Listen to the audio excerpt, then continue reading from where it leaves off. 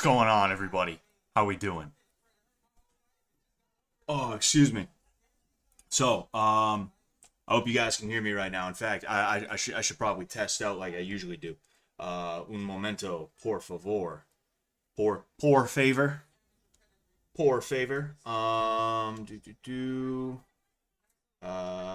we go. All right, we're good. We're live. We're a-okay. We're doing good. We're in the middle of the first fight. You know, I don't know who these two chicks are. No, like, not trying to be a jerk or anything like that. I don't know who they are.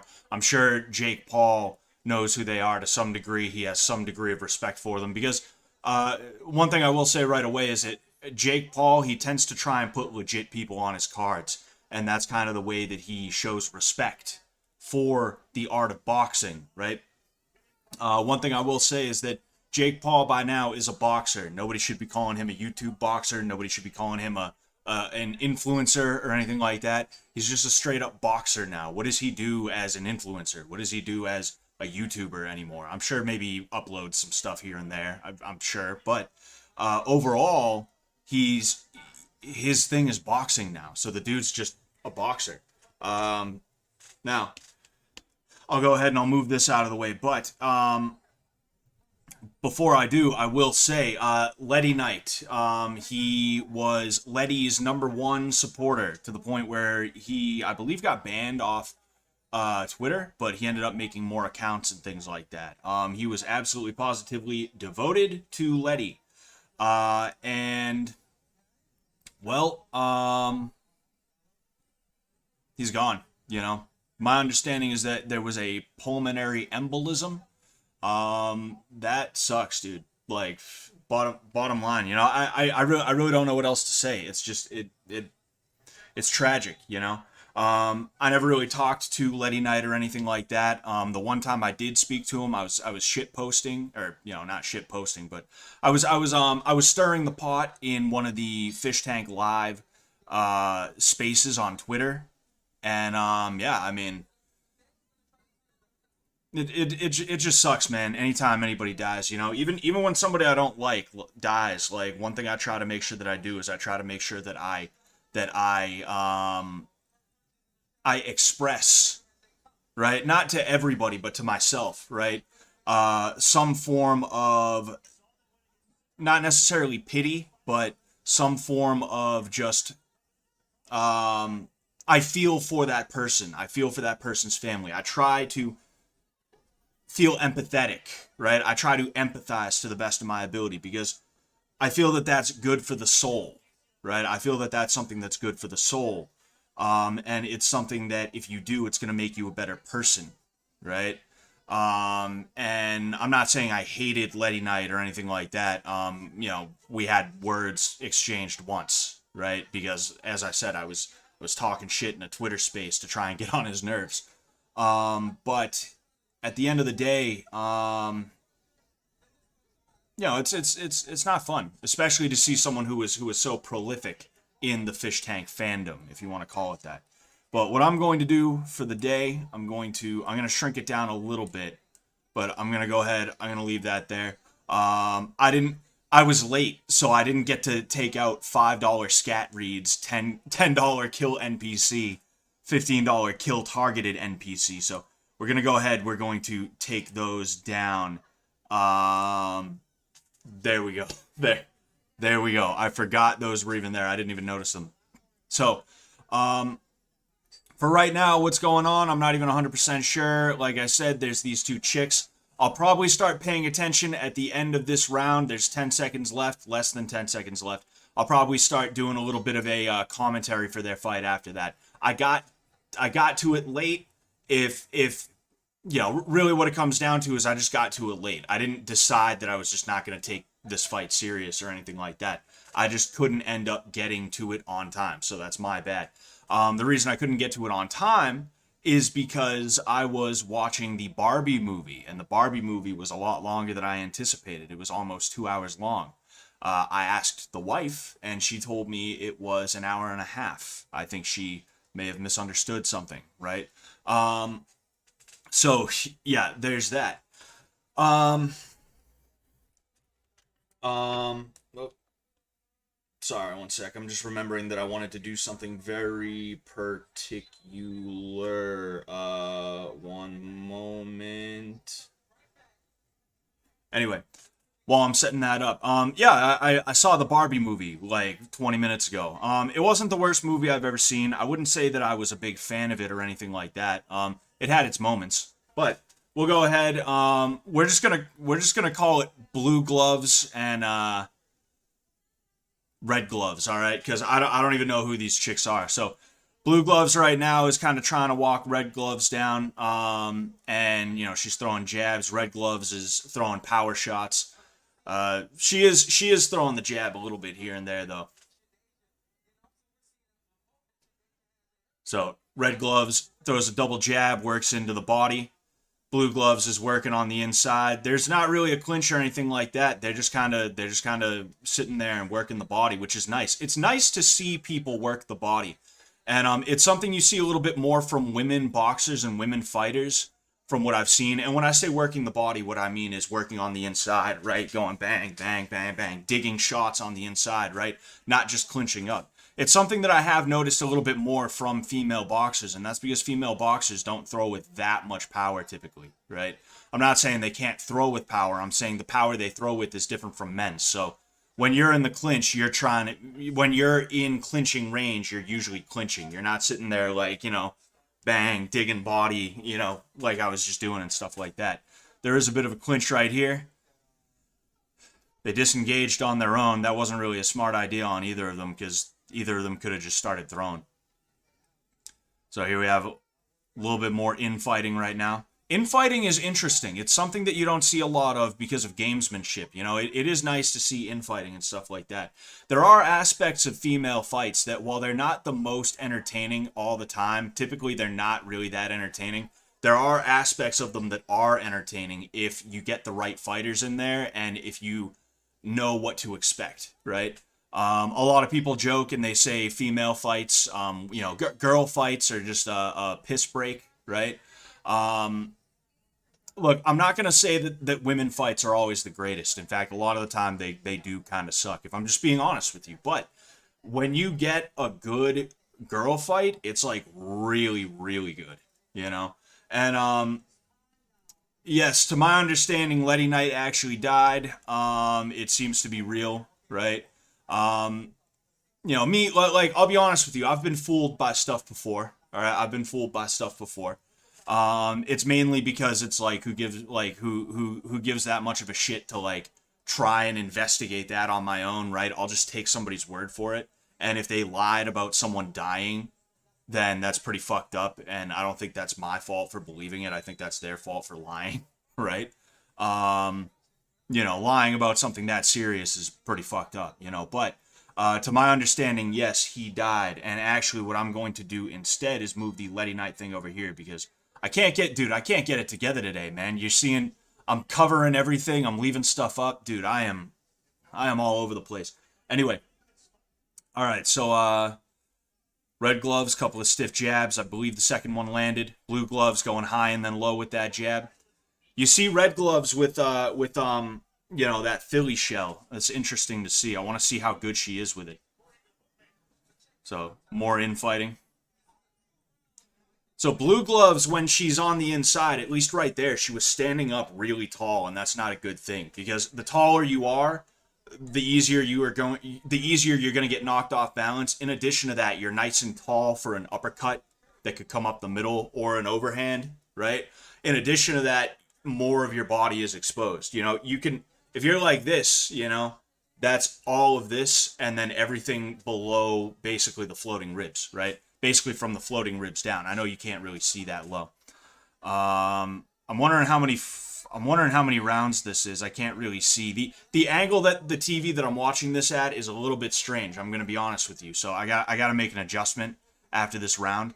I don't want to leave too much. That was a nice short hook cross combination. I don't know if Red Gloves ended up getting bopped in the process though. Oh, excuse me. Female boxers don't have enough power to withstand a good old-fashioned beach off. That's for Ken boxers only. Exactly. They don't have Ken off power. Um, Ooh, that was nice. She ended up throwing a check hook, red gloves, and it ended up catching blue gloves. That was nice. Couple of jabs from red gloves. All right, that's a 10-second warning. Ooh, so that looked like a left hook overhand, or right hook. Looks like red gloves is starting to pull ahead a little bit. She's getting the better of the exchanges. Okay, so I'm gonna go ahead. I'm gonna make a quick adjustment. Did I miss the fight? No. Nope. Not quite. My mom had one a couple years back. Luckily, she survived. Yeah, dude, those things are no joke. They are crazy, you know? It's actually something I'm a little bit afraid of myself, you know, the idea of a blood clot getting caught in, like, my heart or my lungs or something like that, you know? It makes me nervous when I'm playing video games to be sitting for so long, because that's, like, to my understanding, one of the main causes of them. The way I understand it, which is to say, I don't understand them. I just, from what I've heard, one of the big causes is when you're stationary for too long, you're sedentary for too long, and you don't move or stretch your legs. The blood literally turns like syrupy and it clots, you know, and if the clot dislodges, it can potentially get stuck in your lungs or your heart. Like, that is man. How is the Barbie movie? I'll talk about that in between the fights. Right now, I got to make that adjustment real quick. Yep. Oh boy, it's a 10 rounder. Bro, it's a 10 rounder, kid. 10 rounds of this? Bro. Dude, bro. 10 rounds of this? Nah, dude. Wasn't shit, man. Wasn't Jeremy Stevens supposed to be on this one? Wasn't Jeremy Stevens supposed to be on this? I feel like he was. I feel like he was on the card that I saw earlier, or not the card, but the lineup. One thing I hate about cards in boxing, right? One thing I hate about, like, the cards they put out on social media, it never says the time. It only says the date. So you got to go Googling what time is Jake Paul versus Nate Diaz, you know? It's, like, stupid. So blue gloves is walking down red gloves, but she's not being very active, you know? If she set up that right hook a little bit better, especially if she threw it to the body, that could have done a little bit of damage. So blue gloves is walking red gloves down right now, but she's got to be a little bit more active. You can't just walk towards someone, right? Because for one thing, they're just going to run away from you. You have to cut the ring off. In addition to that, you can't literally just walk towards them not throwing punches or anything like that, especially if you don't have head movement going on. And that's because you're just going to walk towards them and they're just going to keep just pumping the jab, you know? They're going to let you walk into a right hand. They're going to stop you in your tracks, right? They're going to start throwing and you're going to shell up, and then they're going to hit you with a liver shot. There's a bunch of different things you can do with somebody who's just kind of a zombie who's just walking you down, you know? If you're going to walk somebody down, you have to be active, you know? You actually don't have to be as active trying to get away from somebody. It helps to be active. It helps to be like, oh, I'm running away and pumping the jab. You know, I'm running away and I'm throwing a check hook, right? It helps, but, like, you know, when you're closing distance, you're literally getting close enough for the other person to punch you. So you got to be beating them to the mark and things like that, if that makes sense. Looking at him, I'd say, yeah, no doubt. The question is, how Irish? What are you guys asking, if I'm Irish or something? Or are you asking if somebody else is Irish? Jeez, dude, I think I can swing 3 rounds only, dude. Dude, 3 rounds, bro. Like, I don't know, dude. I think even that's pushing it, bro. Like, dude, fucking, I got, like, shit to do, bro. I'm not even trying to, like, be here for that, dude. It's fucking dumb, bro. It's fucking hoopty shit. I don't even know what that means, hoopty shit. That's just something you'd hear from some fuckhead from like, Charlestown. So, blue gloves worked away in with a jab-hook combo. I think she's absorbing most of those punches on the inside right now, but a few of them did get through, and you know they probably hurt. Working her way in with the jab. That wasn't a bad uppercut. It just didn't quite land the way that she wanted it to. Slapping hook from red gloves. Digging the body from Red Gloves. That hook uppercut from Red Gloves as well was pretty nice. It just didn't quite work the way that it was supposed to, you know? At least from my angle. From my angle, all right? Ooh, that was a nice cross right up the middle. See, that's a like that was a nice overhand, right? If you want to see like Rocky is such a good movie, right? Rocky is a nice movie, but it's kind of a dumb movie because there's no way in hell two heavyweight boxers are going to be taking punches in the way that they are in the Rocky movies, right? It just doesn't happen. But like it's funny to see women fights because like again, they don't throw with enough power to really hurt as much as they probably could. Um and because of that, it looks like a Rocky style fight where you have these two chicks that are just standing in front of each other. It's just attrition right now. They're not even trying to clinch. They're just trying to oh man. Dang, it froze. Anyway, they're not even trying to clinch. They're just trying to what's it called?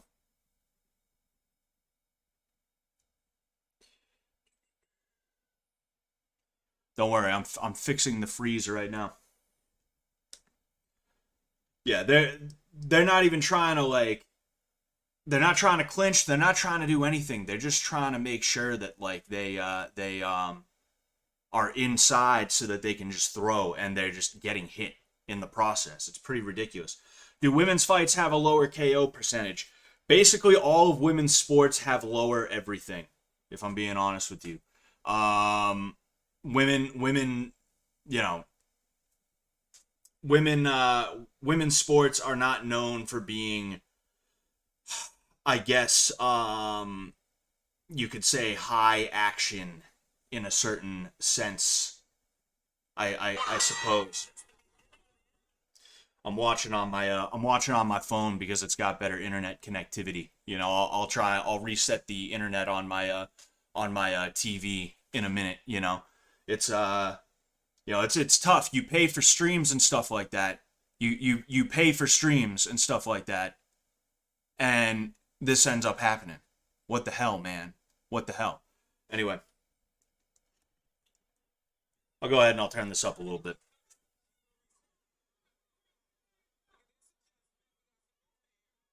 We got some movement here for like 2 seconds.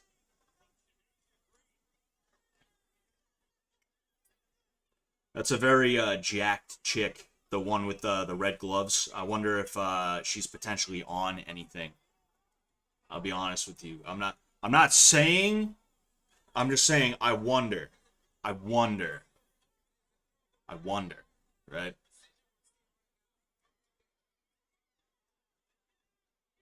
Mm. So I think I think blue. What blue gloves really needs is just better head movement. She needs better head movement, and she needs to learn how to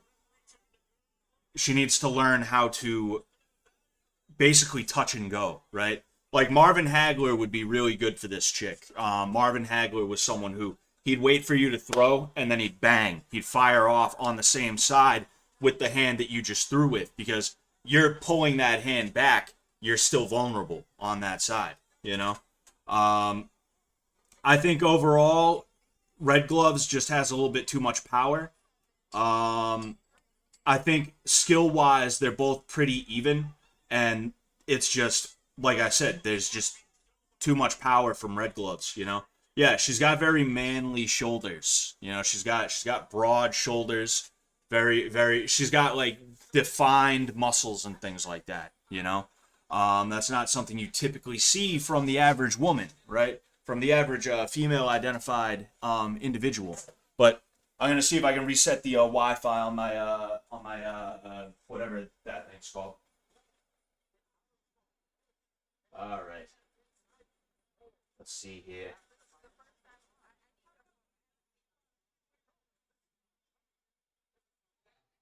Oh, yep.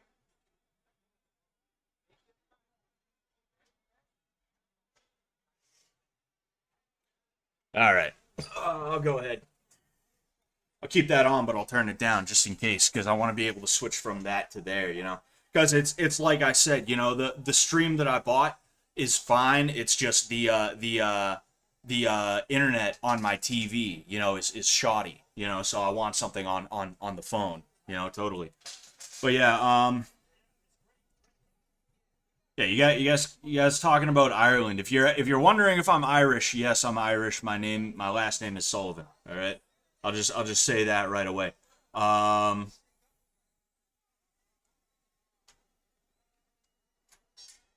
yeah, no, I don't think anyone actually asked that. It's just usually people see me and they're like, "Are you Irish?" It's like, yeah, yeah, I am. You needed me to tell you that. Anyway, all right, so yeah, Red Gloves is just sort of walking Blue Gloves down. Blue Gloves, she needs better head movement. It is, as I said, a power issue. But the thing is, like, if she had better head movement, then the power wouldn't be as big of a deal. It's okay, babe. My wife just got home with some snacks, so she walked in front of the TV. I'm gonna have a word with her after this. Bitch, I love you. Oh, excuse me. Yeah, Blue Gloves is doing a good job of working her way inside. It's just that when she's inside, she's just getting outclassed partially, and just beaten by the sheer force of this high T female. Uh, Internet is shoddy while watching shoddies fight. Exactly. Not as Irish as Jason Estrada, the last Irishman, dude. Nobody is as Irish as Jason Estrada. That's the first Irish surname is Estrada. That was the first one. All the other ones, the O'Hoolahans, all right, the O'Dohertys, the O'Monahans, the O'Callahans, the Everythings, right? All comes from Estrada. Okay. All right. Ooh, that wasn't bad. Nice little overhand snuck in there, but like I said, it doesn't have the power to do that much damage. Like, it almost, like, women's boxing would almost benefit from trying to be more like amateur boxing. And like, when I say it would benefit, I don't actually mean that it would legitimately benefit, like as a thing that people are interested in.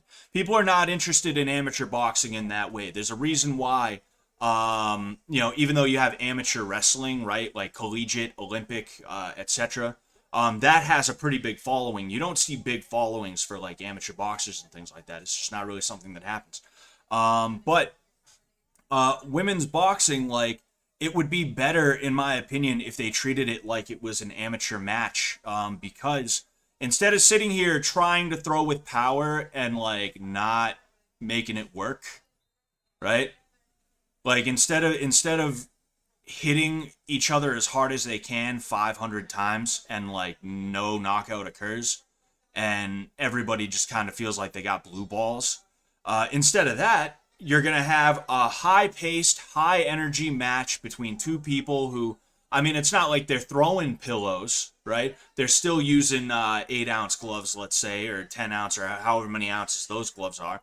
But it's more about scoring points, basically, That would be a little bit more entertaining, in my opinion, watching women fight like that instead of like this, where it's like watching a dunk contest for the WNBA. It's like, yeah, no thank you. Nice 1-2 from Red Gloves. I don't believe it landed, though. Ooh, nice hook connected from Blue Gloves. And I forget if I said 1-2 from Red Gloves or Blue Gloves, but I meant Red Gloves. So, it's late in the fight. It's round 9 of 10. I don't think Blue Gloves is winning. In fact, I know Blue Gloves is not winning, just given everything that I've seen.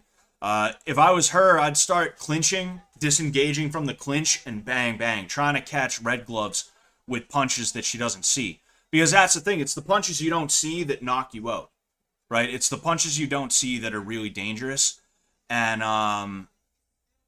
she has to create that. Red Gloves is really good at seeing punches come and things like that. Um, oh, uh-oh. We might have it. We might have it. I don't know, actually. Nah. She was hurt by that. Talking about Blue Gloves. Blue Gloves was hurt by that for sure, you know? She got caught once and then she got caught again, and you could tell that, you know, she just about had it, but not quite. So, yeah, Blue Gloves just trying to hang on, you know? Red Gloves is at the point she's picking her shots. She's just kind of coasting, you know? She's doing what she has to do to try and win the round, but she isn't really doing much more than that, you know? Which, I mean, you know, you're 9 rounds into a 10-round fight. You've won just about every round, probably every round. You know, the way it's going right now, she probably won every round. Um, you know, you don't have to worry. You know, you're gonna be all good. A win is a win is a win. Did you ever play Red Faction? I did not. I heard it's a good series though. The only one that I'm overtly aware of though is Red Faction Gorilla, and I hear that it's really cool because you like a lot of the environment is destructible and stuff like that. That was like one of the first games, other than maybe Mercenaries, where you had like, you know, destructible environments and things like that that I was aware of. I'm not saying it's the first one ever, right?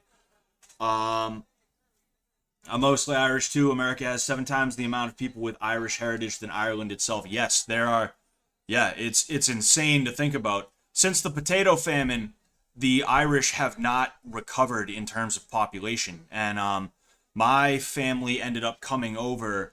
I would assume as a result of the potato famine. Basically, my great great grandfather was born, I want to say like 5 years before the famine like really hit hard, you know, in Knockaderry, Ireland. That's where we have traced him to, and he came over here. He ended up joining the army during the Civil War. He fought for the Harvard Brigade with Thomas Paine's grandson and a couple other. You know, they weren't famous, but their grandfathers were founding fathers. Like, it's actually really cool. He was at Antietam. He was at Fredericksburg. He got wounded at Fredericksburg and Balls Bluff. And then he got sent to the Invalid Corps, which that's what they called it back then, the Invalid Corps, because he got fucked up at Fredericksburg, you know. He also since we don't give a fuck about the girl fight anymore, he also made it into a history book because he was slacking off during sentry duty, during guard duty, and an officer came over and was like, "Sullivan, what the hell are you doing?" And he started talking shit to the officer. So he got in trouble, and that got put in a history book about the Massachusetts 20th, the Harvard Brigade. So, you know, shit talk is in my it's in my blood. It's a heritage thing. I do it to commune with my ancestors. Yeah, I'll be honest with you. I done goofed this fight. It's not a bad fight, but it's just kind of whatever, you know. I missed the first couple of rounds. I think I missed the first 3 if I remember correctly, and it seems as though we kind of know who's going to win unless there's like a really big KO in the next 10 seconds, you know. Better idea, add obnoxious cartoon sound effects. Dude, that would be the greatest. If somebody out there can make a video, I don't know if I have the time or the energy, but if somebody out there could make a video adding obnoxious cartoon sound effects, like the zany cartoon sound effects to women's boxing, that would be the greatest fucking shit ever, you know?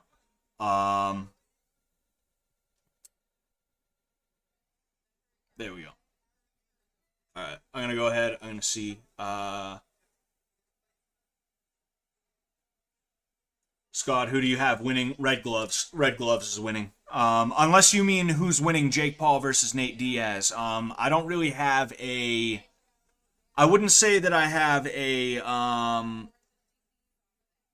I wouldn't say that I have a prediction if I'm being honest with you. I don't want to predict who's going to win because in truth, like, I don't know who I want to win, for one thing. But in addition to that, like, I don't know, you know, Nate Diaz is a boxer, right? He's got good hands. And not just good hands for MMA, but good hands in general. Also, the way that he weaponizes pace.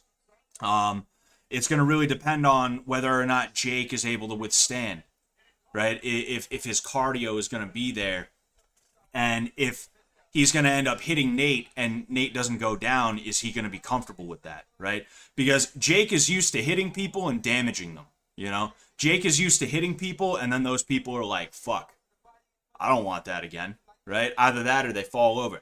That's what happened with Tyron the second time around. Now, I will say Jake has been the distance, but I don't know if he's ever been this distance. I got to be honest with you. I forget the length of most of his fights. I forget what the length of his fights have been. But if I remember correctly, this fight is going to be longer. So even though he's been the distance, if this fight is indeed longer, then that's going to be one thing that we really get to see, is whether or not he's actually going to hold up gas tank wise, as well as if, you know, when he starts hitting Nate and Nate doesn't go down, is he going to start looking for a way out, right? All right, let's go ahead.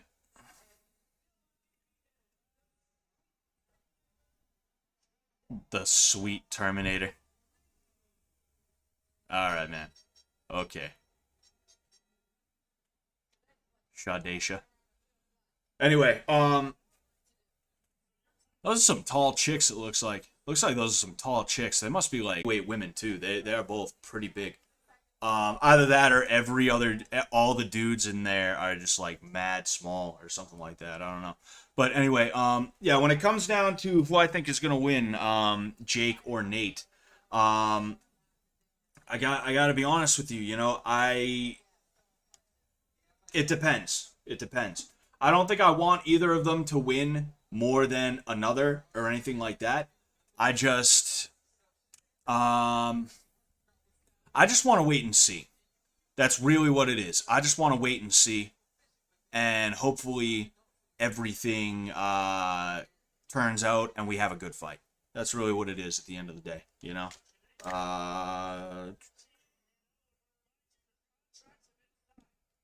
One moment. One moment, please.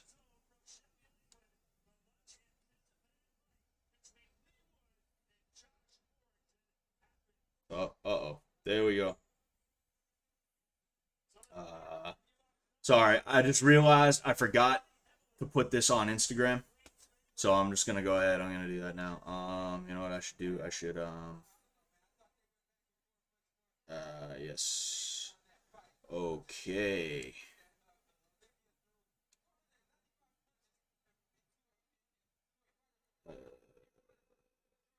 There we. Yep, there we go. Okay. All right. We're good. Yeah, I mean, landed 145 punches versus 76, 269 thrown. That's a lot of fucking punches, dude. You know, to get hit over 100 times. Now, granted, not like most of those punches, 90% of those punches are literally jabs. It doesn't mean jabs don't hurt, doesn't mean jabs can't hurt. It just means that jabs are not quite the same as getting rocked with something, you know, if that makes sense. Anyway, what's going on, Sylvia? How you doing? Um, this fight is supposed to be 10 rounds, I think. Yes, it was a 10-round fight. You see, what I said Jake is a boxer now, and he definitely is. Now, one thing I will say is that I'm not a big fan of how Jake is trying to be a little bit too serious about everything, right? I don't think that the first fight on his card should be a 10-round fight. I'll just be honest with you. I think it should be at most, it should be 6 rounds. At most, right? Truth be told, like, he should probably be throwing like 4-rounders on there. Like the first fight or two should be like a 4-rounder. Then you have a couple more fights, maybe 6 or 8 rounds. Then you have co-main event. That's however many rounds you're gonna make it. Then you have main event. That's gonna be 12, right? That's just the way I see it. That's the way I believe it should be done. It's not exactly fun to watch two chicks that I don't care about, that nobody really cares that much about. And I'm not trying to be mean, it's just true. It's not really that fun to sit here watching that, like, oh man, dude, fucking, like, these two chicks are fighting, I don't know them. Alright, now I have to sit here and talk like pretend I care, you know? Excuse me. Oh man. Got Rampage there. Rampage there to sexually harass the women. Rampage is hilarious, dude. You know, he's one of those guys. Like I talk about how there's no personalities in MMA anymore. He's one of those guys who is a personality. Like he's got a personality all his own, and it's really cool. What's going on, new Drobs? How are you doing? How you doing? What's going on, Tan Halen? Are regular bro boxing cards like that with one with man, I hate the way that with only main event being 12 rounds. I mean, it all varies. It all varies, but typically, yeah, the longest fight is going to be the main event, right? Either that or there's the only other fight that's really going to be 12 rounds is going to be like, or really anything that's comparable, I guess you could say, would be the co-main or anything like that, right? Um, that's just kind of the way that boxing is done. It's very top heavy. If you're on the undercard, you're not going to get paid that much. And I understand that Jake wants to make it so that like everybody gets paid good, right? And I'm not saying that's a bad thing, but you can pay somebody good for a 4 round fight. You can do it that way. It's all good. To hell with the fight. How was Barbie? Barbie was not bad. Look, I was talking to the wife, right? Barbie was made for a very specific demographic. People are saying it's like based and red pilled and like, all right, haha, funny joke. It's not really. Yes, Ken has his little character arc where he ends up discovering that it's okay to be more than just some dude who's like attached to a woman. You know, and that's cool. But the thing is, like, and I realized this right away. It's basically what they did with Ken was say, hey, you're useless. You're useless. Men are useless. Guys are useless. Find some kind of use. I don't think you're attractive. I'm not attracted to you. I'm not into you. Now that I've decided that you are not worth my time, you are not worth it, and I really don't care about you, go ahead. Go out into the world and find something to do. Go ahead. I don't care, right? That's kind of the vibe that I got from it, right? Without giving away too many spoilers and things like that. You know, I know people have spoiled it. That's kind of why I am a little bit comfortable talking about it. Plus, I really don't care that much about spoiler shit. It's whatever. I'm just not trying to be not trying to be a dick about it.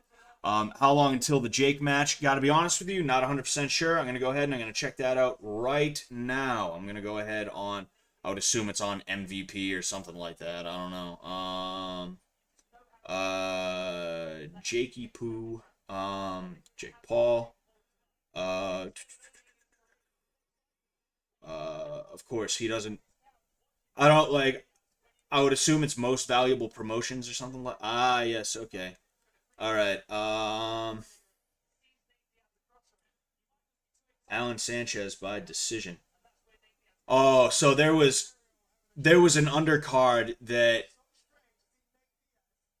okay. That's weird. I thought it started at 9. I thought it started at 9. It started at 8. So the website lied to me. Interesting. Anyway, I'm gonna go ahead. I'm gonna keep looking for that card. But overall, the Barbie movie wasn't the worst thing in the world. It was all right. It was decent. You know. I don't think it was like the worst thing ever. But I will say it's not quite what everybody was trying to make it into. I think that people were mainly just sort of you know, I think people were just being ironic. I think people were joking around, you know, and that's what it is. You know, but it is what it is. Would I recommend it? Yeah, I guess if you want to watch it like ironically or something like that, because that's what I did. I watched that ironically. Do you even get irony? Do you even get irony? No, but if you want to watch it, like, go ahead. It's all good. It's not like the worst movie you've ever seen. There are some interesting and some funny parts, but really what it is, it's a movie for middle-aged women who are the most mediocre pieces of shit that you've ever seen. They were never destined for greatness. They have never done anything with their lives, right? Anything worthwhile besides, like, being mothers and things like that. And because of this, like, they're upset. They're mad that they were never really that good. And it's basically just a way for them to feel special. It's a way for them to feel as though they're not the problem, that they were talented enough, that they were able to make it, but they just had to get married and they just had to have kids. It's the women who believe that having children is the reason why they never wrote that book. It's women who believe that because they ended up getting married to some guy that they love, or that they claim to love, they got married, so they never ended up being able to star in that movie that they swear they would have gotten to star in if they had just moved out to LA for like a couple of years and things like that. It's for women who, like, they're really just they're mediocre. There's nothing really special about them, and they're just straight up NPCs, you know. And that's what a lot of the humor was. That's what a lot of the pandering and stuff like that was. So I'm just sitting there, kind of like, I'm here, my wife is here, and we're just watching the movie. And every time it happens, I'm just like, and she just kind of looked at me back too, because she's aware of that bullshit too. I tried to keep my ranting to a minimum, but I did rant a few times. I'll be honest with you. I did talk a few times about that stupid shit that I ended up seeing. It was enjoyable enough. All right. Bottom line, it was enjoyable enough. It was made by, and maybe not by, but it was especially made for a certain demographic of women who are the types to show up to a movie like that is going to tell them that they are perfect and that they've never done anything wrong, and that it's the world getting them down, not the fact that they're just like cracked out weirdo losers who don't deserve greatness, for just being honest. It was weird, like the amount of middle-aged women who showed up to watch it, right? It was weird, especially because like some of them had like t-shirts on and shit like that. It was like baby boomer cosplay. Like these four women walked by me, as I was going in. They walked by me and like they had pink shirts with Barbie written on them, and it was just like, wow, that's fucking dumb. You're dumb. Like, I get it, just because you're a mediocre person doesn't mean you can't have fun. You should have fun, right? But like, that's just cringe behavior, man, if I'm just being honest with you. Can we cool it with the Fansly branding? They're paying, dude. Money talks. I'm not a fan either. Don't get me wrong. I'm not a Fansly either, right? But it pays. So they're gonna go ahead and they're gonna keep doing it.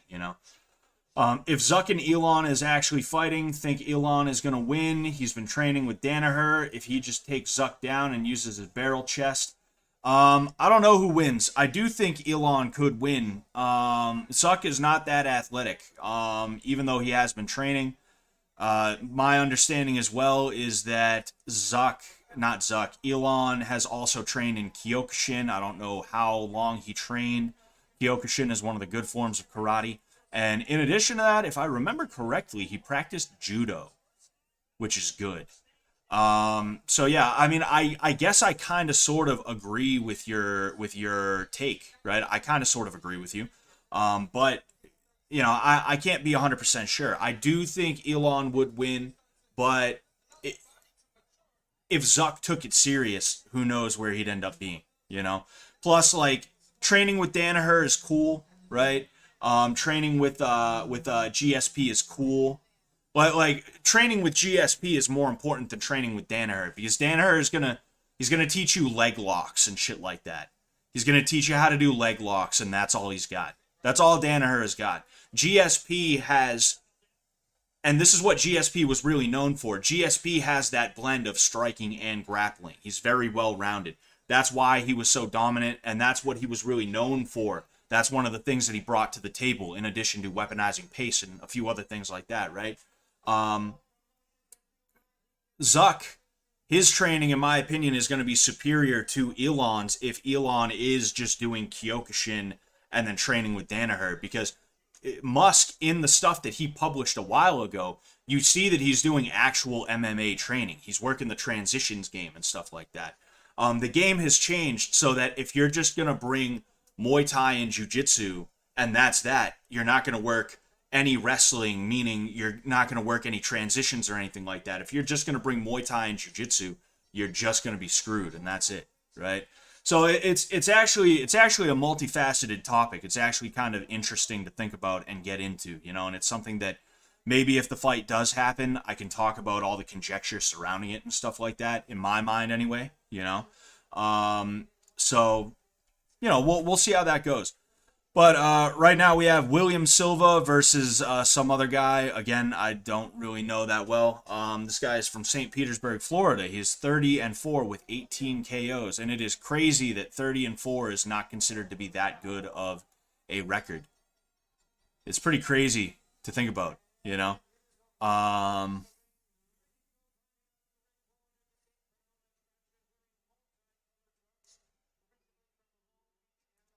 I'm so quiet because I don't know.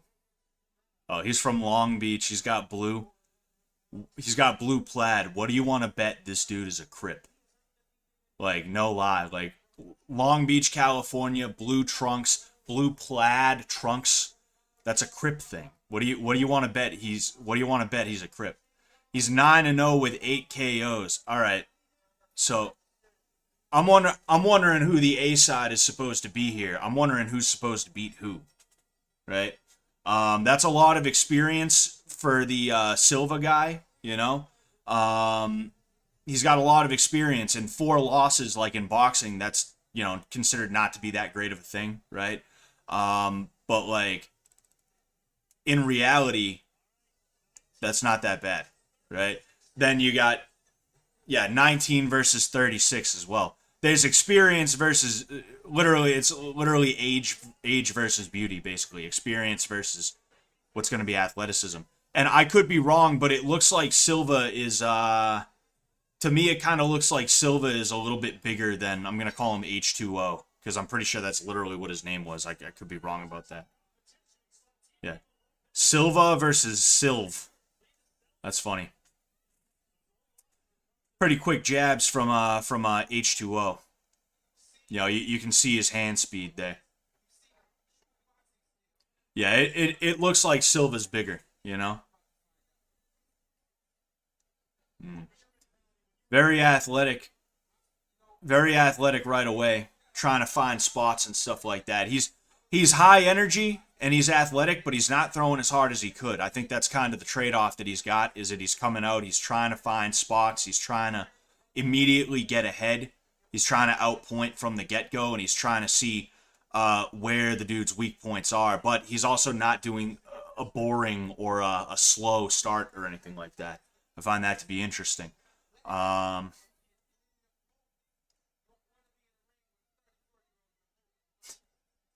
you don't want to be in the ring with a 34-year-old and you're pulling punches. I don't know who this I don't know who this announcer is. I don't know who this commentator is, but I'm not saying he doesn't know boxing. I just think he's not giving H2O enough credit, because like it's pretty easy to see what he's doing. He's switching stances, I think. Interesting. And he not only is he switching stances, but he's immediately, when he switches into lefty, he's throwing a lot harder than he was. You notice that he's kind of leaning into the shots a little bit more, or not leaning into them, but sitting down on him a little bit more and really trying to make him sting. They're not as quick, but they got staying power. It's a little bit interesting.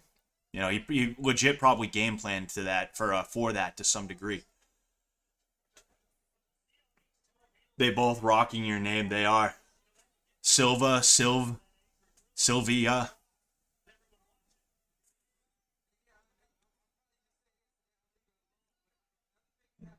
Pretty high energy first round. I'm enjoying it thus far. Like it's like I said, I'm not really interested in either of those or anything like that. I'm not really interested in either of those, so it's just kind of like either of those guys. Excuse me. So it's just kind of like, yeah, whatever. But like as far as boxing goes, this is a pretty energetic and entertaining first round. I'll give it that. Have you tried VR boxing? No, I have not. I'm not a big fan of boxing video games and things like that. Because like what I've noticed is when I do them, for one thing, it never quite feels the same. Which I mean, obviously, duh, it's a video game. But in addition to that, Oh, that. Oh, that was. Yeah, that's not really good. That's not really good. See, they stopped, and they stopped, and the reason they stopped is because the 10-second warning. They're not using clackers, right? Usually, you hear the sound of wood banging together. It's like fucking fly. It's like clack, clack, clack, right? They're using a bell for the 10-second warning, so both of them assumed that that was the bell, that there was just no 10-second warning. But I don't do VR boxing. I don't do video game boxing a lot of the time because most of the time it's just really it's too different. And in addition to that, whenever I do it with somebody else, like they end up winning because me, like when I think of boxing, I think too literally. I'm sitting here like doing this right in front of the Kinect or in front of the Wii or whatever, and I'm like, I'm bobbing and weaving and I'm like throwing like actual technical combinations, right? And then this person is just sitting there like literally just throwing like that, because you can get away with it. And then like I lose because it's VR boxing, so it's not like I'm actually hitting them and they're not hitting me, and it's just a health bar that's going down every time it registers a hit. And then afterwards, the person who beat me is like, looking at me as though I couldn't like actually concave their nose. So it's like, no, not a big fan of VR boxing. Not a big fan of anything that makes people respect what I do less or respect me less because they think that VR boxing means that they could beat me in a real fight, right? I'm not saying that I wouldn't ever give it a try. Like, I haven't tried VR boxing itself. I've just tried the other iterations pre-VR.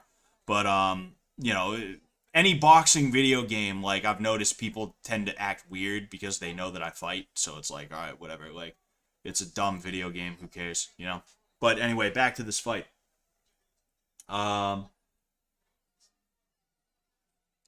right, so they're fighting on the inside. A little bit upper body wrestling, but they're not clinching or anything like that. That's interesting. Trying to dig the body from H2O. Should I just call him water? I feel like even H2O is too much.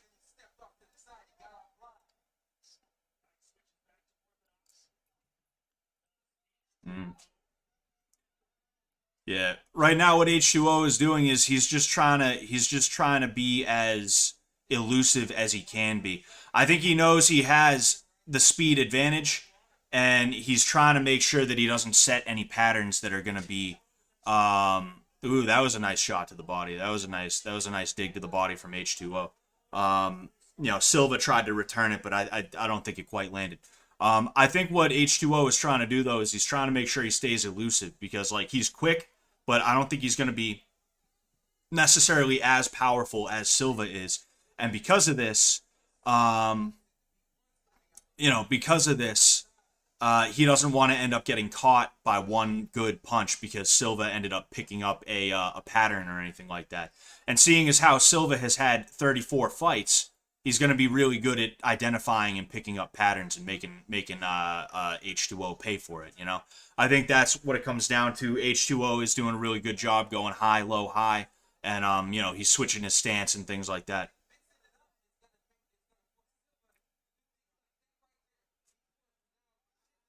Nice. So pretty good head movement from Silva. Most of those punches weren't landing. I'm gonna go ahead. It's tough to have the light on while also watching the fights because now there's a blind spot. So that was a knockdown. Ooh, that's the end of the round too. You can't be saved by the bell. That's something you don't see much of in modern boxing is being saved by the bell or anything like that. Oh no, it wasn't. That wasn't the bell. That was a 10-second warning. It even got me. It even got me. So we're gonna go ahead. We're gonna wait for that. We're gonna wait for that. Whatever it's called. We're gonna wait for that thing. Oh yeah. By the way, I would really appreciate if everybody would like, and if you have not subscribed, I would really appreciate if you would subscribe as well. So just go ahead, like, subscribe. Share the stream as well if you have any place you feel that you could share the stream or anything like that. I would really appreciate that. All right. I think this is the knockdown. So he dug the body. Oh, yeah, he dug the body and that's what did it. Yeah, he got hit in the liver. That always sucks, dude. That always sucks. I remember I was letting John hit me in the body, right? I was letting him hit me in the front, so obviously not here, but like lower, right? This is the angle I was letting him hit me at. Then we were going over the liver shot, so he was gonna have to hit me from this angle, except lower, closer to the floating ribs. And I was like, please don't kill me. And Sam was like, dude, you're a boxing coach, and it's like, yeah, but the liver fucking sucks, dude. That shit sucks no matter who you are, dude. Doesn't mean I want John bopping me in the liver as hard as he can. you know? I don't care. That fucking sucks.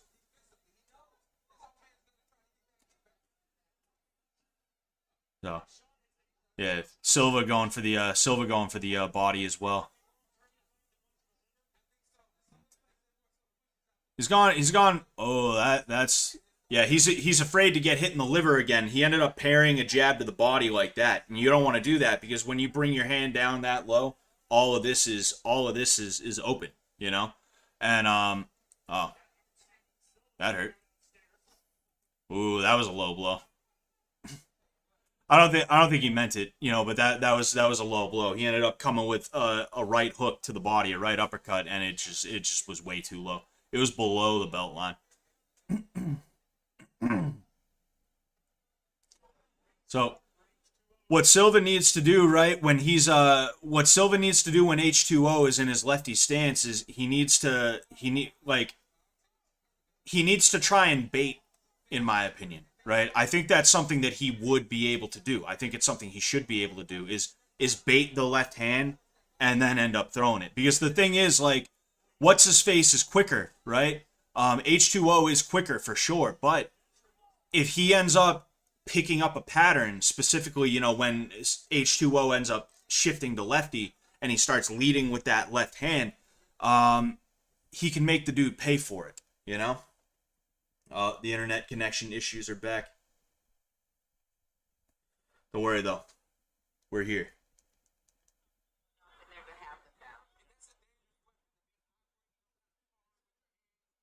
So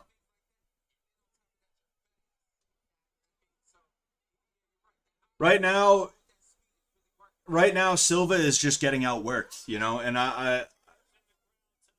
really, it's just he's just getting outworked. He's getting hit, and then H2O is out of there before he's gonna end up getting hit back. He is having some success touching the body. Not everything is landing, right? But he's able to get there. Um, oh, you see, like right there, he worked his way in, and then he threw a right uppercut to the body. That's been a punch that's been doing him some favors, right? So it's kind of a situation where he should keep that up, but he should also be looking for other things to try and get around the issue as well. I think right now Silva is just he's being outworked by somebody who's not slowing down, and he's making sure to give him a different look every exchange, because that's what's happening. There's a little bit something different every time the exchange ends up happening. Um, I'll go ahead and I'll see if I can do anything about that. Actually, could you do me a favor? Thank you. Oh, man. Oh, uh, just refresh the stream. It's gonna yeah, you can do it that way. That works.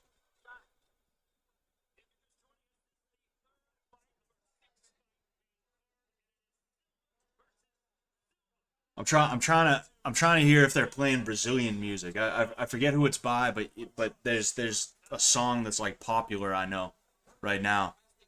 There's a popular song right now. It sounded like they were playing it. I don't know. Yeah. My wife is from Brazil, so anything Brazilian, I'm immediately like, soy face. I soy face at her. If they ever made a really good boxing VR game, then I'd get VR 100%. Oh yeah, I would too, dude. I would do VR boxing on stream for you guys if they ever made like a really good VR boxing game, and I just happen to have a spare however much money the VR headset is, because why not, right? Might as well have a little bit of fun with it. That was a good cross to the body.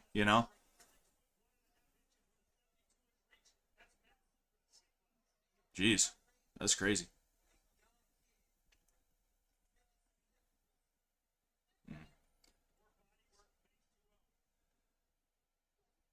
It'd be nice to see Silva kind of take the initiative a little bit more, right? He's just kind of letting Silva march into his range, and then he's letting him go first. You gotta, and that's kind of the way that I tend to fight. Is I wait for somebody to get into a certain range, and then when they're about to go, I just go before them, right? It's a way that you can weaponize pace that's really frustrating, and it also keeps you safe because typically what's going to happen is somebody's going to commit to going, and maybe they're going to drop their hand, right? And that's when you're going to end up getting them. Either that, or they're going to commit to going, and then they're going to see that you went a lot harder and a lot quicker than they did, and instead of going out with whatever punch they were going to throw, right, they just revert back to, oh shit, oh man, like they shell up, either that or they're just like, whoa, all right, better get out of here, right? I would like to see Silva do that. Right now, he's just kind of letting H2O march in and, you know, dictate the pace, and I think that's part of the reason why. I mean, that's the main reason why, if we're being honest, that's the main reason why he's not winning, you know, is because he's letting Silva, he let Silva get started from the get-go, you know, and now what we see here is Silva really leaning on those punches. He ended up, not Silva, ooh, couple of left hooks, one from each of them, both of them landed. I said Silva, I meant to say H2O. H2O was really starting to sit down on his punches and really make him hurt, you know? He was really trying to hurt Silva, you know? He ended up landing a nasty left hook that you could see kind of hurt Silva a little bit, but then Silva ended up coming back with his own that, I don't know if it hurt as much, but I didn't see as much of a reaction out of H2O. Oh, man, that body shot hurt him. That body shot hurt him, you could see. That punch upstairs didn't exactly help either, you know.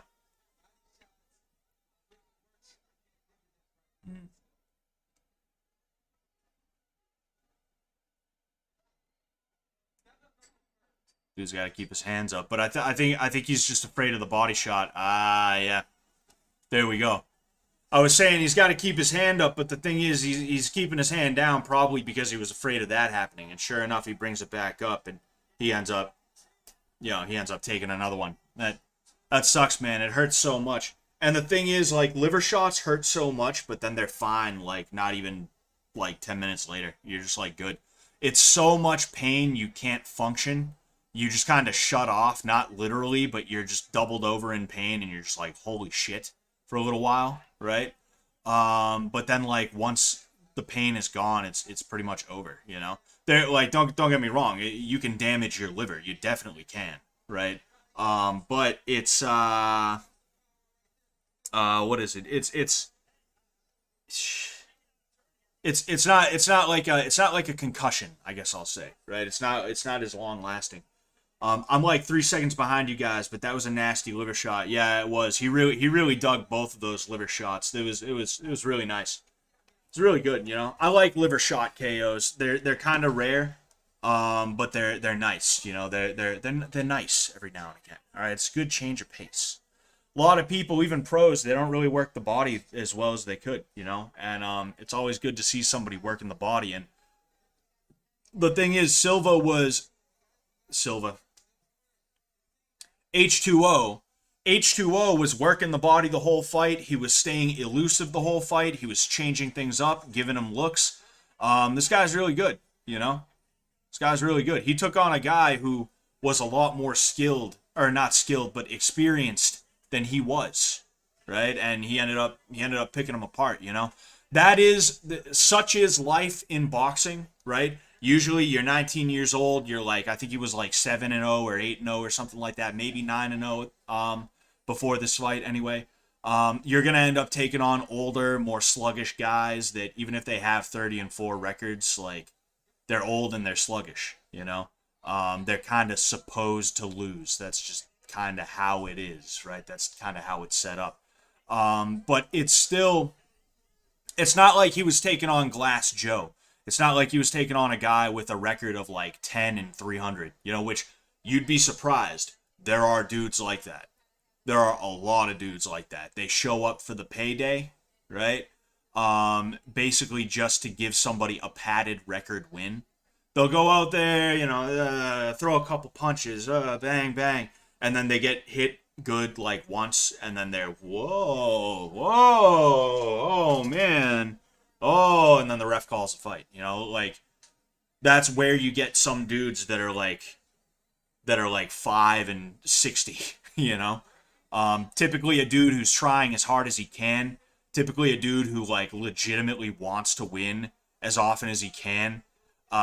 Typically a dude who ends up with a record of like 5 and 60 is gonna be like, yeah, I don't know, this shit just ain't quite working out for me, dude. It just ain't working out. All right, hold on.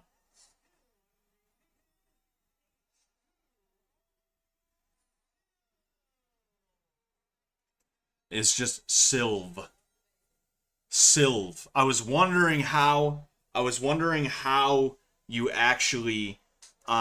was wondering how you actually pronounce his name because I missed it. Oh, his real name is Ashton Silv. I wonder where he got the H2O thing. Um, they'll throw a couple punches and then start seeing baguettes. Yeah, pretty much. Um, so yeah, this fight's over. I want to see who's up next. It is Serrano versus Hardy up next. That's weird. Jeremy Stevens was supposed to fight. I don't know. Maybe they switched it around. Maybe Jeremy. Oh no, wait. Yeah, I don't. Hold up. Excuse me. Do do do do do do do do. Uh, yeah, it says tonight Avila versus Stevens, right? Jeremy Stevens is interesting because he's got dynamite. You know, Jeremy Stevens. He's not really respected because he went on like a really bad skid before he ended up getting cut from the UFC. That's Ariel Helwani. Oh, that's hilarious. That's hilarious to see his ass doing anything. Um. Anyway. Yeah, like Jeremy Stevens was known for like flatlining dudes. You know. So like even though he went on a skid and he got kicked out, it's gonna be interesting what he does in boxing. It's gonna be interesting if he it's gonna be interesting to see how he does. Bottom line. Anyway, um, I'm rooting for Silva come to Brazil. I plan on going to Brazil at some point. What was I gonna say? Yeah, I want to go there and I want to study luta libre. Cause why not? You know. And yeah, physiognomy.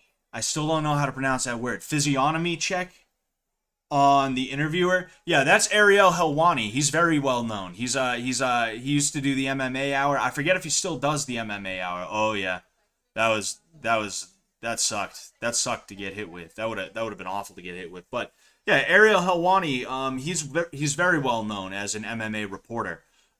He's one of those guys who he could never really do it himself, and because of this, he just kind of became a guy who, reports on it and things like that. It's like the guy who couldn't make your basketball team, so the coach was like, "Hey, if you want to be the manager, yo kid, you're really bummed you didn't make the team, huh? That's all right. You want to be the manager, kid? He's kind of one of those guys, right? And he's very well known. I don't think he's a bad guy. I don't think he's a bad dude at all. But he does have certain tendencies about him that some people find to be not very savory. They find them to be unsavory, right?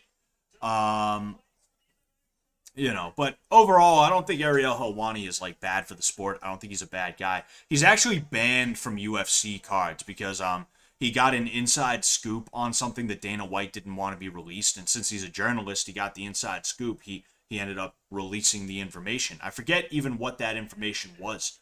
And Dana was like, "Hey, fuck you. He's never allowed at any of our shit anymore." Oh, it's the Fansly hose. Oh man.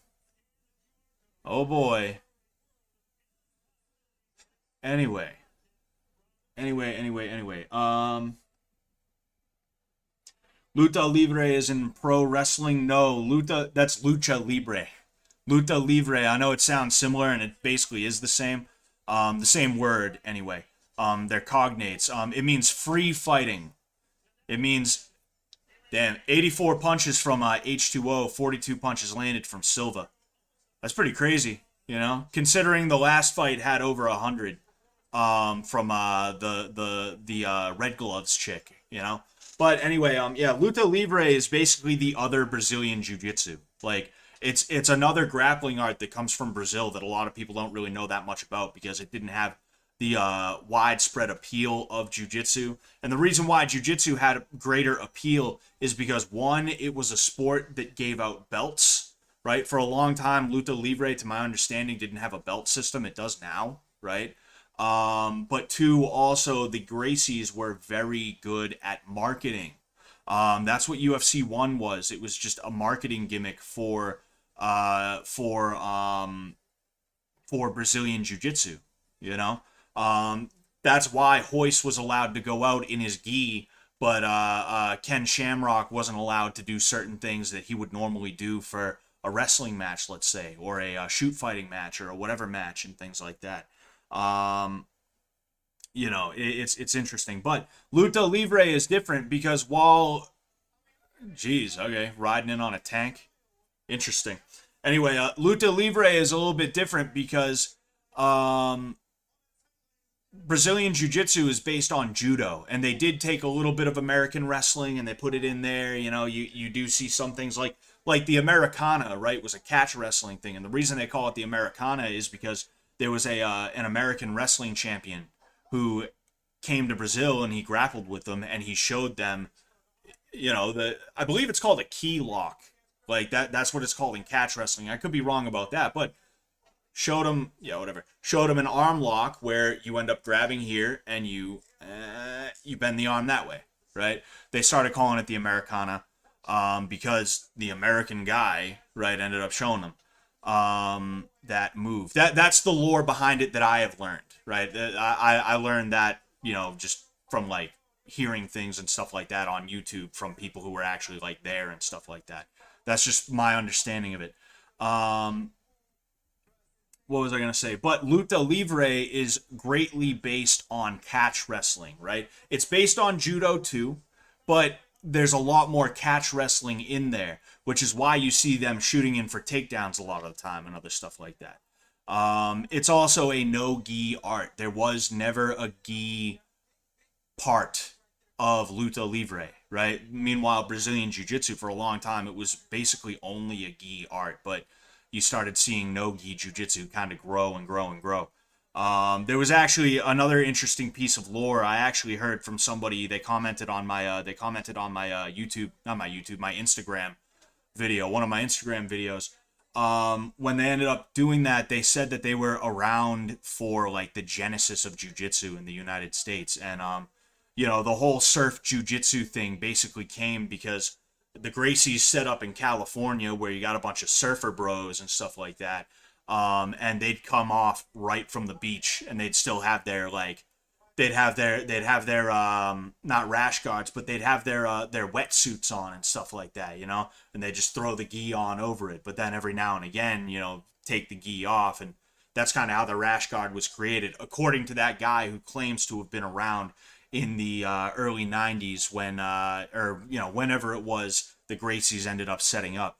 That's kind of where you get modern day rash guards and stuff like that from. You know, again, just what I've heard, right? I'm not sitting here like some kind of scholar looking at books in a library like, actually, it says here, you know, it's one of those things where it's like, does it matter that much if it's true or false? Like, it's an interesting story and it's not going to hurt anybody if it is false. So it's like, whatever. That's kind of the way that I look at these little stories and things like that. It's interesting to hear them, and that is something that I find to be really fun is fight stories and things like that. Fight stories and the lore behind different things, and different happenings at gyms and stuff like that. You know, Chael Sonnen has some of the best gym stories. You know, my coach has some really cool gym stories as well. If I can get him to tell more of them, I will. You know, Shill Time, you can check out the story that he tells about the one guy to ever beat Kimbo Slice in a not a street fight, but an underground bare knuckle boxing match. His name was Sean Gannon. I talk about this every now and again. I actually got to meet him and roll with him a couple of times. He was like such a cool dude.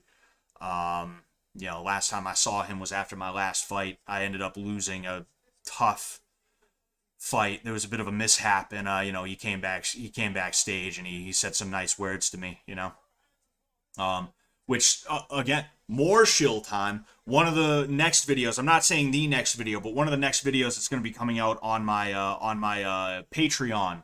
If you are interested in subscribing, it's only $5 a month.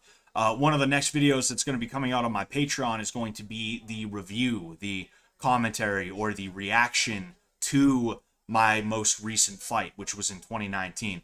I'm trying to track down as much footage of me fighting as possible, whether it's at a smoker, whether it's just some sparring footage, whether it's let's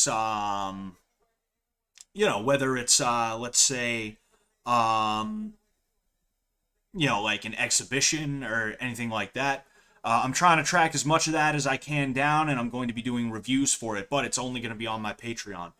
In addition to that, I have another griefing video that's going to be coming out in the near future. I'm not exactly sure how long in the future it's going to end up coming out. I'm still kind of trying to work on it. I'd say about 80% of the way done. What I'm planning on doing is I'm going to put it on the Patreon, but first I'm going to end up putting it out for 2 to 3 hours on YouTube. I'm going to go ahead, I'm just going to unlist the video, but I'm going to post links to it on my social medias and stuff like that, so you can find it. Then what I'm going to do is I'm going to private that video, and I'm going to put another version of the video, the same version, just, different actual video upload on my Patreon, right? Just some of the things that I have coming up. So I guess Jeremy Stevens is fighting next. That's interesting. I am actually kind of interested in this fight. Brazil has many styles of grappling. It's insane. To my understanding, they only really have 2. But I mean, hey, if there's more, that's really interesting. That's really cool to hear and to think about. How come BJ Flores not coaching Jake Paul anymore? Because of that gunshot? I'm not sure what you're referring to. Interesting. Wait, Amaranth is there? Is Amaranth one of the Fansly girls? I didn't recognize her. I saw there was a chick with red hair, and I was just like, how far we have fallen. How the mighty have fallen.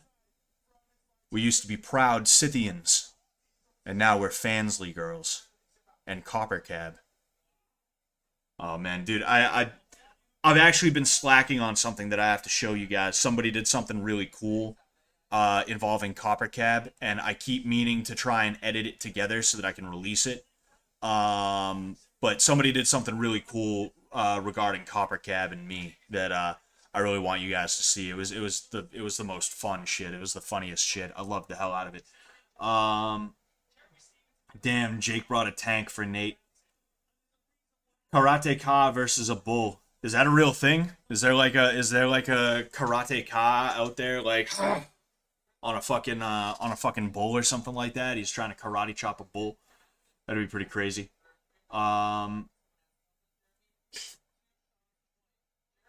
We need Amaranth versus Pokimane influencer boxing. Dude, I would train one of them. I'd probably train Amaranth though, because they're both not really fun. I don't like their personalities. I don't like either of their personalities, right? But when it comes down to it, I think Pokimane is worse. I like Amaranth better than Pokimane in terms of personality, I know the type of behavior that she's given to, but at the very least, she doesn't have as bad of a personality, to my understanding, to the just the way I see it. So I guess that's good. You ever watch Copper Cab streams, Scott Sullivan? Oh, that's me. That's me. That's me. You ever watch Copper Cab streams? Dude is such a troll. Yeah. I don't watch his streams, but I do have a stream clip that I'm going to be, as I said, editing together, and I'm going to be releasing it. But yeah, I probably should try and catch his streams. I'm just not really a stream kind of guy, if I'm being honest with you. It's just not really something I do, The only streams that I really watch like that is like if I catch a Medicare stream, which he doesn't even do those anymore. He's retired. And even then, it's not like I was sitting there like, every week, like, oh boy, Medicare, right? It was just like, if I caught it live, then great. Either that or like every now and again, I'll pop into one of Sam's streams and stuff like that. I might throw like $5 just to let him know, hey, I'm here. Hey, hey guys, how you doing? You know. Um, oh, Masoyama taking on the Bull. I've heard about that. I haven't looked into it though. I don't know if there's video of that. I don't know if it's just something that they say he did and stuff like that. Regardless, oh boy. Anyway, regardless though, I'm watching Logan Paul. Logan Paul is a likable dude, right? Before I go on my my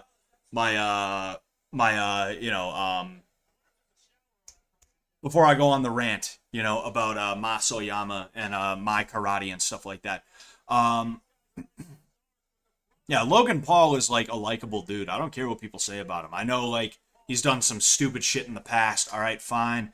Everybody's got a past, you know. Right now he seems like he just sort of does fucking WWE shit. And my understanding, crypto rug pulls, I don't like that.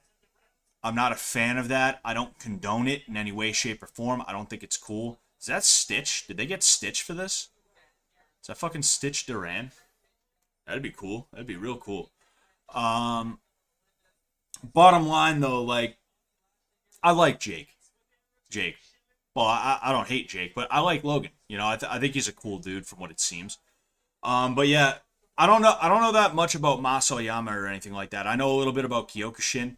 The style of karate that I do, and I'm actually doing a video on this currently, is called Seido Karate or World Seido Organization Karate.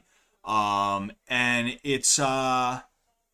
it's interesting because it actually descended from Kyokushin. Basically, there was a guy, his name was Tadashi Nakamura. We call him Kaicho. He ended up getting famous in Japan because apparently he ended up, he was doing Kyokushin and he ended up beating a Thai champion. I don't know if it was in kickboxing rules or if it was in Kyokushin rules, because that is one thing that a lot of Kyokushin guys like to do is they like to say Kyokushin rules. We're the best. We're really good. We're really cool. We're valid. We're totally valid. We are Kenuff, right? We are Kyokushinuff, right? That's what we are. And you know what? Anyone who wants to test, come on down, and you can fight under our rule set, right? And that doesn't quite work out because in Kyokushin, you're not allowed to punch to the head. You're allowed to kick to the head, but not punch to the head, right? So when you take a Muay Thai dude, somebody who is trained to punch mainly at the head and mainly kick for the legs and the ribs, right? Midsection kicks are probably the most popular kicks in Muay Thai besides teeps, right? When you take those dudes and you say, hey, you're not allowed to punch to the head, like, that's like if I that's like challenging that's like if I challenged you to a race, a foot race, but I said you're only allowed to crawl on your knees. Like basically, I don't know. I guess that would be a good comparison. But regardless, Tadashi Nakamura, Kaicho, he ended up beating a Thai champion. He basically became a celebrity in Japan because of that. And Masoyama and him became really close. And because of this, when Masoyama wanted to expand Kyokushin to America, basically worldwide, he sent Kaicho Nakamura, he ended up sending him to America. He ended up settling in New York, and he started basically the Kyokushin branch there. Now, eventually, as time went on, he kind of felt that Kyokushin was losing what karate was supposed to be about. It was becoming more about winning medals and, breaking boards and getting beaten with sticks and stuff like that, because that's kind of what Kyokushin guys do. They go crazy on the conditioning thing. And it wasn't quite enough about, like, becoming a better person and things like that. And because of that, he kind of branched away from it, and that's how World Seido Organization Karate was created. So I'm telling you this because, for one thing, it's, I think it's interesting. I'm waiting on Jeremy Stevens versus Avila right now. It took him a while, right? Seems like the tail of the tape is up right now. But it's it's interesting, and I'm just explaining to you what my geez, Jeremy Stevens is 37. It's about time to hang it up, dude. You need money that bad? Shit, dude. Anyway, um, yeah, I'm just explaining to you my experience with Kyokushin, which is to say I don't have experience with Kyokushin, right?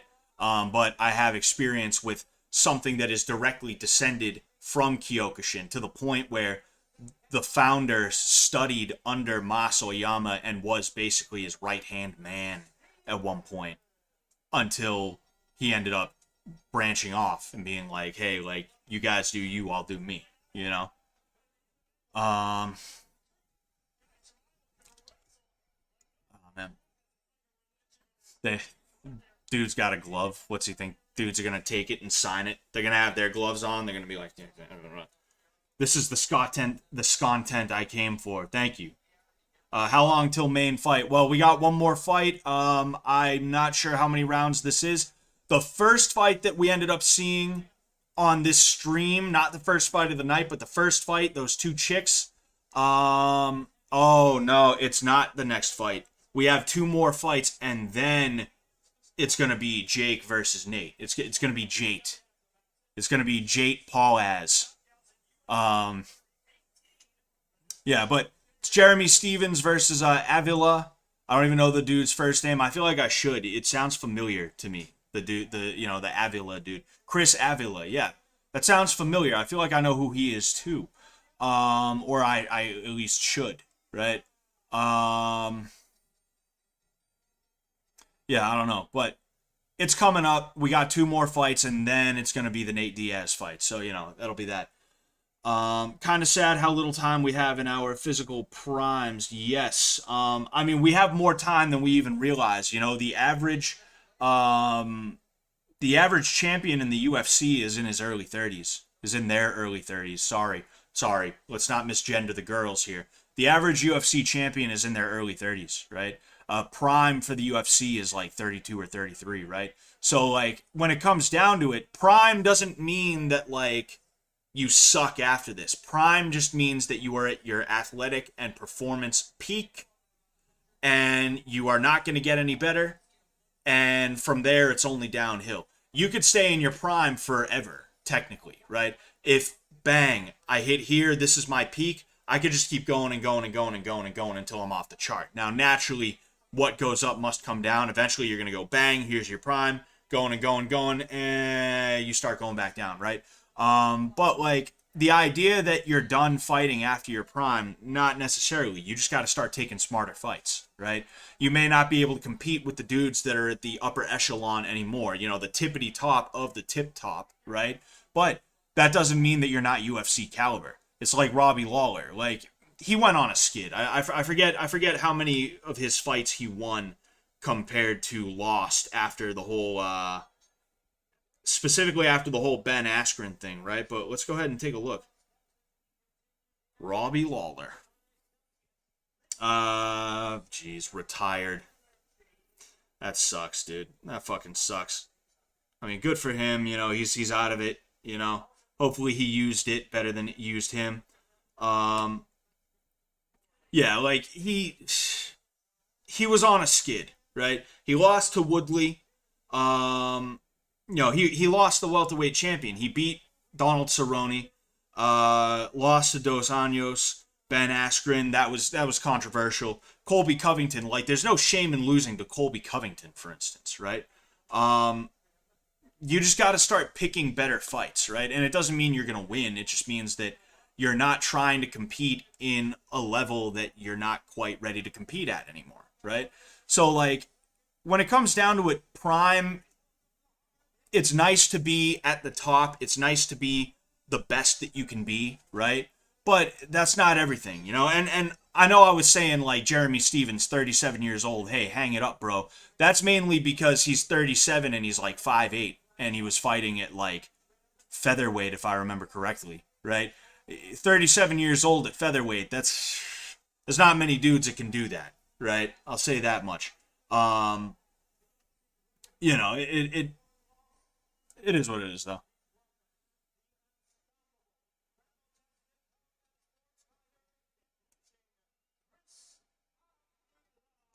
Did it say where he's fighting out of? Because, like, he sounds really familiar, dude. Like Chris Avila.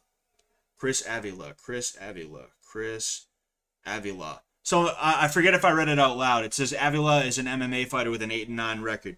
January 16th, 1993 is when he was born. Where's his Tapology? There he is. Oh, he's from Stockton.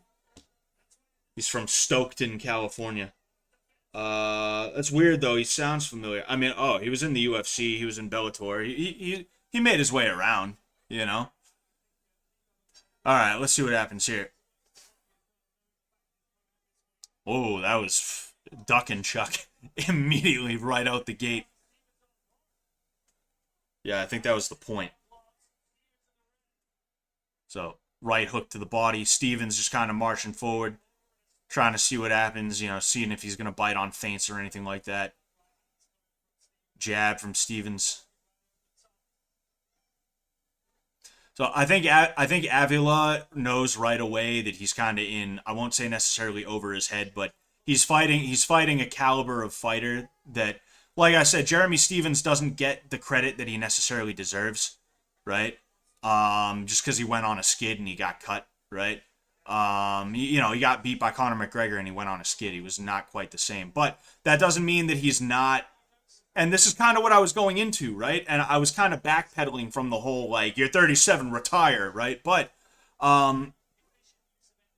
just because you're old, just because you're not in your prime anymore, it doesn't mean you're not really good, you know? And that's kind of what I'm trying to get at now, is that I have a feeling Avila kind of knows, like, all right, like, I'm going to have to make something happen. I can't be patient. I got to take it to this guy right away, you know? I got to be the one throwing. I got to try and hit him hard. I got to try and catch him with something, because the longer this fight goes on, for one thing, Avila, I'm not saying he looks to be in horrible shape, but he doesn't really look, he looks a little bit soft, if I'm just being 100% with you, right? And then another thing, too, is that, Jeremy Stevens is going to be a lot more technical than he is, right?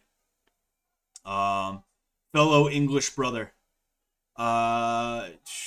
You missed a couple of undercard fights. I missed. Oh no. You didn't miss the fight. You didn't miss the fight, Flota.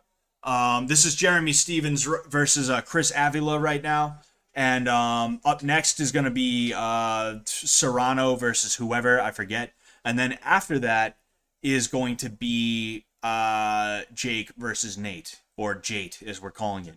Jake Paul as. So this is actually a 6-round fight, which is interesting, you know. It's weird that they went from a 10 to an 8 to a 6. And then I would assume the Serrano fight is probably going to be a 12 or at least a 10, you know. I would assume. I don't know, you know. All right, so right now Stevens is just you can tell Stevens is taking this round to just kind of see what he can get away with, you know, seeing how Avila is moving, you know, trying to maintain energy, not worrying about trying to, he's picking his shots. He's just seeing where he can get through right now. You know, he's seeing what bad habits Avila has, and that's that. That was a left hook from Avila that landed. It was partially deflected by the glove, but the thing is, it looks like it hit the glove and then bang. That ended up happening. So, here and then bang, which, that it landed. So who do you think is going to win the Jake versus Nate fight? Personally, think Jake is going to be too fast for Nate. I'm not sure, and I'm not really 100% trying to even make a not a decision. Jeez, a decision. I'm not trying to make a prediction, right? I just kind of want to see what happens. I'll be honest with you. Plus, I'm not the predictions guy. I'm really not the predictions guy when it comes down to it. I'm not. It's not really my thing. I have made predictions in the past. Typically, they're wrong, right? And that's because MMA and boxing and combat sport math, nice one, too. That was nice. But combat sport math doesn't always add up. In fact, it rarely ever does, right? There's so many fights where the guy you would think would be the better fighter ends up losing, right? And there's so many different things. There's so many different aspects of fighting that make it tough to definitively be like, yeah, this guy's gonna win. Hollywood, geez, Vegas odds are just Vegas odds. It's not that anybody, like, when it comes to who the underdog and who the favorite is, right? Those are just Vegas odds, meaning it's just who the average person thinks is going to win. And it's not even about who the average person thinks is going to win sometimes. A lot of the time, people are just trying to make money off of their bets. So they're like, hey, I'll take 100 and throw it in. You know, the odds are like 4-1. So, you know, like if I throw it in on this Avila guy, you know, and Avila scores a lucky punch, I just made $400, you know? That's the way a lot of people do it. So when it comes down to it, even Vegas odds aren't really the thing to go for when it comes to trying to gauge who's going to win a fight. It's just kind of a popular opinion, democratic. You know, it's no better than a Twitter poll when it comes down to it. There's no expert opinion or anything that goes into it, you know. And any expert opinion is typically drowned out by like idiots who are like, me think this guy win.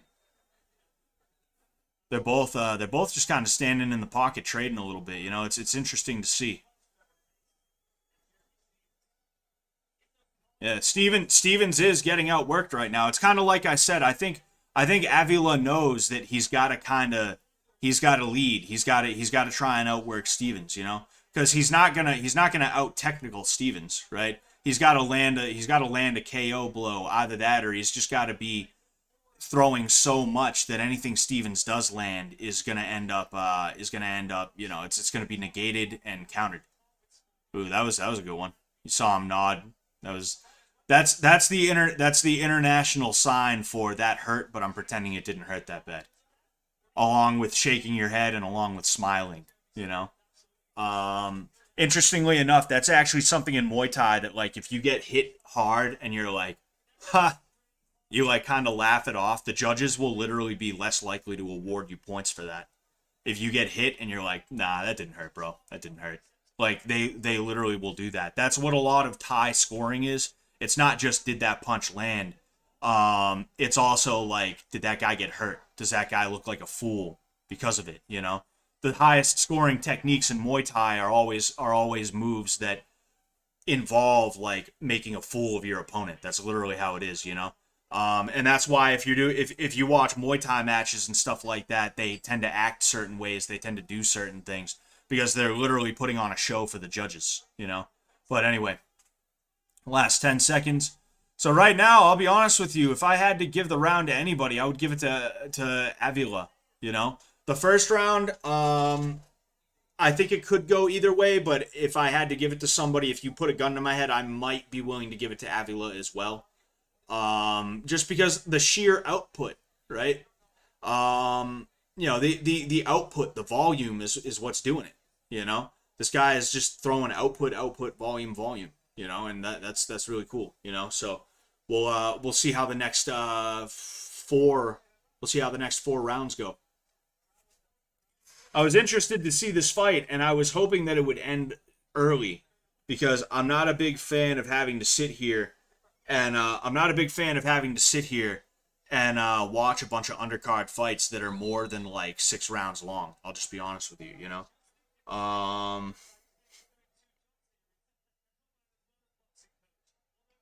huh. I'm looking more into this dude, into Avila, just out of curiosity. Most of his losses are decision. I don't know if he's ever been KO'd. I don't see any losses by KO. I'm not like looking hard or anything like that. I'm just skimming, but I do think that's interesting. You know, it's one thing getting outclassed, and you know, you just lose a majority or a you lose some kind of decision. You lose some kind of decision, right? That's one thing, but it's another thing getting KO'd. You know, so the fact that he doesn't have a bunch of KO or even submission losses on his record, like I'm not saying this guy is like really, really good. I'm just saying that he's probably better than we even like realize, if we're just being honest. That's kind of how fighting is sometimes. It really is. So, what's his face? Stevens getting a warning for a punch to the back of the head. I don't think it was on purpose. I think it was incidental, probably spurred partially by Avila, if I'm being honest with you. So, Avila is really winning with that jab cross. Ooh, a pull and a hook that just barely missed. There we go. Mm. It's really that jab cross that's doing it for Chris. If Chris just keeps that jab cross up, he's gonna take this. That's really all he needs. He doesn't have to worry about the overhands or even the hooks to the body or anything like that. He's sneaking it in. The angle that he throws it at, right? If this is your guard, right? Typically, if somebody throws a right hand, it's gonna end up hitting here, right? You're gonna end up hitting here.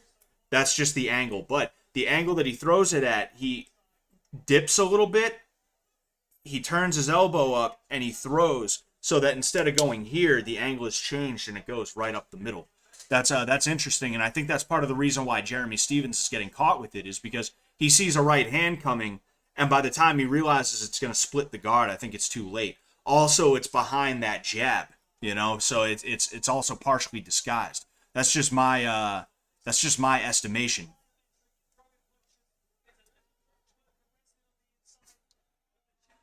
He's just on him like a wet blanket. He's not letting him set. He's not letting him get started. I think Stevens really needs to just open up. I think he needs to do a little bit more of what Avila is doing. I think he needs to try and get off first, either that or he needs to not be that worried about the power. I think he needs to counterattack.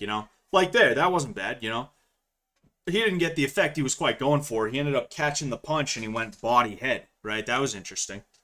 I think he needs more of that. Like if he could have saw that coming, he could have ducked under it and tried to do something, right?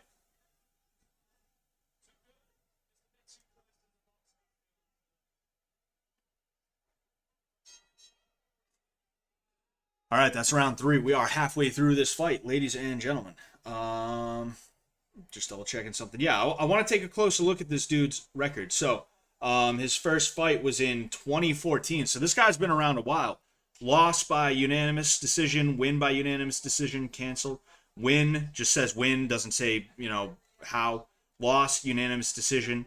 Win by striking. Straight. It says win strike. I would assume that's a KO. Canceled bout. Win rear naked choke. Win punches. Canceled bout. Loss decision. Loss decision. Loss decision. Loss, both decisions. Win, rear naked choke. Two losses, both by decision. Three wins. Two of them were in. What was I gonna say? Two of them were in MMA. And one of them was in boxing versus Anthony Taylor. Anthony Taylor. Why does that sound familiar? Then the rest are. Oh, he fought Paul Bamba and he won. He beat Paul Bamba. So this guy is into the influencer boxing shit. Fucking they're letting dudes like this on influencer boxing cards. Fucking. I've been trying to build a following so that I can justify being on one of these things. They're just letting dudes who have Bellator and UFC experience and World Series of Fighting experience, who have been fighting professionally since 2014, they're letting those dudes on these cards. Oh, well, the first two fights were on Jake Paul fights. Were on Jake Paul cards. The most recent one before this was Paul Bamba on X Series 6, which is interesting. I wonder if he'll be invited back. I mean, he did beat Paul Bamba, so, yeah, that's that, I guess. Yeah, that is one thing Ariel is correct about. He's throwing precisely. And that's kind of what I was alluding to with the whole dipping and then, throwing kind of a corkscrew punch, right? Is he's trying to make sure he's hitting Jeremy when he throws. He's not just like, oh shit, I gotta throw and hitting wherever he hits. He's picking where he's landing, which is very interesting to see. It's like I said, this guy is definitely better than he's probably getting credit for. He may not have been able to hang with like the highest in the UFC, but that doesn't mean he's a loser. And that's kind of the thing about fighting that a lot of people don't realize is that like there's fucking universes to this shit. There really are. Um, it's fucking wild. People get so good at fighting, whether it's wrestling, jiu-jitsu, boxing, kickboxing, etc. People get so fucking good at fighting, but because they didn't win a championship belt, people just assume like, he must have not been that good. He must not have been that good. It's like, nah, dude, nah, no, that's not how it works, you know? It's fucking, there's so many things that go into fighting. There's so many things that when it comes down to fighting. Peace out, Theo. I don't know if you were saying goodnight to me or if you were saying goodnight to somebody else. Oh, imagination. Peace out, man. Ooh. That was, I don't think it was necessarily desperate, but that left hook from Stevens did look a little bit desperate. You know, I think he's he's getting walked down now. He's allowing Chris to pick his shots. You know, it's interesting to see. You know, that high volume is paying off. You know, that was a desperation one. That was desperation right there. That was too. He's getting frustrated. You know, in a typical Stockton style. Chris Chris Chris talking a little bit of shit. Oh man. There we go. We gotta make a call. Oh, okay. I saw you go in the other room. I was like, oh, I must be being too loud.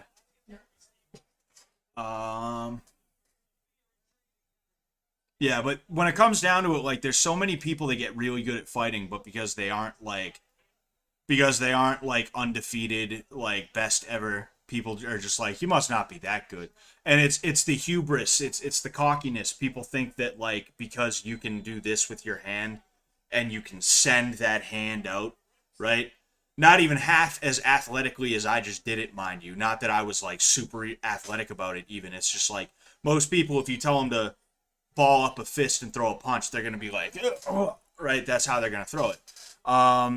People think that because they can do that, it means they can fight, and they know what good and bad fighters are. They know the difference between them, and they think they rely a little bit too much on records and things like that. You know, this is part of the reason why boxing became the way it is, because to the layman, to the average person, it's not that interesting if you have a guy who's like 30-10. It's not that interesting. You have a guy who's like 30-0. It's like, ooh, will he win?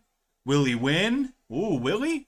But it doesn't really mean much. It's just paper. It's just math. And as I've said, MMA math doesn't add up, you know? Sometimes a guy with the dog shit record is actually really good. It's just one thing or another happened, you know? And like I said, I'm not saying this dude's like the best ever either. I'm just saying like he's better than I think any of us anticipated, including myself. I figured this was supposed to be an easy win for Stevens. You know, I figured they were handing him a win, doing him a favor. All right. So it's round 5 of 6. Jeremy really needs to. Oh, that was a nice uppercut. Jeremy needs to make something happen. He's a little bit too relaxed. He's not antsy enough. He's a little bit too loosey-goosey, you know? You can be too relaxed. When you're down 4 rounds in a 6-round fight, it's about time you stop being fucking relaxed. It's about time you start going in there trying to do some real fucking damage, you know?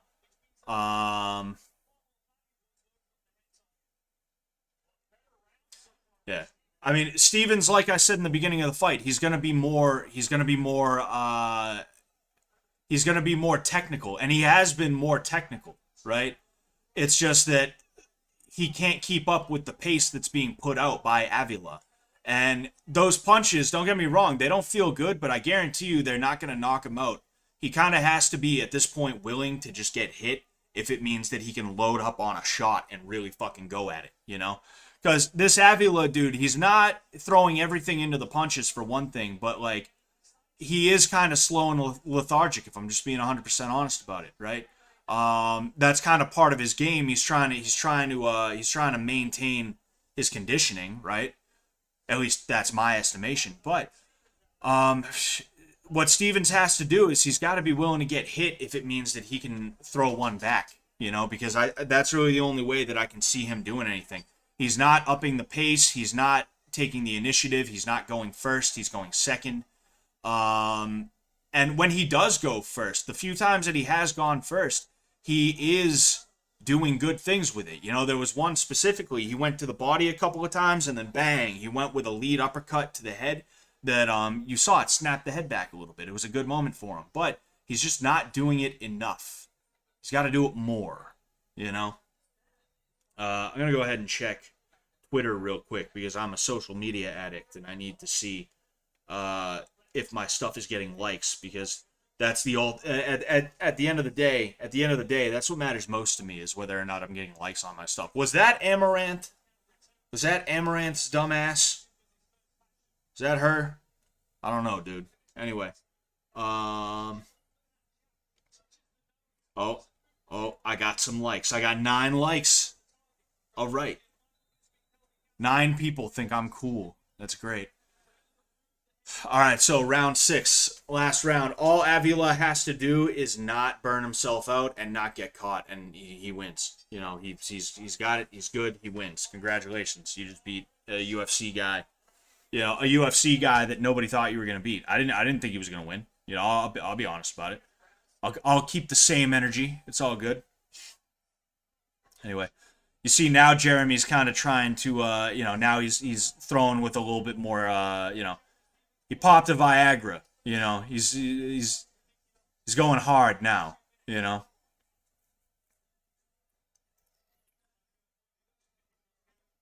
That was kind of incidental, you know. I don't think that's even anything necessarily to warn him. Well, I'm not saying a hard warning is not warranted for that, in my opinion. You see, and that's what I was talking about. That's what I'm talking about.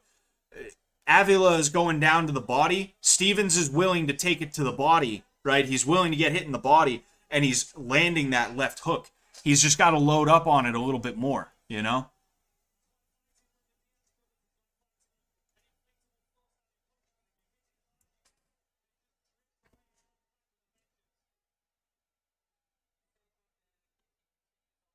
Yeah, I wonder if these dudes train with the Diaz brothers. This dude trains with the Diaz brothers. I wonder. I feel like I said these dudes a second ago. I mean, he definitely fights like them a little bit, you know? You know, specifically, that's something you see from the Diaz brothers, especially Nate, is you see that slapping hook. You see him corkscrew that punch to come between the guard, you know? It wouldn't surprise me if they do train together. In fact, I'm willing to bet they do. I could probably check that out. If he trains at Caesar Gracie, they probably train together. Yeah, Caesar Gracie Jiu Jitsu. Yeah, they train together, most likely. You know, I mean, they train at the same location, the same gym. You know, I don't know if they get in rounds together or not. You know, that's one of the cool things about MMA and boxing, is that it's so accessible, right? If I walked into the Tampa Bay Buccaneers front office and I was like, "Hey kid, is Brady there? I wanna play catch with the goat. Is Brady there? Where's Tommy at? Where's Tommy Brady, kid?" They'd laugh me out of the office at best. At worst, they'd probably call the cops on me, right? In MMA, like, you can train with like some of the best guys in the sport. You just got to show up on the right day at the right time, you know, in the right place, of course. Some guys, they have more closed off, you know, they have closed off, oh, last 10 seconds. Ooh, okay. That's a nice finish. You shouldn't be backing up Jeremy at all. Yeah, so I think that's an easy win for Avila, which is really cool. But um, as I was saying, yeah, well, like when it comes to MMA, like if you go to the right gym on the right day at the right time, you might bump into somebody who's like somebody in the sport. That is Stitch Duran. But like, you know, and that's really cool, you know. Some fighters, they have more closed camps and stuff like that. You know, they treat it more like boxing. They're only gonna welcome in, you know, certain people and stuff like that. Um, you know, and like there's nothing wrong with that at the end of the day. But you also have team environments a lot of the time where you'll have an open mat where like you just got dudes rolling, you know. Like Donald Cerrone was training at Lausanne's for a little while, you know, fucking, and like people were telling me it was crazy because they just show up and then all of a sudden fucking Cowboy is there, and they're just like, what? Not to mention Joe Lozon is there every day. Like, these are dudes that, are very well known in the sport, and you can just see them if you show up to the right spot. And that's like really cool. It's very accessible. Are those winning gloves? I don't know if they're winning gloves or not. Kind of looks like it. Oh yeah, it says you can tell why the Diaz brothers love having him around. Yeah. Bang bang. Yeah, you see what I'm talking about with that right hand that's thrown like that, right? There isn't as much power because you're disaligning your arm and you're not turning into it as much, but you're sneaking in between the guard and you're gonna catch him right down the middle, which could potentially break a nose even. Is that what's her face? Amaranth? I don't think that's nah. Yeah, that is Amaranth. So who's the chick on the right? Is that some wannabe Amaranth type chick? Is that it?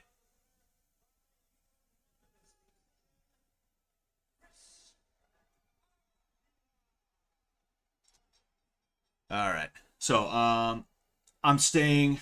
Was saying goodnight to the other guy. Oh, okay.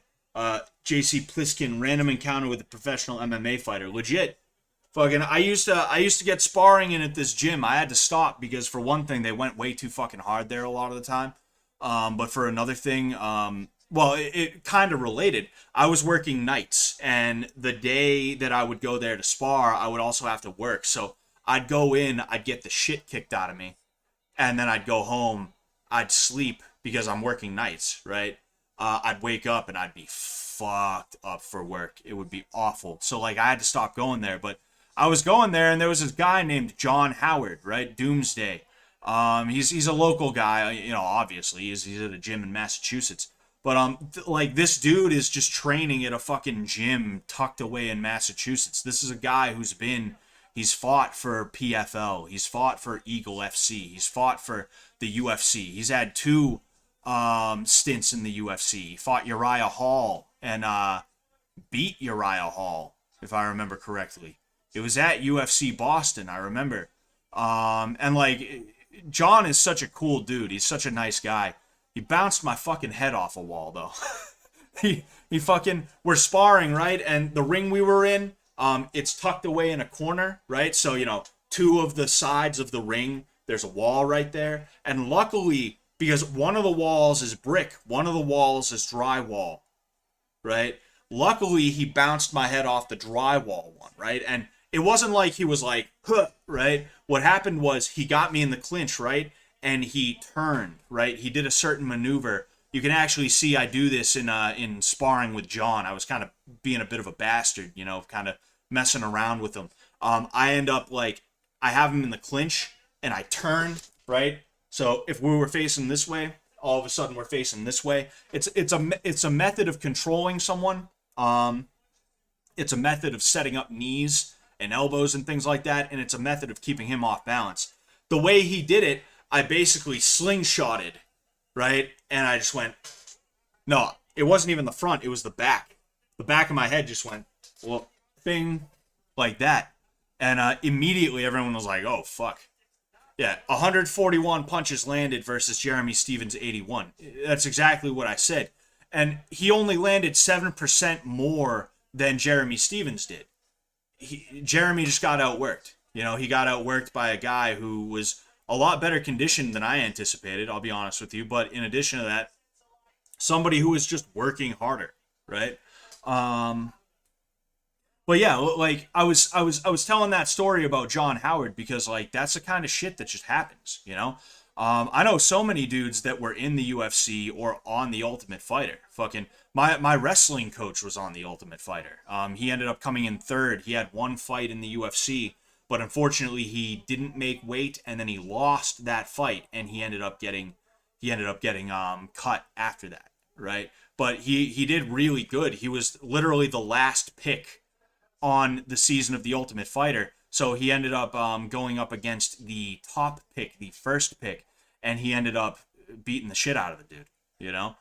He would end up losing to somebody. I don't feel like mentioning names or anything like that. I don't really feel like it. But he lost to a dude who is still currently in the UFC and is actually ranked right now, right in the division that he's in. But like, there's so many dudes that I know of, so many dudes that like I have come into contact with, that I've trained with, that I've learned with, that have made it to great heights in this sport, you know? And it's really just a testament to the accessibility of MMA in terms of quality training and things like that. Like not only was my wrestling coach in the UFC, but he was also an Olympic alternate and he competed at Abu Dhabi. Like, I've had so many high level trainers. It's fucking ridiculous. And like, I'm not saying that as like a flex. Like, I learned from some really good guys. Like, that's not what that is. It's just me explaining, like, you could go to a lot of places and get a lot of people who like really really did well, you know, and that's just crazy. Imagine how much money it would cost to get private lessons or even just any form of work in with Tom Brady, right? I don't mean like the Tom Brady football camp where people who Tom Brady has signed off on are teaching the camp. I mean literally, Tom Brady shows up, gets out of whatever $1 million car he's driving in, and you know, he starts sitting here like, all right, look, this is what you want to do. You take the ball, you drop back, you know, you do this, that, the other thing. Like, imagine how much money that would cost. That's probably part of the reason why he doesn't bother doing that, is because he knows, like, like, you know, how much I would charge, how much I would have to charge would be out of the price range of the average person, you know? That's probably one of the reasons why he doesn't really do that. Um, but like, I got that training with my wrestling coach for free because he was my wrestling coach. So, you know, he was my high school wrestling coach.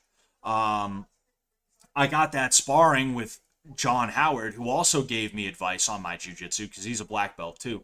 I got that in for free because I was paying with brain cells. I was paying with getting my head bounced off a wall. You know, it's just crazy. You know, it's crazy. Um, John is your protege. You had to subject him to the same trauma for him to excel. There is sparring footage that I'm going to be reacting to between me and John. I'm waiting for the video that John is going to put out to come out, and then in the future, after that ends up getting put out, I will end up I will end up you know, I'll put out a video reacting to that, you know. So you'll get to see up close footage of me and John actually sparring, not just like what we did in the fish tank house, which was a lot of like no gloves on. It's called Len Chen in Muay Thai. It's basically like play sparring. It's not like real sparring. You know, you're in here, you're throwing punches, but you're not actually landing. You land kicks and teeps and stuff like that and knees, but you're not going hard at all, right? It's mainly just timing and distance drill. You know, that's mainly what it is.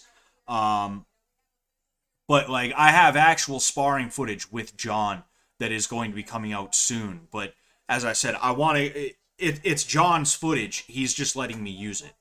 So I'm gonna let John do what he wants to do with the footage first. Once that video is out on his channel, I'm gonna go ahead. I'm gonna take some of the footage that he ends up putting in the video, and then some of the footage that he doesn't put in the video, and I'm gonna go ahead and I'm gonna do a video reacting to that. I'm gonna be talking about, you know, some of the more technical aspects of it and stuff like that. Things that I'm doing wrong, things that he's doing wrong, things that we're both doing right, things like that, you know? Because believe it or not, I do things wrong all the time, you know? Everybody always does things wrong all the time, you know? If people didn't make mistakes, fighting would be boring because it would just be a constant game of somebody throws a jab, I parry it every single time. They never land ever, you know? And also at the same time, they throw that jab, but they throw that jab so perfectly that it's not even like I can come with a hook or anything over it or slip and then throw an overhand over it, or, you know, anything else, because their jab is so perfect, they never make a mistake, that I'm not gonna hit them, you know. Fighting would be boring if people didn't make mistakes, you know. It's not to say that you should make mistakes. I'm just saying that's just sort of the reality, I guess. All right, so it's Serrano versus Hardy. This is co-main. I can unplug that. There's this fucking video of this redheaded chick with like gigantic titties, and she's getting into her car, and apparently she's like really sweaty. It doesn't even look like sweat. It looks like oil. It looks like she put olive oil.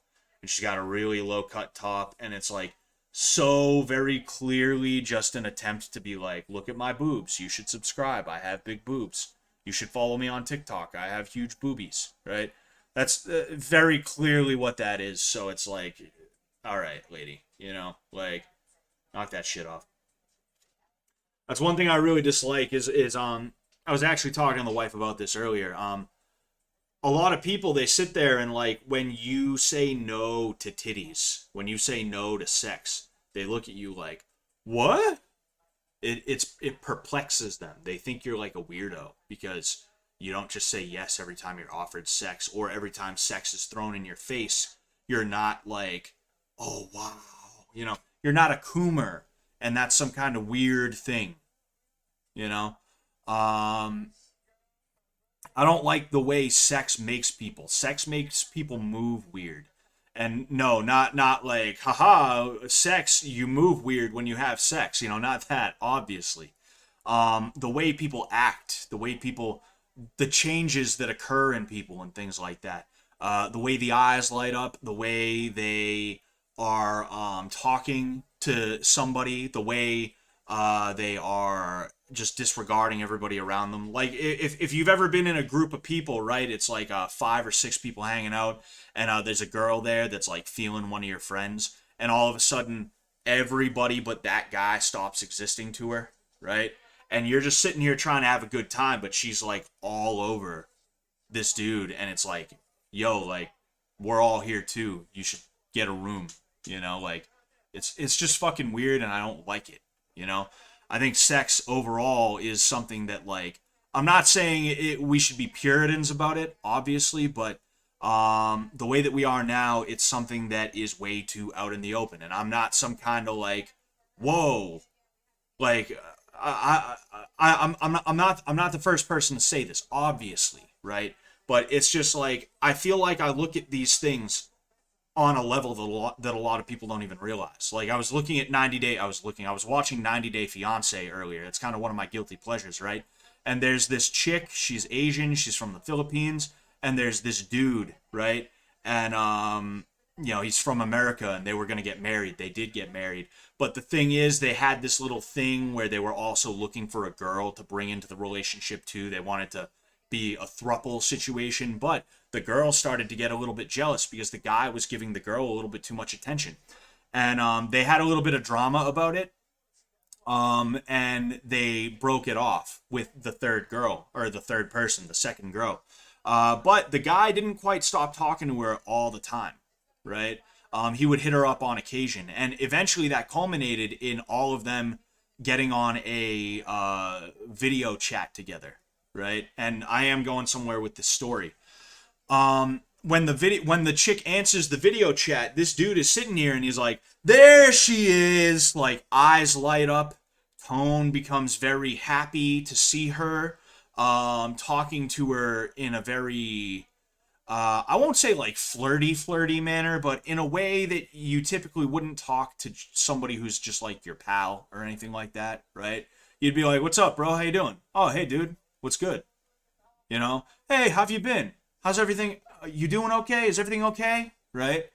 It's peak COVID. It was happening during COVID. It's peak COVID. Are you okay? Is everything okay with you? Right? That's how you would typically talk to a friend, including a female friend, right? You wouldn't typically talk to a female friend like that unless there's kind of something there. And this chick noticed that, and she ended up saying something about it. She was like, oh, I don't like how, I think his name was Chris. I don't like how Chris is talking as though he's extremely happy to see this girl, and as though she's like the most attractive, and he's like really excited and things like that. Like, that's the level that I tend to perceive these things on. And I'm not saying I'm like totally different from everybody else. I'm sure there's people out there that also see that. It's just that they don't say anything about it, right? It's almost the meta, right? It goes beyond just the shit that you oh geez, this Heather Hardy chick is 41. Wow, she looks pretty good for 41, I'll say that much. But there is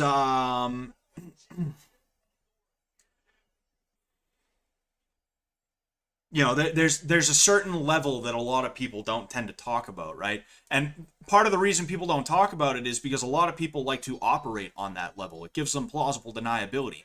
That guy, for instance, he wasn't sitting there like, oh yeah, I was totally excited to see her because I think she's hot and I would totally fuck her if I could. He's not going to say that. He's just going to say, what? This is a friend of mine and I was happy to see her. I was just saying hello. This is what a lot of women do too. Now, and I'm not saying it's all women, and I'm not saying only women do this, but I've noticed this in a lot of women that I've dated where you see them kind of, they find another dude, right? There's a term for this that I'm not even going to bother using, but they find another dude, right?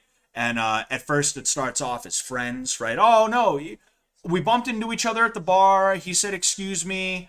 We started conversating. We were just buds. He bought me a drink. We were just buds, though. We were just buds. And then he gave me his number, but we're just buds.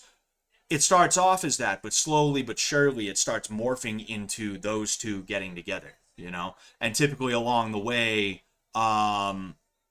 they start doing things like that. They start doing the "there she is" kind of thing, right? And you notice that and you're like, yo, what the fuck?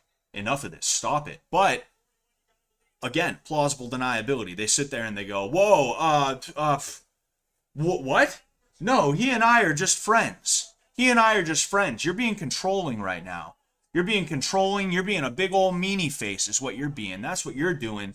And then it causes problems that they then use to turn around and feed into their want, their secret, their subconscious, the thing that's going on in the back of their head where they're like, the new guy, I want the new guy. I want the new guy. I want to be with the new guy, right?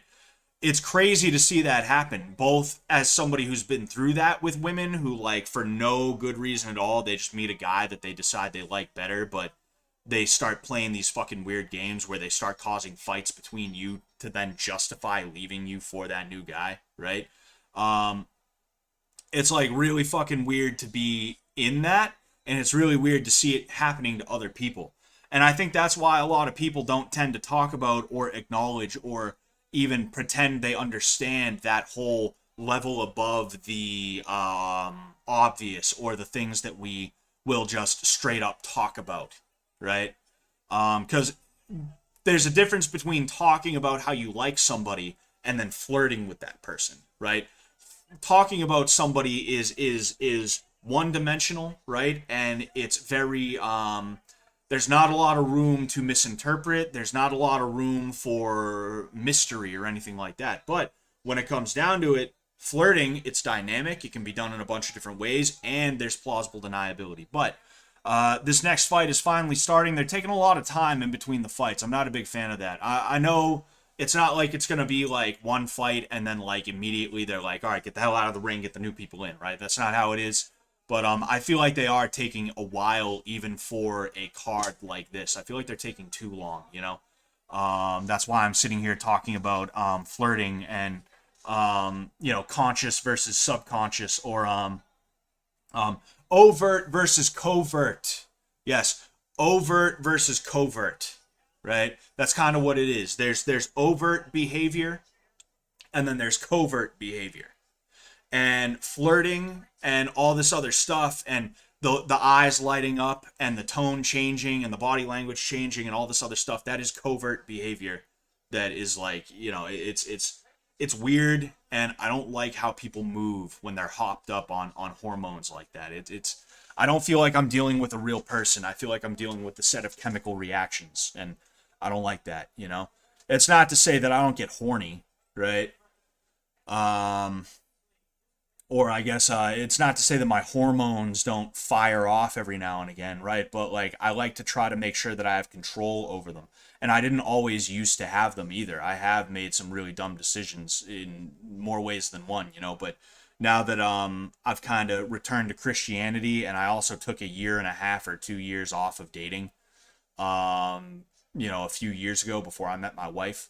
I just kind of, stayed away from women for a while. It kind of gave me some time to get everything under control, plus I'm older than I was when I was 19, 20, 21, etc., so I think it's a bunch of different combinations of things. All right. At this point, I don't even care. Just fucking ring the bell. All right. Everybody can get out of the ring and you guys can just start going at it. In fact, you know what? I'm gonna stand up real quick. OnlyFans subscriber behavior. Yes. Oh fuck, dude. Oh man. Baby. You good? Are you are you are you are you high? Oh, you're not. Okay. All right. No. Oh man. I stood up and I was gonna ask my wife for something, and she's like, and I was like, are you good? You know, but nah, she's just tired. I woke her up. I didn't even realize. Um. Oh yeah. Could you hand me whatever you got me from the store, babe? You guys are gonna have to deal with me eating. Oh, that's okay. Thank you. Thank you. Was that? Oh yeah, I'll take the milk. Ooh, thank you. All right. Well, while we're waiting on my milk, on my banya, my yeah, fucking that's milk in Irish, banya, which is like such an ugly word. Jeez, a fucking fly. There's a fly. When I moved into this apartment, right? Fucking it smelled weird. So we opened up all the windows, and one of the windows didn't have a whatever it's called, a thing on it. Thank you, baby. I'll take it. One of the windows didn't have a screen on it, and we didn't even realize, and fucking flies and shit got in, and we're still dealing with it. Um, Mommy's milk, exactly. Fresh from the udder. Um, Yeah, that's why we've had guys and girls only friend groups forever. Exactly. That's one of the reasons why guys and girls were separated. And look, I'm not saying we should go back to anything. I'm not saying men and women should not be allowed to converse. I'm just saying that I think guys and girls only spaces would be a good thing overall.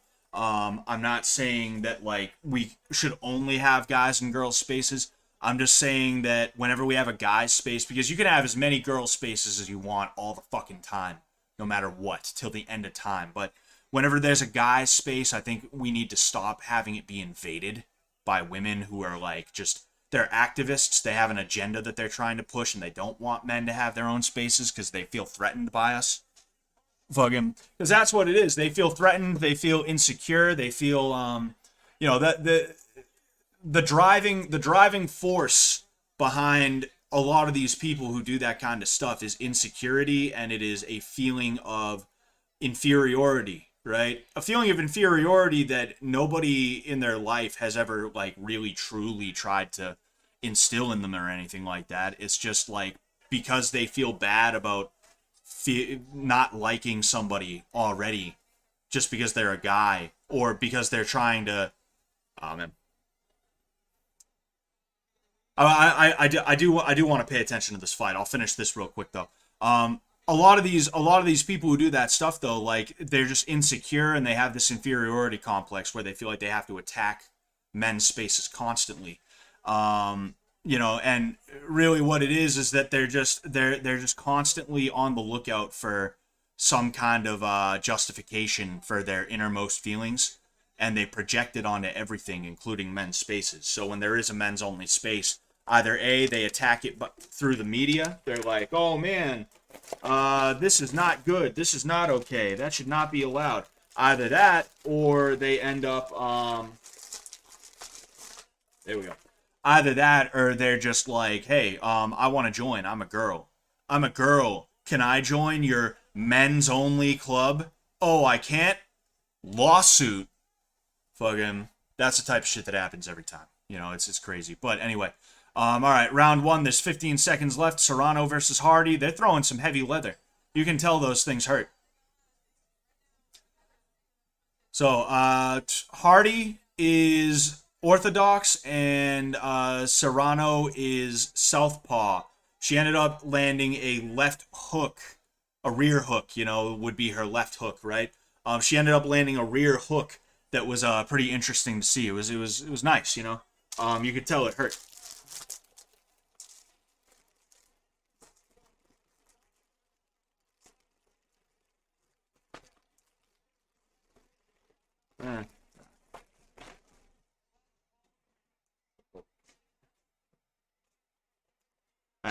I actually feel like having the candy bar. She got me some cookies and a candy bar.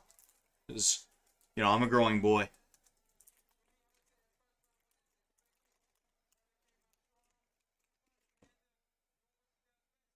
All right.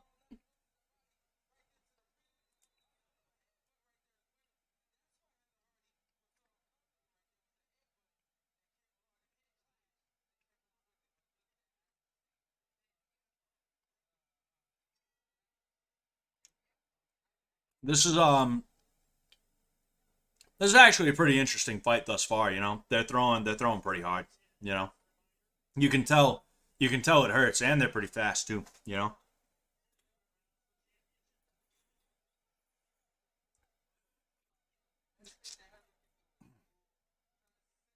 That was a good idea from Hardy, but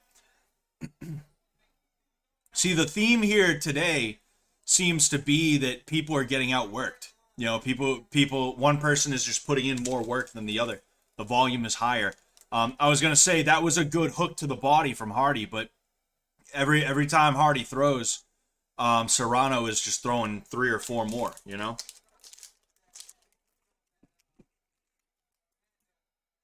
Candy bars, yeah, it's just a Hershey's.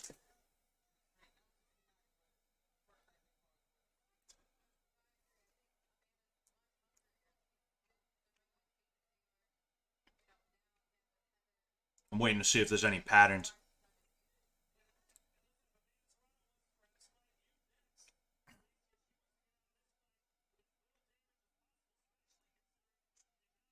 So I think what Hardy probably should do is she should probably work inside. Um, that's just my estimation right now, but I feel like I'm already being disproven. I noticed that when she got inside a little bit earlier, Serrano wasn't really doing too much, but I have a feeling she probably just didn't capitalize on a she just didn't capitalize that time. You're not gonna get them all.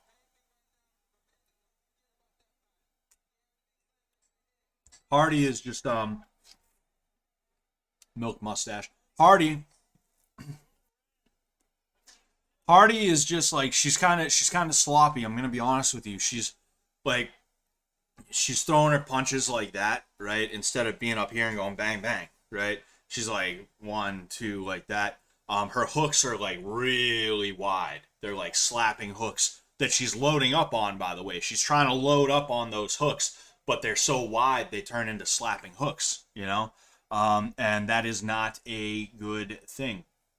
You don't have Hershey's in the UK, really? I figured you would have had Hershey's. Hershey's is like gigantic over here. We have Cadbury over here. You know, I figured Cadbury was pretty big over there. But Hershey's is the big one here, right? And then you have a bunch of other types as well.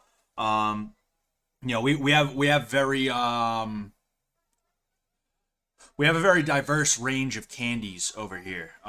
Specifically like chocolate bars and stuff like that. But Hershey's is kind of like your, run of the mill, like it's just a chocolate bar. That's it, right? But we also have Cadbury, and we have a bunch of different Cadbury products as well. We have Cadbury eggs when whatever time comes around, whatever time of the year comes around, Easter comes around. We have like caramel shits. Um, it's good, but back to it. Mm. Yeah, Hardy needs to tighten up. You know, you saw she ends up going jab and then whoa, bang, which I know you couldn't see the whole thing, but the fact that she's doing that on her hook or uppercut, whatever it was supposed to be, that's not good. She's gonna see that coming. You know.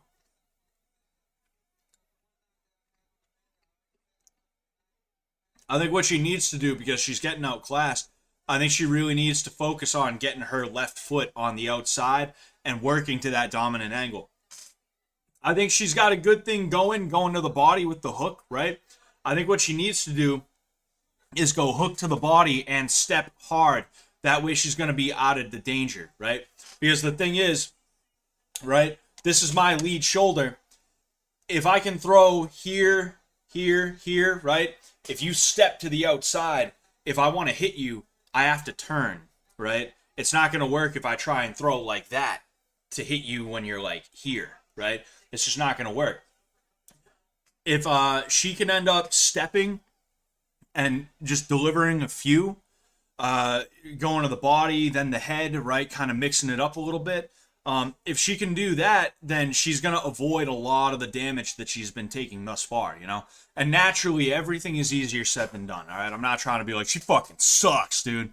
I'm just saying that I think that's going to be a winning strategy for her. Originally, I was going to say she should get in on the inside, but I don't. I think Serrano is just too dangerous overall, you know?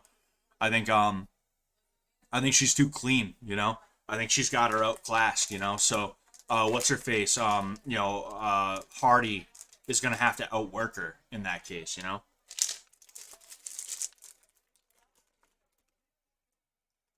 Yo, I have a song stuck in my head. I've had it stuck in my head all day. It's the Steven Seagal reggae song. The Steven Seagal dance hall song. It's called Strut by Steven Seagal and Lady Saw. And it's actually not even that bad. By dance hall standards and music standards, it's not the worst thing I've ever heard. I'll be honest with you. It's kind of crazy. It's kind of insane. Um,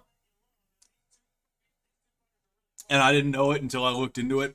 Lady Saw is like a really like well-known and famous dance hall artist in Jamaica, which is like crazy. He just decided I'm making a dance hall song with one of the most well-known to ever do it, just cause. You got to respect the balls on Steven Seagal. He just does shit, just cause. He doesn't give a fuck, you know. Though some of the accusations, you know, they give me pause, but you know, that's another thing entirely.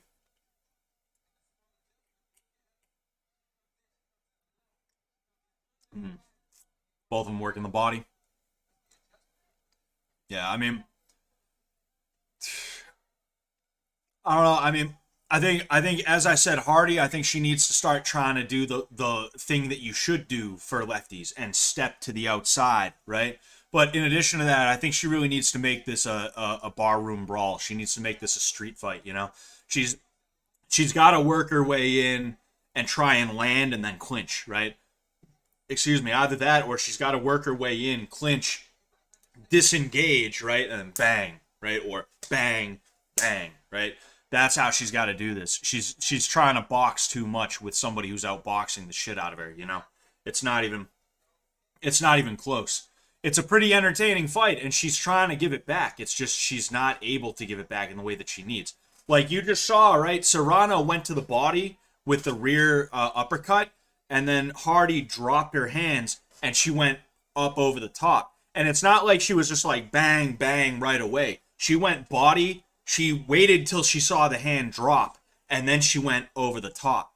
Like that's fight IQ there. That's fight IQ, and that's fight vision there. That I'm not saying Hardy doesn't have. I'm just saying Serrano is really making it work right now. So Hardy, instead of thinking about how to make whatever game plan she came in with work, she's got to figure out a way to disrupt Serrano's game plan, right? Because that's the best thing you can do. If you can't make your own shit work, you got to make sure that his shit ain't working either, right? And in the fray of everybody's shit going to hell, right? You got to be the one who ends up coming out on top, right? That's just what it is. That's why I'm saying to make it a barroom brawl, right? Because she's just getting outclassed. She's not going to outclass Serrano. It's round three, I believe. If not, we're going to be going into round four. I believe we're going into round four. I mean, if not, we're going to be going into round five. I don't know. We'll see. We'll see. But like this is I believe a 10 round fight, if I remember correctly. It's crazy. It's crazy. You know. Oh, excuse me. I've got Cliffs of Dover stuck in my head. That's a good one. I'm not typically a fan of songs that don't have lyrics, but Cliffs of Dover isn't bad. Yeah, this is round 5 of 10. It's 2-minute rounds, and shit, man, 10 more minutes of what she's got going on now. I mean, the heart is interesting to see. It's nice to see. And she is giving it back every now and again. Like she just caught Serrano a couple of times. She's just not making it work the way that she needs to. Right this second, she's doing pretty good. She's making her pay for it. But again, Serrano doesn't seem like she doesn't seem like she's showing signs of slowing. It seems more like she's it seems like Hardy is just sort of settling in, but she's only settling in halfway through the fight,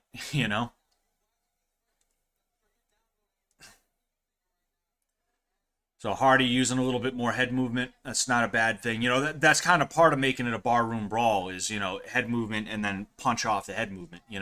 But like I said, what I think she should do is use that head movement to not just punch off of, but also to close distance, right? Disengage and start fucking just digging, dig the body in the clinch, right? Make the referee pry you apart with a crowbar. And or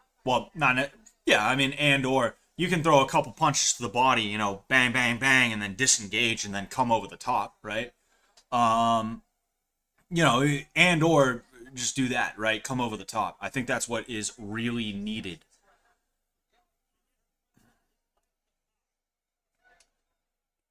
Doing some, oh boy. Oh boy.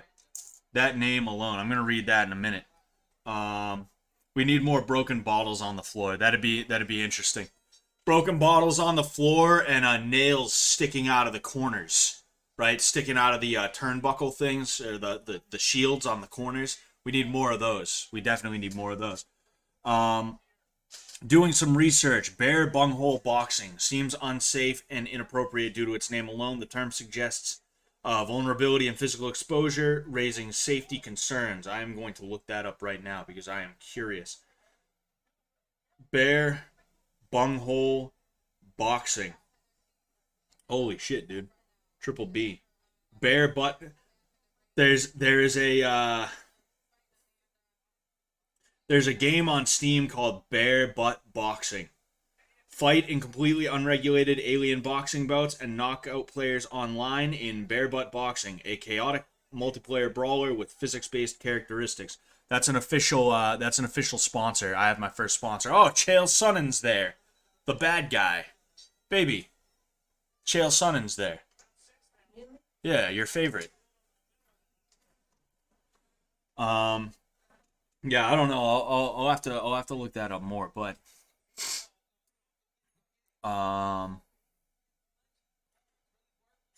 yeah, I mean, Serrano after that last round, I don't think she likes how close that last round is, and you can see she's upping the pace a little bit. I mean, you got to give Hardy credit though. She really isn't backing down. She's trying her best, but it just hasn't been working. It worked a little bit better the last round. I don't know who would have taken the round. I don't know if I'd blame anyone who gave it to Hardy, but is it going to be enough? That's the only round that I really believe she 100% had, if I'm just being honest with you. I mean, 116 punches landed. We're only about halfway through the fight. We're talking Serrano, only 60 something landed for Hardy. That is not good. And you're seeing the accumulation of damage on Hardy's face as well. That was the style of boxing invented by Cornholio. That makes sense. Oh, what's going on? Are they checking her out? Oh no, she either spat it out or it ended up falling out.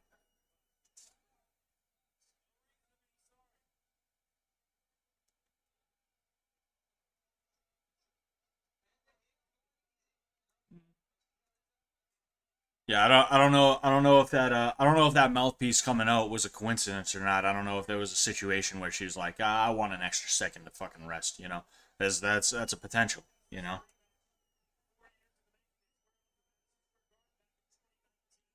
4 years in the making, jeez. That's really how boxing is. I mean, granted, the first match may not have been that close, right? But that is one thing you see in boxing a lot of the time. is people don't want to fight people and they don't want to give rematches and things like that. Um, Either at all or unless it's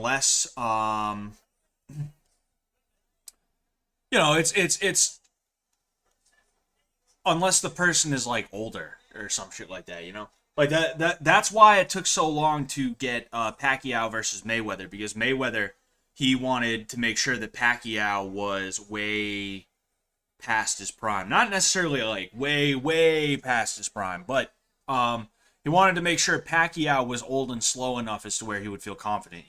That is one thing that Mayweather did. 50-0, yeah, sure, that's great and everything, but he was very careful to make sure he would win every fight that he had, right? Not that he could win. Why would you take a fight if you couldn't win it, right? Duh. But he made sure that he would win every fight that he had, you know?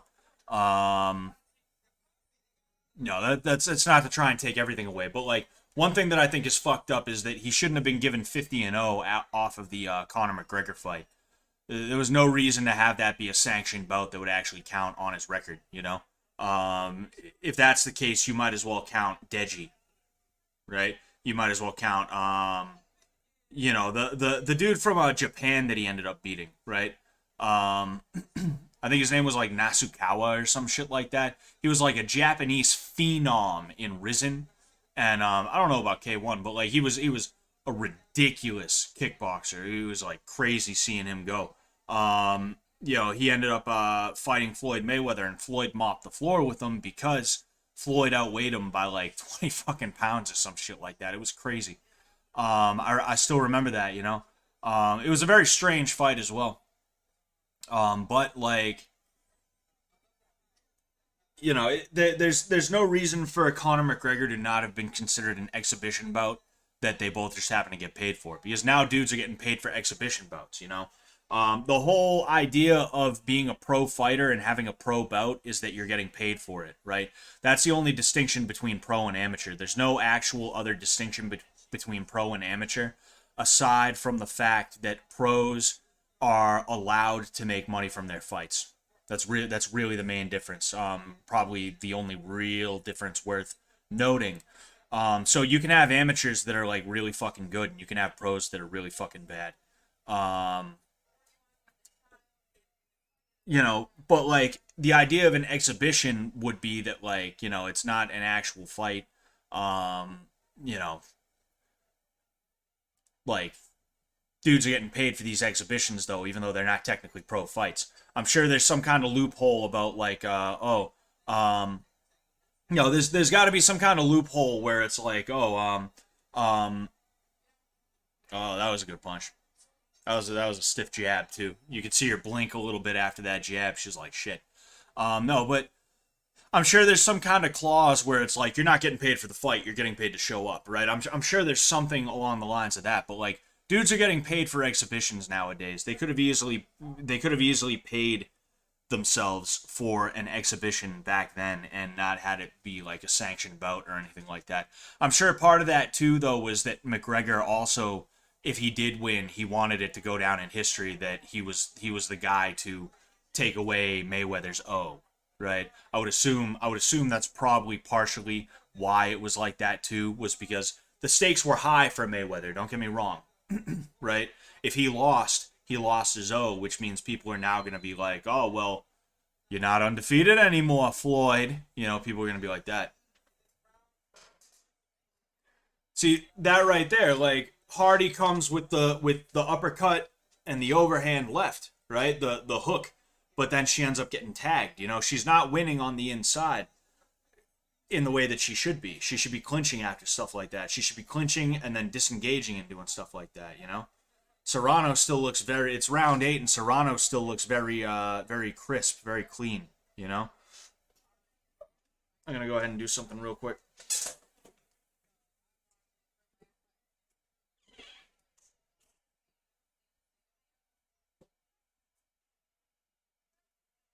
Oh man. There we go.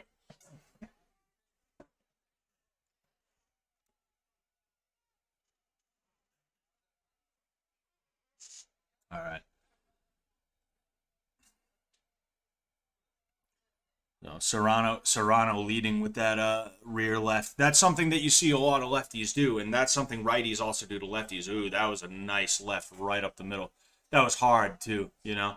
It didn't hurt her that much, but you could tell it hurt her a little bit. That snapped the jaw to the side. You know, it hurt her enough to make her mad, and now she's it hurt her enough to make her mad, and now she's like on the inside and shit like that, you know. Um, I find it interesting how 10-10 rounds are basically forbidden by U.S. judging standards, barring a technical stoppage, but they're permitted in UK boxing. Yeah, yeah. Boxing's weird. There's no such thing as like a unified rule set or anything like that, and it's pretty dumb. You saw Barbie without me. It's okay. We can go see it again. We can you and I can go see it again. You know. Uh, Look, you'll see it again, and when it gets to the feminist parts, I'll cover your ears. Okay. I'll cover your ears when it gets to the feminist parts. We'll do it that way. Um. All right. So that was round 8, I believe. Like this is a good fight. Don't get me wrong, but like let's be honest here. We're not here for all these other people. We're here for Jake Paul. If we're just being honest. You know, we're here for Jake Paul, Nate Diaz. I'll be honest with you. I probably wouldn't even have given a fuck if it wasn't Nate Diaz. If it was like Jake Paul versus fucking Joe Blow, you know, then there's a good chance that I probably wouldn't even I wouldn't be here right now. I might be watching, but I wouldn't be on stream, right? So it's like I'm sitting here watching these fights. It's interesting, but I'm also not that invested in it, if I'm just being honest with you, you know? I love fights. I can break them down technically. I can tell you a bunch of different stuff about what's going on, why it's a good thing, why it's a bad thing, what I think certain people should do, and things like that. But it doesn't mean that I'm tapped in to every single fight that I see. It's just like, it becomes, ooh, they're checking her out. The doctor's checking her out. It's because she's taken so much head trauma, they're trying to make sure she's good.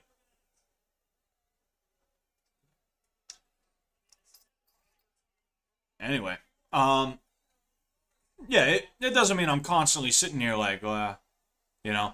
And Serrano sees that she got checked by the doctor, so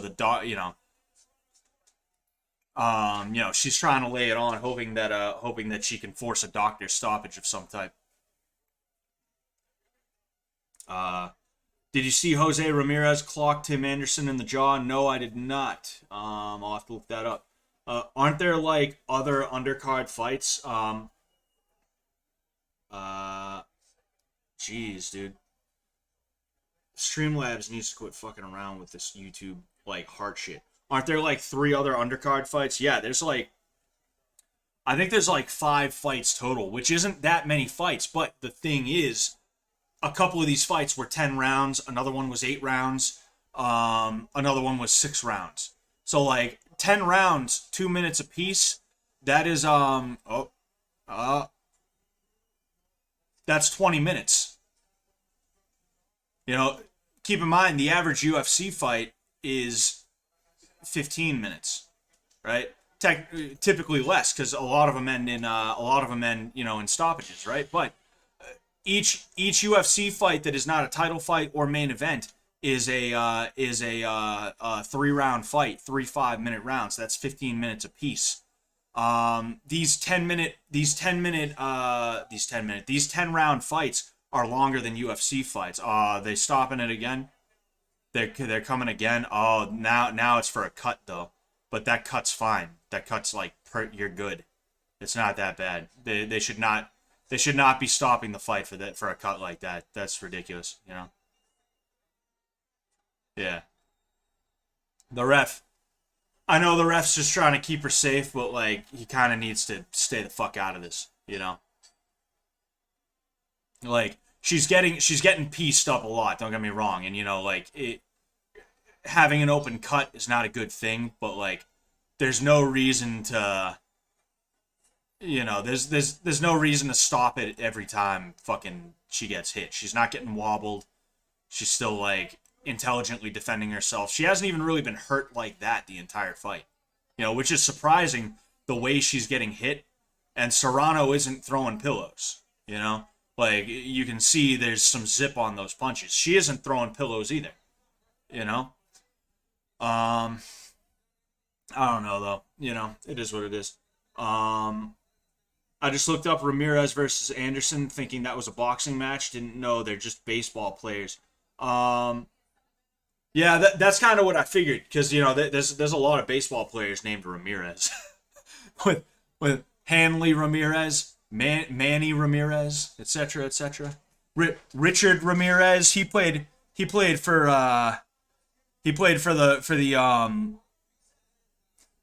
Ramirez played for the Diamondbacks, if I remember correctly, right?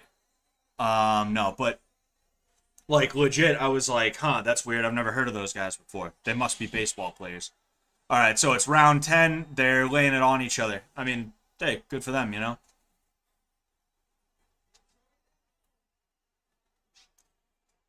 So what's her face? Hardy is trying to fight on the inside, which is, again, she's trying to fight on the inside, but she's getting outworked. She needs to clinch and then break. She needs a big moment, because I don't know if she's won any rounds. I think it was round 4 or round 5. You could have potentially given her, maybe, potentially, possibly, right? But excuse me. Other than that, like that's not enough. It's just not enough. You gotta have more, right? Bottom line, you gotta have more.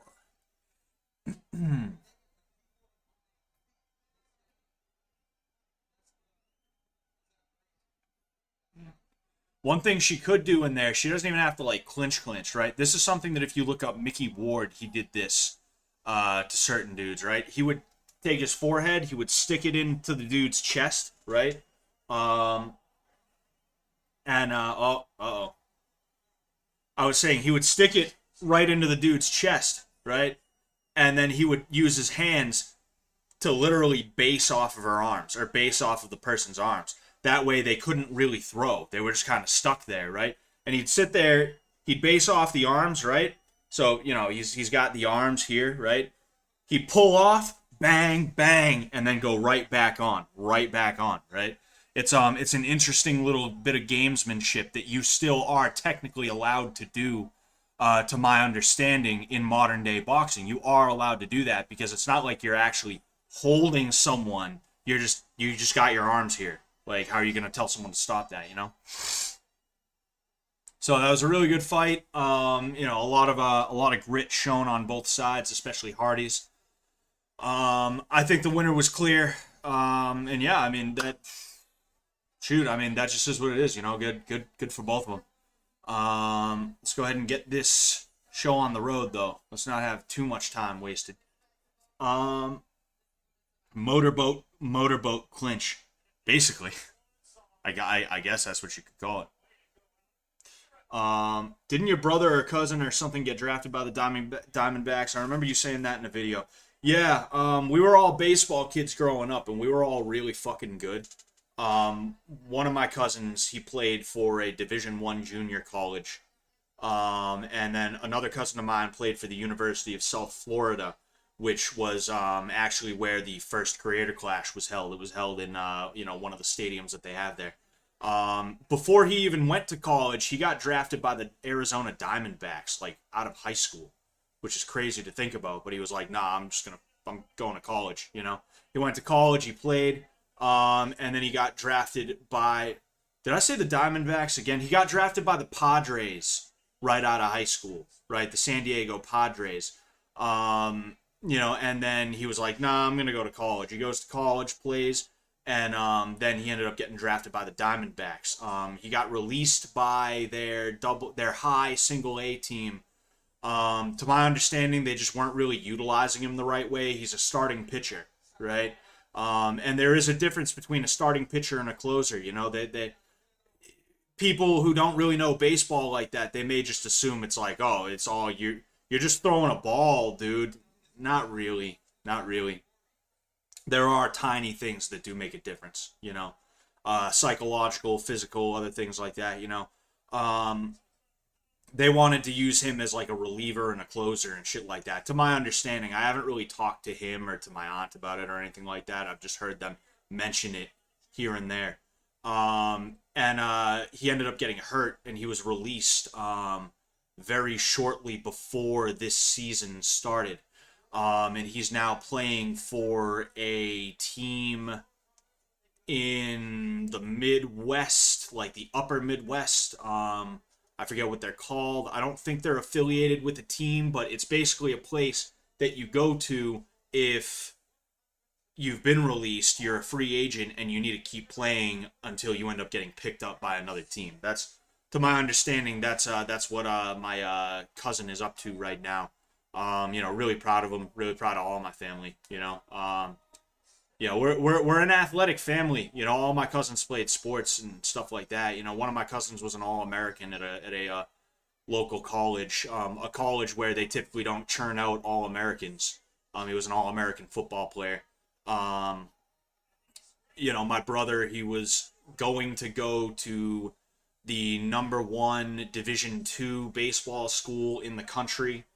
I'm literally trying to fill time right now. That's what this is. I kind of hate the in between time on these things. Misfits is so much better when it comes to the in between time. They're very quick. They're very methodical. Same thing with the UFC. Very quick, very methodical. You're not waiting too long. We could be waiting another 5 to 10 minutes just for Jake to get his fucking just for Jake to get his ass out here, But yeah, like my brother, he got an offer from the number one Division II school in the country, which is crazy, and he turned it down because he was like, why am I gonna go to college when I could have a job now? My brother, he learned a trade, so he does his own thing. He was like, why am I gonna play baseball for another 4 years and acquire a bunch of debt? When I could just go to work. You got to hang it up sometime. Me, the reason I didn't play is because I kind of had a meltdown when I was a teenager. For one thing, baseball was really bad for me. I had really bad anger issues. That surprises people for some reason. I don't know why. If you pay attention, you'll notice I'm still very standoffish. I tell people to fuck off. But like, I had really bad anger issues though, and like it was never worse than when I was doing baseball. And like I loved baseball, and I still love baseball. I wish I could go back and play, so much. And I was like really good too. I was really fucking good. I'm not saying I would have made it, but I know I could have played college ball for a really good program myself. But like I had a meltdown. I wasn't really well liked among the baseball community. Everything's a community today. It's fucking ridiculous. But I wasn't really well liked among my peers because of the fact that I had such a bad issue. Right? I was it's not even that I was really uncoachable, it's that I just was like really angry a lot of the time, and it was because I put a lot of pressure on myself, and there were some other things like that. But that's basically why I didn't go to college and play baseball, and that's why instead of Scott Sullivan baseball, it's Scott Sullivan MMA. I always wanted to get into MMA, but baseball was kind of something that kept me from doing that because I was putting so much stock into that. But then, when I was like, hey, I'm done with baseball, I remember the day I was basically done with baseball. That was a fucking crazy day. I struck out, and I was just like so high strung that day. There was a lot of pent up rage. I struck out. We were playing with wooden bats. It was a fall league where you usually play with wooden bats instead of metal. I slammed the bat on the ground, and I felt and I heard it snap a little bit. It didn't completely snap. It just cracked. I took it, I snapped it over my fucking knee, and I left, and I took my fucking jersey off, and I fucking put it down on the I put it down on the bench, and I was like, dude, I'm fucking done with this, man. I can't take this shit no more. I'm fucking done with this, dude. I hopped in my dad's car, and we just fucking drove off. My dad didn't even say shit to me. I think he just realized, like, nah, this kid's fucking done. How old was I? I was like 16, 17, somewhere around there, Yeah, I was like 16, 17. I did try out for my high school team my senior year because what happened was I made it my freshman year. I was really good. I should have been called up to varsity, but I was not because, again, I wasn't really well liked among my peers. You know, if I'm just being honest with you, I was good enough. I should have been called up, but just didn't happen, right? My sophomore year, I had some issues that kept me from being in school, and because of that, my grades were trash. So they let me practice with the team while I tried to get my grades back up. But by the time I got my grades back up enough as to where I could play, I only had one game left in the season, and the coach basically he let me get one at bat. He threw me in for one at bat in the last game, and then was like, yeah, whatever, you know. And it pissed me off, and I wanted to fight this fucking dude. He was being such a fucking dickhead, you know. Those coaches were dickheads at my high school program. Like, fuck all of them. But junior year, again, something happened. Grades were a problem. I had to do a bunch of catch-up work. I had to make up a bunch of schoolwork and stuff like that. Made it very difficult for me to be able to even... I couldn't even practice with the team. This time they were just like, yeah, nah, don't bother. Don't bother even practicing with the team. Just get your grades back up and, you know. And it's not like I was like that bad of a student or anything. It's just like some catastrophic shit happened my sophomore and my junior year that maybe I'll tell that story someday. It'll probably go on my Patreon. And because of that, I don't even think I bothered to try out my junior year. I think I was just like, yeah, nah, I know I'm not going to make it. They're not going to let me. And that's the impression that I got from them. And then my senior year, after I had that freak out, I'm sure, you know, for one thing, I wasn't able to play my sophomore year, my junior year. I fucking didn't even try out. I couldn't even try out. They wouldn't even let me. I'm trying to remember the exact exactly how it was. You know, sorry, I'm sitting here changing, you know, what it was that I wouldn't be able to do during my junior year. It's because it's been so long, you know. It's been over 10 years since this happened. My senior year, this was kind of fucked up. They should have given me a legit tryout, but basically they had a tryout. Tryouts last a week. You showcase skills, right? They gave me a 2-day tryout, right? One day was outside. The next day it rained, so we had tryouts inside the gym. We had these balls that were like they were like foam balls and shit like that, and we were using them, right? Fucking the third day they call like we all go down to the locker room, we're changing, and then they start calling people into the fucking office, and I'm like, what the fuck is this about? They called me in. They sit me down and they're like, hey, you know, we just don't have enough space on the team for you, you know, jeez, dude. We just don't got the space on the team for you, kid. Dude, you know. Basically, these guys had already decided upon the team before the tryouts had even occurred. And because of that, they were just like, yeah, this kid gets a 2-day tryout and we'll cut him, you know, which, like, is fucked up. You know, I'm not, like, angry about it. If I ever saw these guys again, I wouldn't be like, fuck you, right? Let's fucking fight, dude. Let's fight, right? It wouldn't be that. But, you know, I remember that, and I remember thinking, wow, that's a weak fucking move. You guys are kind of fucking pussies, because, like, you have a week to do the tryout. You didn't have to cut me after only 2 days. You could have let me try out the whole week so that I at least wouldn't have to fucking sit here and be like, wow, these guys are dumb. I had one day where we actually practiced on a field. The next day it rained, so we practiced in the gym, and now I gotta fucking deal with this shit. It's fucking stupid as hell. But there's Avila, there's Nick. Oh man, that's pretty great, dude. I wanna see Jake. Nah, fuck. I wanna see Logan and Nick fight in the stands. Tell me that won't potentially happen. Tell me that's not gonna happen. Or tell me something is not gonna happen. Fucking what's his face? Logan even still has the wraps on. And the thing is, like, I don't think they're really like that. I don't think they're really heavy duty like that, but the thing is the way they're wrapped, right? It's enough. it's enough as to where it could probably protect his knuckles, or not his knuckles, but his wrists a little bit, right? Yeah. Ah, geez, dude, I can't afford any more jerseys or something. Sorry, dude. Yeah. Like, they basically were like, I mean, dude, we only got a limited amount of spots, and I mean, hey, if we had more spots, I'd have you stay on the team, and we could have you be the designated hitter and stuff like that. Because um, there is no DH or anything like that in high school baseball. That's strictly an American League and the MLB thing, to my understanding. But um, did the game start?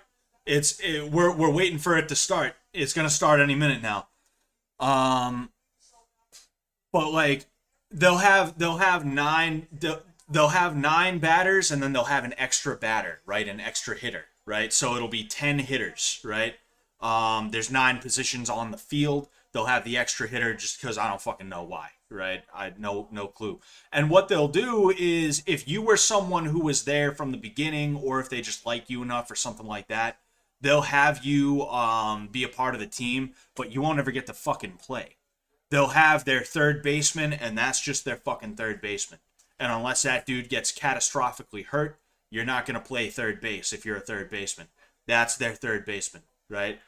They have multiple pitchers and stuff like that, though the pitchers will sometimes be utilized as sort of utility players in a way, right? Um, they'll have stuff like that. Um, so like you're not gonna get any fielding time, which fielding time was the best. Like, I loved fielding more than I loved batting. I loved batting, but I loved playing third base. Fucking throwing on a line from center field to home plate. I was one of those kids who fucking, I didn't have to throw on that arc. It was fucking laser beam from center field, the fence to fucking home plate, no bounces. Fucking, like, that's how hard I could throw, you know? Like, fielding a ground ball and fucking throwing a laser to first when you're at third base. Fucking um uh somebody smacks a line drive, and it's going at you like mad quick, and you fucking catch the shit, and you didn't even do it, purposefully. You literally were like, it was all reflex, like backhanded catches, dude. I'm just going down memory lane right now while I wait for this shit. Like, yeah, here's Ngannou's on right now. Yeah, that's cool, I guess. Whatever. Fucking, we're not here for Ngannou right now. We're here for Jake the Snake Paul. Um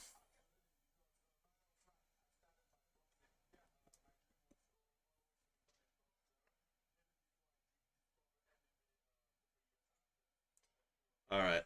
Wait, what the hell is that? Sorry, I'm just double checking something real quick. Do do do do do do do do do do do do do. Uh,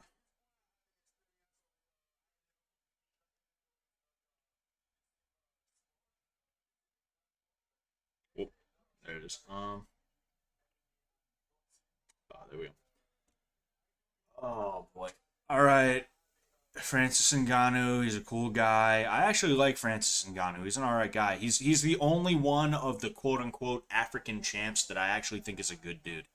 You know, he's really just a humble guy, right? He doesn't talk mad shit. Um, you know, I don't have a problem with shit talk in the pursuit of trying to hype a fight. I'm totally cool with that, but like, it's got to be likable. And Usman and Israel Adesanya are just not.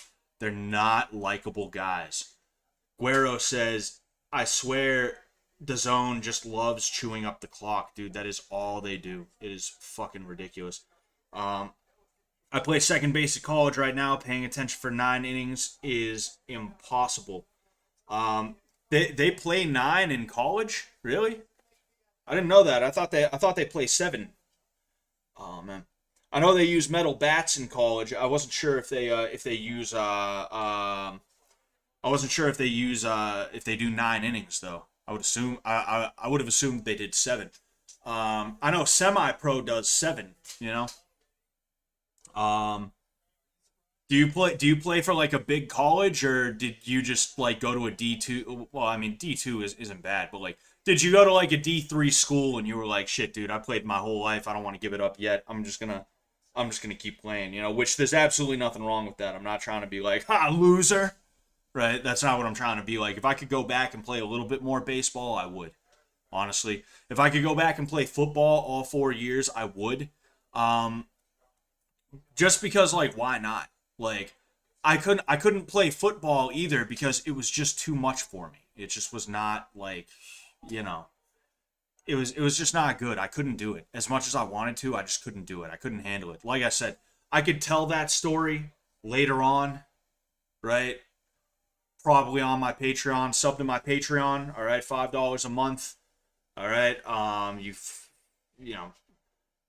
Well, let me figure out what my Patreon is again. Hold up.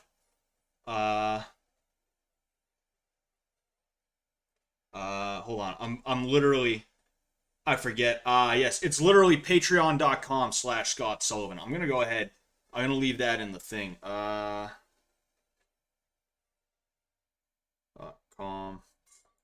Oh shit. /Scott Sullivan. Okay. I'm being that kind of dude. Yeah, like it'll probably end up going on my Patreon, but there's a very specific reason why I didn't end up playing baseball all the way through college and potentially even trying my hand at the draft, right? My cousin tried to get drafted, and I'm actually extremely surprised that he was not. Dude's like 6'7", a 6'7" pitcher throws fucking heat, it's ridiculous. That's the type of dude that they want, My cousin is freakishly tall. But like, what was I gonna say? Yeah, there's very specific reasons why I didn't end up um playing baseball and football for as long as I could have and would have. I'll talk about that. I'll put it on my Patreon. Okay, that's why I'm shilling my shit right now. Probably gonna cancel Paramount Plus and sub at some point. Yo, if you really do that, I want to say thank you so much, dude. Thank you so fucking much for that.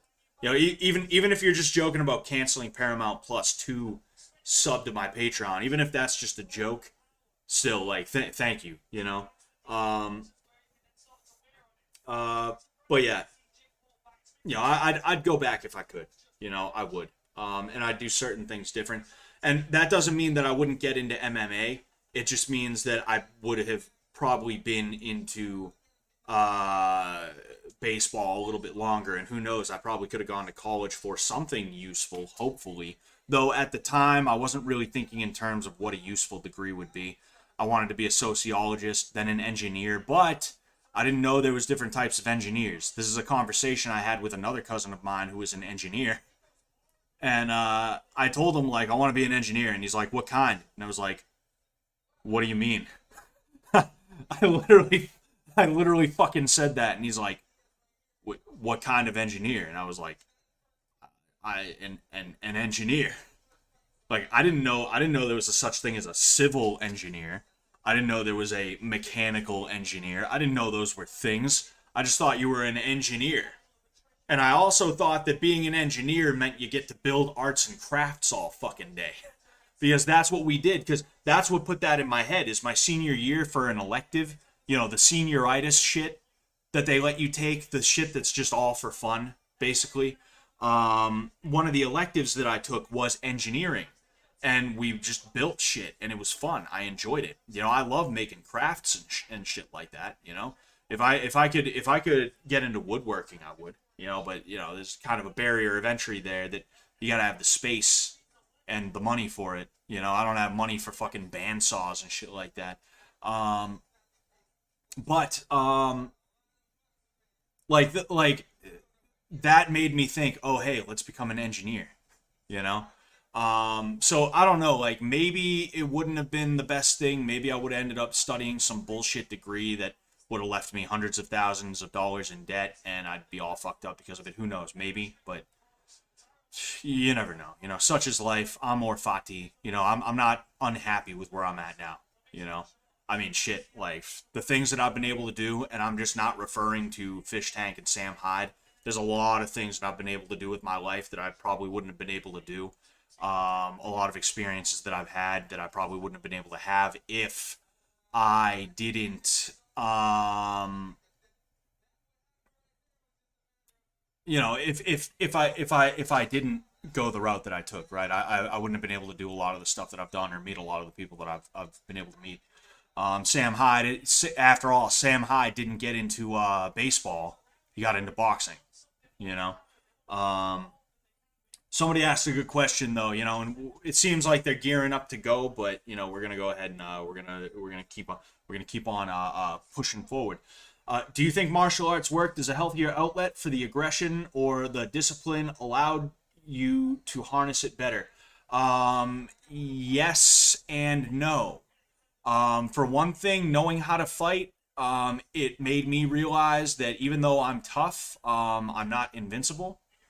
And also it taught me how fragile the human body is. Now, the human body is tough.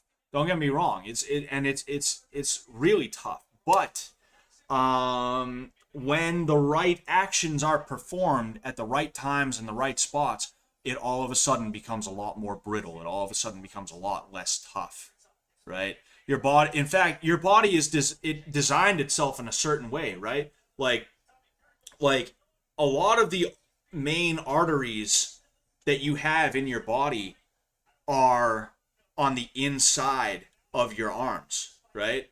Fucking not like just arms, but legs too, right? Because you're walking, right? You get blindsided by something. Um, you end up getting cut. You're less likely to cut a major artery if they're not out here, if they're in here. So I'm walking, la di da di da. Some guy hops out of a fucking bush or something like that, and he hits me with a machete right here. That's gonna suck. I'm not gonna like it. I'm not gonna want it. My dog just opened up the fucking door. Oh no, never mind. That was my wife. Fucking, the door just opened up. It was straight up closed, and my small dog just walked through as it opened, and I was like, "What the fuck, bro?" But yeah, Nate Diaz is 38. Jake Paul is 36. Jake Paul has 1 inch of reach on Nate Diaz, though. But like that's a feature of our body, that a lot of the vital like stuff, right, is in here, and it's on the inside of the legs and stuff like that, right? Just bottom line, right? I'm ranting, right? I'm kind of rambling. Bottom line, the human body is a lot more brittle when you know how to make it brittle, right? And because of that, it kind of made me realize, like, all right, I gotta be fucking careful, bro. But I will say that what really made me kind of figure things out in terms of my anger and stuff like that is, for one thing, getting out of environments that make me angry and not allowing people to surround me with negativity. And this sounds like some new age bullshit, like, bro, good vibes, bro. It sounds like something like that. I don't mean it like that. I mean that when somebody is being an asshole, I don't like somebody when they're being rude, when they're mistreating me, I don't bother to fuck with them. I don't fuck around with them. I get as far away from them as possible, and then I try to never think about them again, right? In addition to that, just realizing that, like, not everything requires a fight.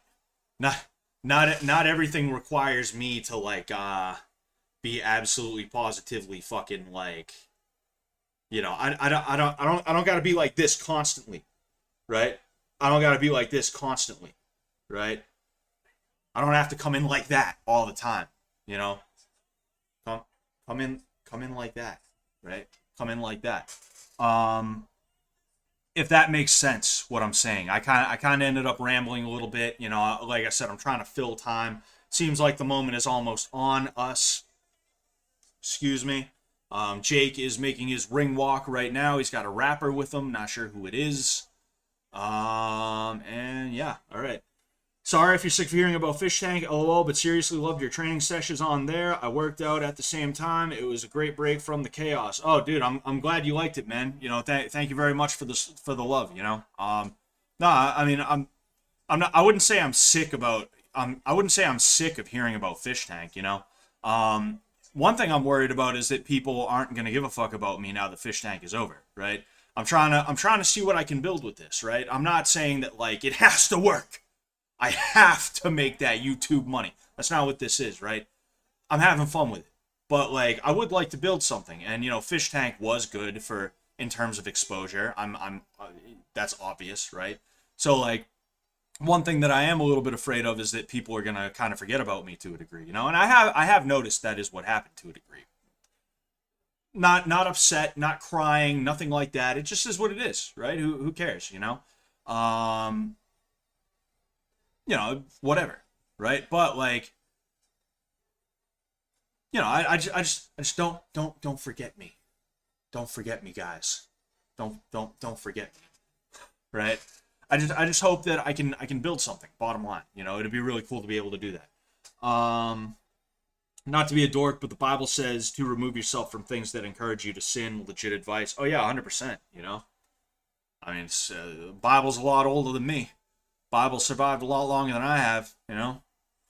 It's in the Bible, it's probably there for a reason, you know. It's that knowledge of the ancients type thing. Or what it really is the knowledge of a higher power that is the creator of all and whose ways are higher than our ways, you know. You know, naturally we all fall short of that as humans, but you know, but yeah. All right.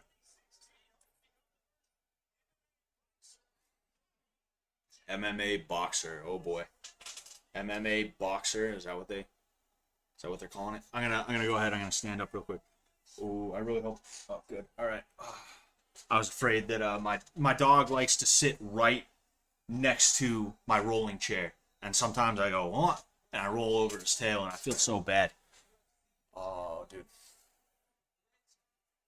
Uh, Now the hype faded down, but you will always be goated for your appearance on season one. Never forget. Yeah, I mean that is a thing that I'm really happy about too.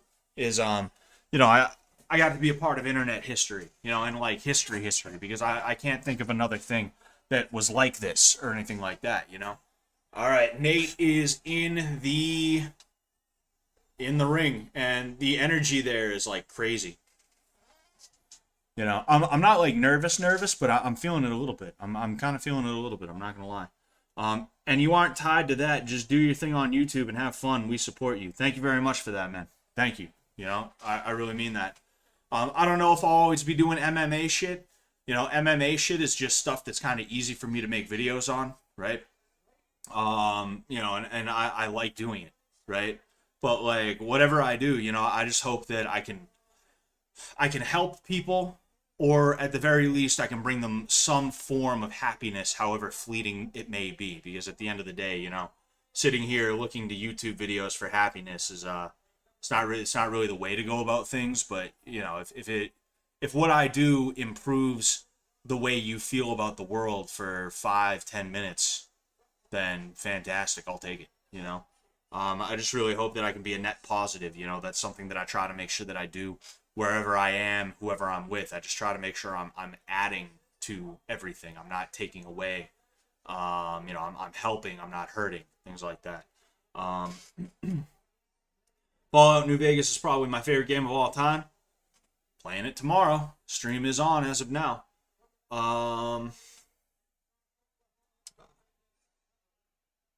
Who are you? Samuel asks, who are you? Where am I? What?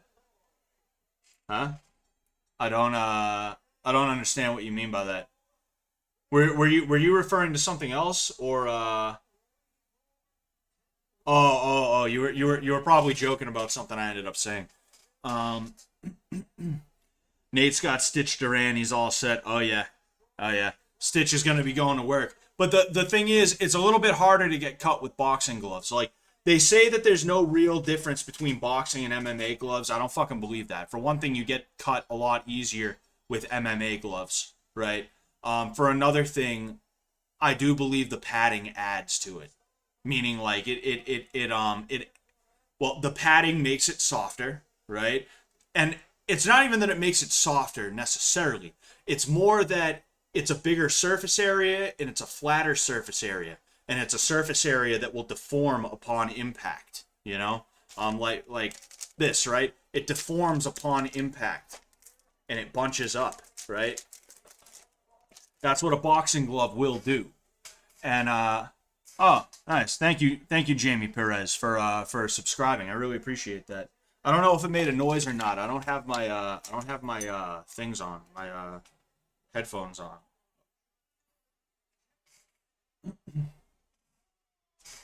Jeez, that's crazy, dude. That's hilarious, dude. I still can't believe this is happening. Yeah, I don't know. All right. I feel like I was talking about something, but I completely forgot, like, what I was talking about because certain things ended up happening. Jeez. Oh, yeah. Boxing gloves versus MMA gloves, right? MMA gloves don't deform as much because there's not as much padding. In addition to that, the surface area is much smaller. And the thing is, like, when it comes to a metal pole, right? You could kick through a metal pole if it comes down to it, right? You just have to be traveling fast enough. You know, and the smaller the surface area you're hitting an object with, right? The smaller the surface area and the harder, the more dense that object is, right? The easier it's going to cut through something, or the more it's going to damage whatever it is it's getting swung into and things like that, right? This is the reason why a pool noodle doesn't hurt as much as a baseball bat, and you know, certain objects hurt more or less than other ones. But you know, here's the face-off. Let's focus on this. This is what we're really here for. I don't want to talk through this fight. I got piss though. You guys might see me piss into a bottle or something like that because I don't know if a minute is gonna be enough. You know, get in there, pull my pants down, piss, wash my hands, get back out here in time. Do that in under a minute. It can be done, but do I want to chance it right now? You know? No, I'm not actually going to you know, piss in a bottle, but all right. Let's go ahead. See, what I'm really anxious for is to see what ends up happening. I don't think either of them are the types who are going to come out and just absolutely fucking wham. Yeah, like, that's what I thought. There's kind of a measured start from both of them. Jake has his hands kind of low. He's hopping in and out. You know, he's very light on his feet. Nate is, I'm not going to say he's flat-footed, but, you know, he's being Nate Diaz. Very, very nice and relaxed, nice and methodical. He's going to be marching forward. He's going to be trying to bait Jake to make mistakes and then counter off those mistakes, you know? It is a 10-round fight. So a hook from Jake that ends up coming over. It ends up missing. He lunged into it. So bit of a lazy jab from Nate. I think he was just trying to see what Jake was going to do. So hands are high from Nate. That's a good idea in my opinion. You know, not that it's ever a bad idea, but especially right now because Jake is known for his overhand right, and that's what he's going for right away. He's trying as hard as he can to knock him out. You can see. So I think Nate. Oh, dang. You're seeing him get hit. You're seeing Nate get hit, but it's not damaging him in the way that it typically would damage these guys, you know? Like Tyron Woodley, or even you know, he didn't really land too much on Anderson from what I understand, but you know, Anderson is a little bit different from you know, from Nate. So a few of those ones he just threw, I don't think they actually landed. Yeah, that one kind of grazed him a little bit. A lot of these aren't actually landing as hard as you would think. That's one thing that Nate and Nick are both really good at, is rolling with punches, is moving just enough so as to where even if you get hit, you're either moving with the punch, or instead of getting hit here, now you're only getting hit here. You know, that's something they're both really good at. I think this is what everybody kind of expected to a degree. I expected Nate to just weather because that's just what he does, you know. That's just his thing, you know. I think Jake was a little bit and this is something that I was talking about. I think Jake needs to be comfortable knowing that his best punches may not end up sitting Nate down. And he was throwing what are some very powerful shots, potentially some of the best punches he's ever thrown. And he was hitting Nate with them, but they weren't sitting him down, even the ones that were landing clean. So now it's just kind of up to Jake to really psychologically be comfortable with knowing that, hey, I'm going to load everything up into this, and he's potentially not going to end up on the canvas, you know? So he ends up on the inside. Nate ends up stepping off. He throws a couple of hooks. They're slapping hooks, and they're really just going to be annoying. They're really something. Nate doing his thing as usual. Those hooks that he was throwing on the inside, I like those because they're kind of letting Jake know, like, hey, like, I can hit you, you know? I can hit you wherever we're at, no matter what. You know, I'm going to find an opening. Because that's kind of what Jake was doing. He was here, and I have a feeling he thought he was safe, and then he got slapped, right? And it's not going to do a ton. Oh, he's already bleeding. It's not going to do a ton of damage, obviously, but it's going to get him thinking, oh, shit, like, what if he really threw? What if he really threw hard?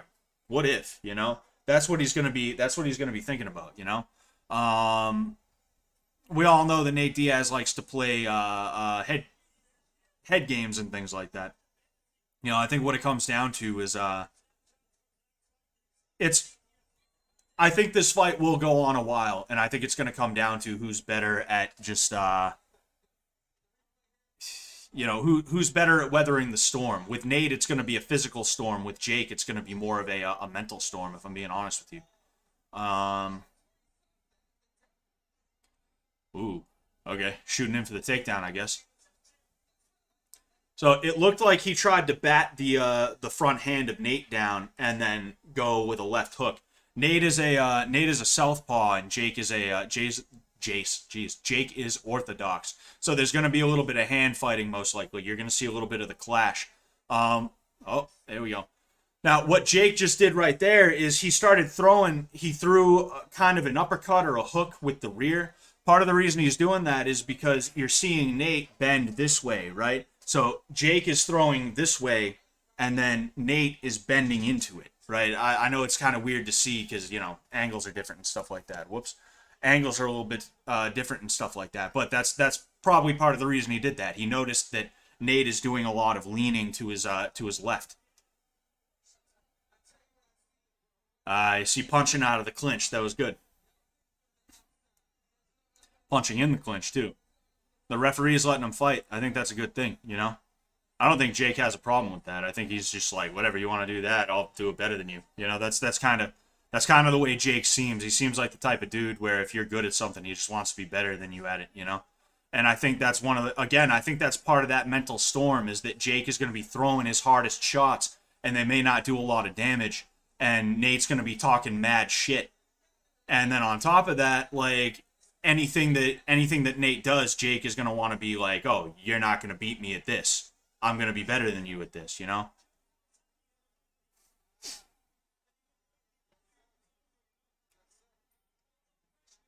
So check hook from Jake, followed by a jab. Nate just sort of chilling like a villain. I would like to see a little bit more activity from Nate.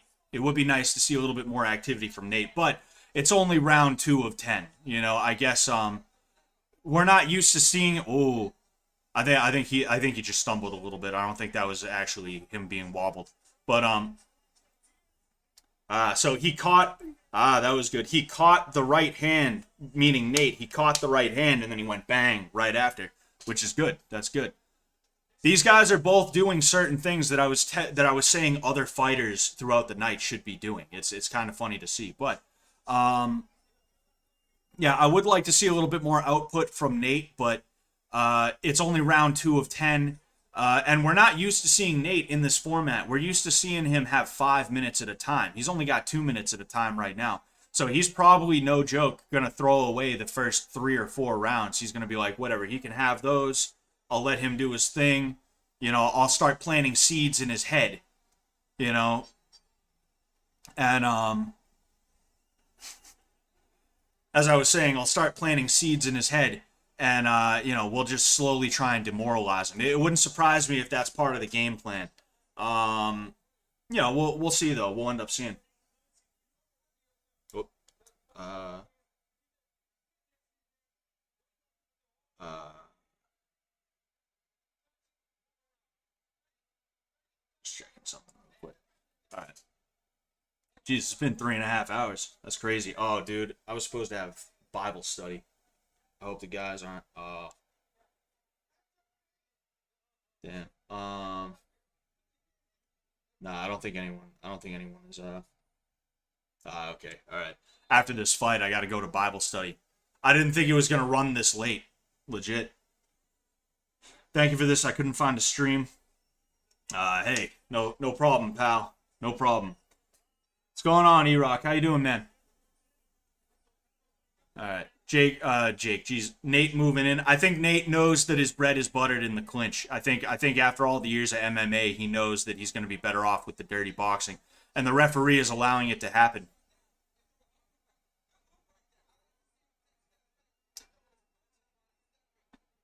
That was a good uppercut from Jake. He snuck that right in between the guard. Bang. That was pretty powerful too. It was a short uppercut. That's enough. That's enough to get you to think. Nate working that. He's really working those slapping hooks, and Jake just kind of keeps letting him have them. It's kind of funny to see. He's really married to that like kind of modified fucking Philly shell. The hands low, even on the inside. Because on the inside, like if you're gonna do Philly shell on the inside, you got to do it the right way. You can't just be you can't just be high like that. You got to be compact. You got to be tight. You got to be bang, right? You got to bang. I know it's a little bit tough, but I feel that you can probably get a basic idea. Ooh, that was a good hook. That was well timed, and I thought it hurt him. Maybe it did, and he's just got a really good poker face. But I think it was just the way that they moved. The referee warning him for headbutts. That's gonna happen when you're infighting like that. Jake getting walked down is pretty. I won't say it's crazy to see. It's not like Jake was like it's not like Jake is a forward pressure fighter or anything like that, but it's just the degree that he's getting walked down. He took it to Anderson Silva. If you watch the video that I made about Jake and how he wins fights, I made one of those a little under a year ago. It's on my channel. You'll see that one of the strategies that he has is to use backward motion, but then also work his way in clinch and start fucking throwing in the clinch. He's kind of losing that battle right now, and because of that, he's just sort of getting walked down. He's just sort of getting walked back.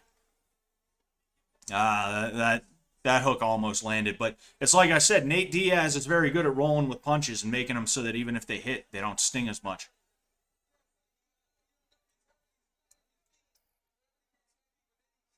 So far, I'm honestly not sure who's winning. I got to be honest with you. Ooh, that was a pretty close. That was pretty close to a low blow. That was too. He hit him right on the belt. I'm honestly not even sure who's winning right now. It's pretty even, in my opinion. I'll be honest with you. Round one, I guess maybe you could give to Jake. Round two, I'd say you could probably give to, you could probably give to Nate. This third round, I don't know. Maybe you could give it to Nate, but I'm not even 100% sure. I don't know if I'm comfortable even saying who I believe is winning. Um, it's a really good fight, a really exciting fight. Every time there's movement, you're like, ooh, what's happening? This made sitting through the other fights worth it. Not that the other fights were that bad. It's just, again, I really don't care that much. The only other fight that I really cared about was Jeremy Stevens versus Chris Avila, and that one actually kind of sort of delivered a little bit too. But again, it wasn't some kind of legendary thing. I want to listen to the corner. Oh, of course, we're not going to get to hear it. I don't think. Yeah, they're talking about the uppercut I was talking about earlier. And then yeah, there's that hook that I was talking about. He let his hand drop after a jab, and he ended up getting hit with that hook. Oh, of course, it's being annoying. That's all right though. Oh, jeez. All right. So, round started. Right now, we got. So, Jake is moving back, and he's a little bit more. It looks like he's a little bit more. He's a little bit more active. I think he's really trying to make sure that he keeps Nate away from him. He's really trying to make sure that Nate is not going to. Nate is not going to. Nate's not going to be able to get into the clinch. Of course, it is working a little bit, but it's not working completely. There's a little this. He basically did a duck under to get the back, and then Nate just turns around and bops him. Does anyone have a link for the fight? I stayed up till 6 a.m. and I'm lost. I mean, I don't know if I can help you, man. I don't know if anybody else can, but I would don't be posting links and things like that in my chat or anything like that. I don't know if anybody has like that or anything. That's weird. So that was a pretty good right hand from Jake. It's funny because Jake is getting overwhelmed when Nate gets on the inside. But from the outside, Jake is getting the best of it, and it's because Nate is really just sort of walking into punches and stuff like that. He knows how to absorb the punches. He's making it work for himself, but it's a little bit tough, So he ended up. It's actually interesting. You saw he ended up tapping the lead hand, and then he started throwing punches. That was to mute the hand. That was to keep the what's it called? That was to keep the that was to keep Jake from throwing his jab. Oh, it seems like Jake's a little bit hurt.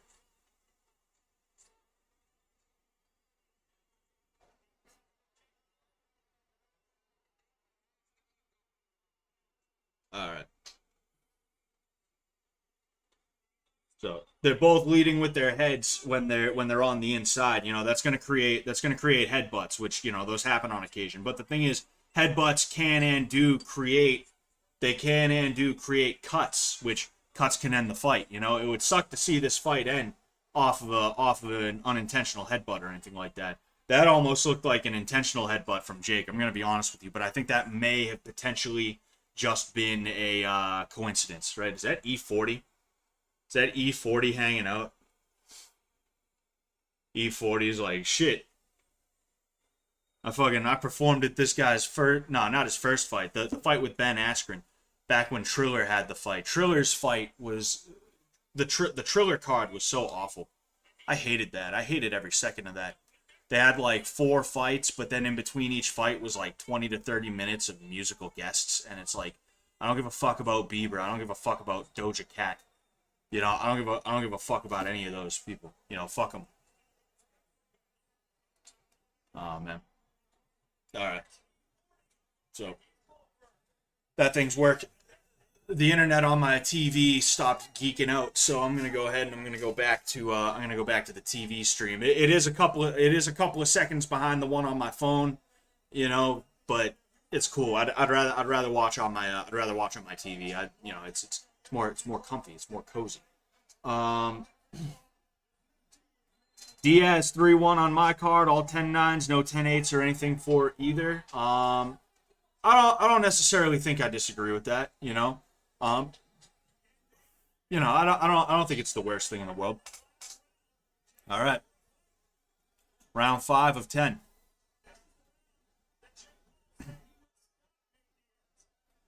So open with a couple of straight to the body. Oh yeah, that was fake.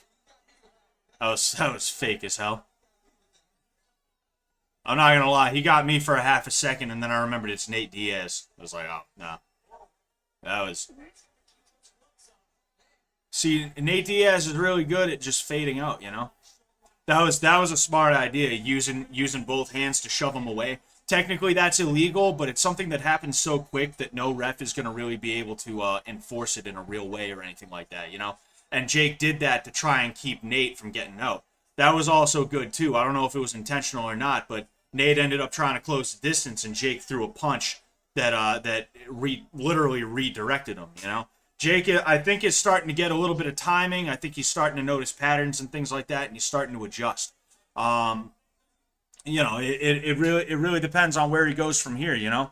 I think he's doing well so far, making sure that he's not getting psyched out or anything like that, making sure that he's not doing anything fucked up that's gonna ruin hit. Oh, man.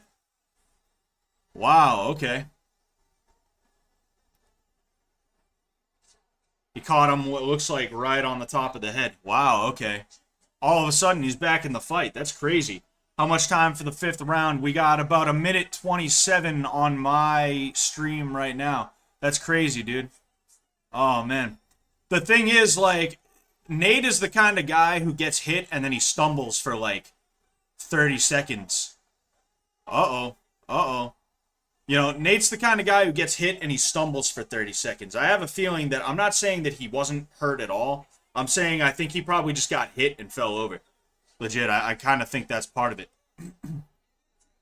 That almost looked like an elbow. It looks like he almost took one out of KSI's book, meaning Jake. You see, what Jake did was he put up the forearm, right? And if he ran into the elbow, that would have been an added bonus. He could have been like, oops, right? But it also kind of stopped Nate. It tied him up a little bit, right? It kept a little bit more distance. Jake is Jake is showing some adjustments right now that could really spell disaster for Nate. I think Nate really needs to he needs to start making his game plan work in a few different ways and stuff like that, especially after that knockdown, because right now this is a 10-8. This is a 10-8 round. Oh, man. Kind of on the edge of my seat right now, not going to lie. Yeah, he's got to stop, in my opinion, he's got to stop just walking in like that, He can take the punches, sure, but, I mean, he got caught already and he fell over. This isn't MMA where if you get knocked down, sure, it means something, but you also have a lot of different ways that you can kind of take that back, right? This is boxing where if you get knocked down, that's basically an automatic loss for the round unless you knock him down. In which case, chances are it's going to be a 9-9 round or an 8-8 round or whatever. Like you literally have weird fucking things like that. And like they'll award the round based off of who they think did better in certain aspects, but like, typically the knockdowns are the most important part of the round, Yeah, he got See, I don't know. It looked like he got hit when he was off balance, but then he ended up like right there, Then he ended up falling over like that, and it's like, I don't know, maybe he just like lost control of his body, or maybe he was actually wobbled. Maybe he was actually hurt, That is one thing. You can hurt Nate Diaz. It's just that he's got a very good poker face, and, he recovers very quickly,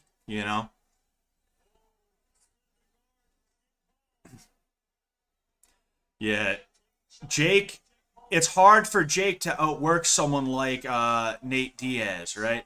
It's hard for Jake to outwork someone like that because of the way that Nate fights. But if he can start outworking Nate now and really keep that up for the rest of the fight, then the fight will be his, Those first few rounds were undoubtedly Nate's. Someone said they had it 3-1 with Nate up, right? But right now, if Jake can just kind of keep this up, then the fight's going to be his, Jake has that uppercut every time. Diaz has that uppercut every time they clinch. Oh yeah, no, he's making it work. But the issue is Jake is starting. You see, and he's even throwing uppercuts. He's starting to time when Nate moves in, and he's hitting him with hard shots that Nate is also moving into, right? And that's kind of what I'm saying is that right now, like, Nate is going to get the best of Jake, but Jake is going to get the best of Nate when he's able to time Nate moving in. And that's what Nate needs to do more of. He needs to punch into the clinch. He can't just literally jump into the clinch. You can't just close distance on it, And like I said, right now he's winning the exchange. But when he just walks forward and tries to move in, Jake is starting to find ways to keep him from doing that, what it's really going to be is, can Jake stop Nate from utilizing that dirty boxing? If he can, then the fight's going to be his. If he can't, then fight's not going to be his. Barring a knockout, of course, you know? But even then, like, you never know. Jake might end up getting KO'd, you know? It's round 6 of 10. I don't know. He's still looking pretty fresh, but you never know. At least Doja is an MDE fan. Is she an MDE fan? Is Doja Cat an MDE fan? That'd be pretty great to meet Doja Cat. Fucking see her in fucking an MDE sketch. She'd never do that. She'd never do that. She's sold out for the cash, which I don't even blame her for. You know, she has that ability to do that.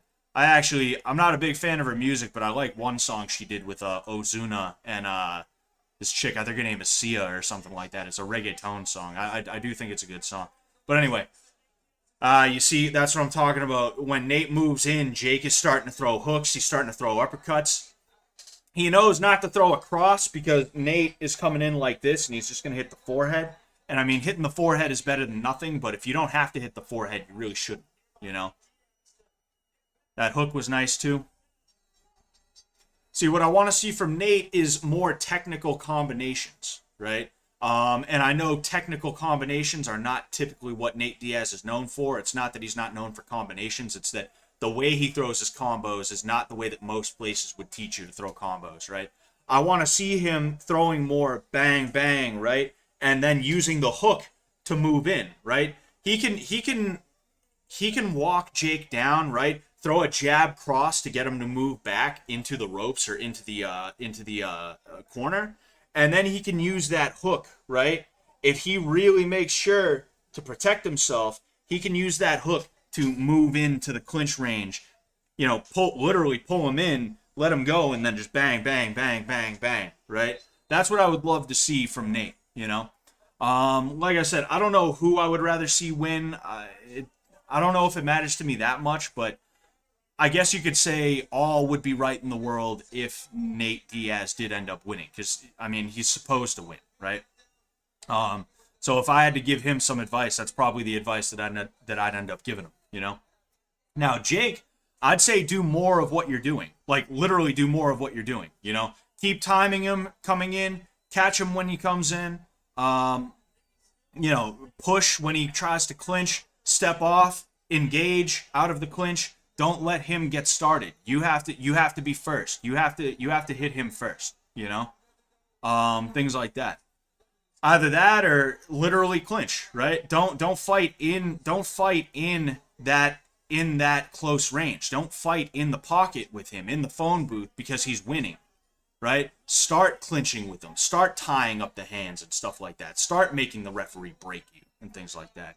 You know, Jake is a wrestler. He knows how to tie up the hands, you know? Diaz has a weird boxing stance. Diaz has weird boxing, dude. Diaz is just a weird boxer. It's crazy the way he boxes. That was a good hook from Jake. See, every time Nate gets in there, he's making Jake pay for it, right? And that's points that are accruing, you know? Jake needs to knock him down if he's really going to win these rounds, you know? Either that or, like I said, he's got to keep him out, right? If he's not going to keep him out, then he's got to knock him down, because if I'm sitting here as a boxing judge, right, I'm looking at those small shots, and I'm seeing that Nate is landing 2 to 3 times more of those than Jake is landing those powerful shots that he's throwing.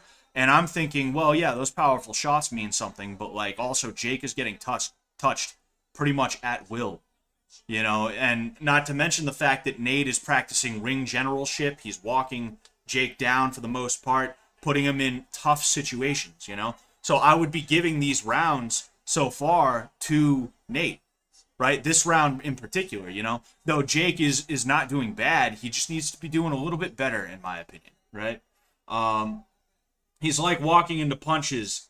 Diaz, I have never seen this happen. I know, right? It's so uncharacteristic of him.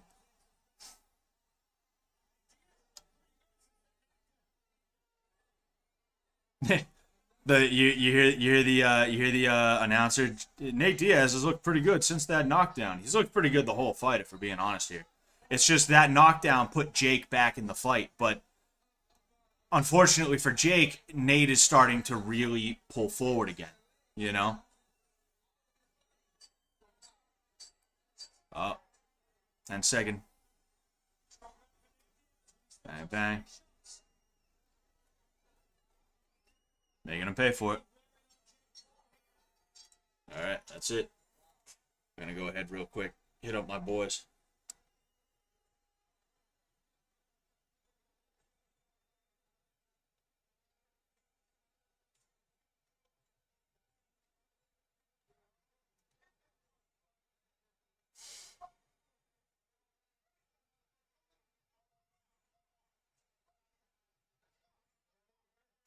I don't know who that is. I don't know who that is, but they're saying no more. Fuck him. I don't know who that is. Oh, it's sounds like Diaz's corner was saying that. So yeah, there's an uppercut from Jake, right? That was really nice. There's an uppercut. You see what I'm talking about. Jake landed a hard uppercut, right, which was good, and then he started getting peppered with 5, 6, sometimes even more shots. It's like, how do you score that? Me, I'm sitting here thinking, okay, that was a really good uppercut, but it didn't do that much damage because as soon as he got hit with the uppercut, meaning Nate, as soon as Nate got hit with the uppercut, he returned with a bunch of punches, right? So, you know. And granted, I'm not a professional boxing referee. That was a good idea from Jake. It's okay for Jake to initiate the clinch, but he's gotta be working towards something. He can't just initiate the clinch, throw one punch, and then it get returned on. That was good too. Get Nate to shell up and start working from the outside, right? But as I was saying, it's okay for Jake to clinch. That's cool. But he's gotta have a reason for doing so. It's gotta be to tie up the hands, to try and force a break in the action, to try and slow the pace down a little bit, to get a quick breather. Or it's gotta be because he's like, okay, I want to throw an uppercut and then I want to throw a hook to the liver or something like that. You know, like he's got to have a plan, right?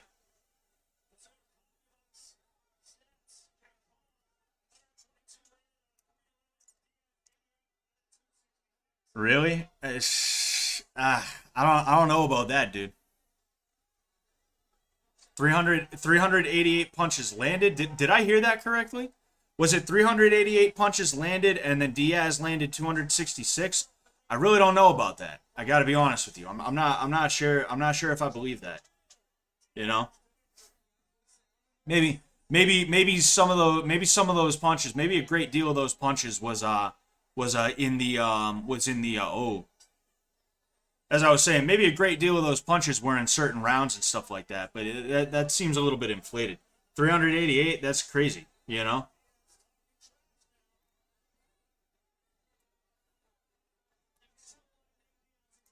All right. A little bit on, yeah, about literally a minute in round 8. And I mean, it's kind of the same story. It's like, and this is why I don't believe the CompuBox. I think that shit is off in some way. Because like, look at this. This has basically been the story of the fight. You know, Jake's been moving backwards. He's been throwing hard shots, but there's almost an air of desperation to most of the shots. And then he's getting hit in the clinch 3, 4, 5, sometimes more times. Like, that's why I just don't believe it. I believe that Nate has thrown more than Jake, 100%, no doubt, no question. But I don't believe that Jake has landed more than Nate. Bang, bang. Gotta say, Jake is tough, dude. Jake is a really tough dude. Getting hit by Tyron Woodley the way that he did. Like, Tyron Woodley, before he got beat by Usman, he's someone else who was like KOing the fuck out of people. Uh oh.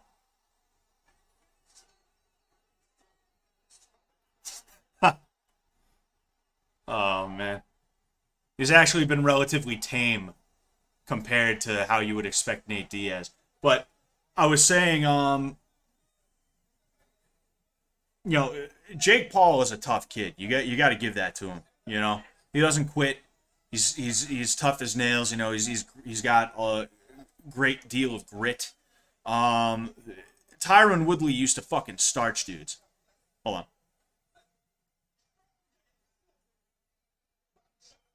Yeah. That's that's one of my favorites, right? When I'm boxing, I don't use it nearly enough. What he's saying right now, right? If you're listening into the corner, he's telling Jake to throw a jab, right? So he throws the jab out, and then when he retracts the jab, you're gonna slip, and then bang, right? So you're gonna throw the jab. When you're retracting it, you're working your way in, and you're going bang, bang, bang, bang, body, right? And then naturally after that, you can go up to the head as well.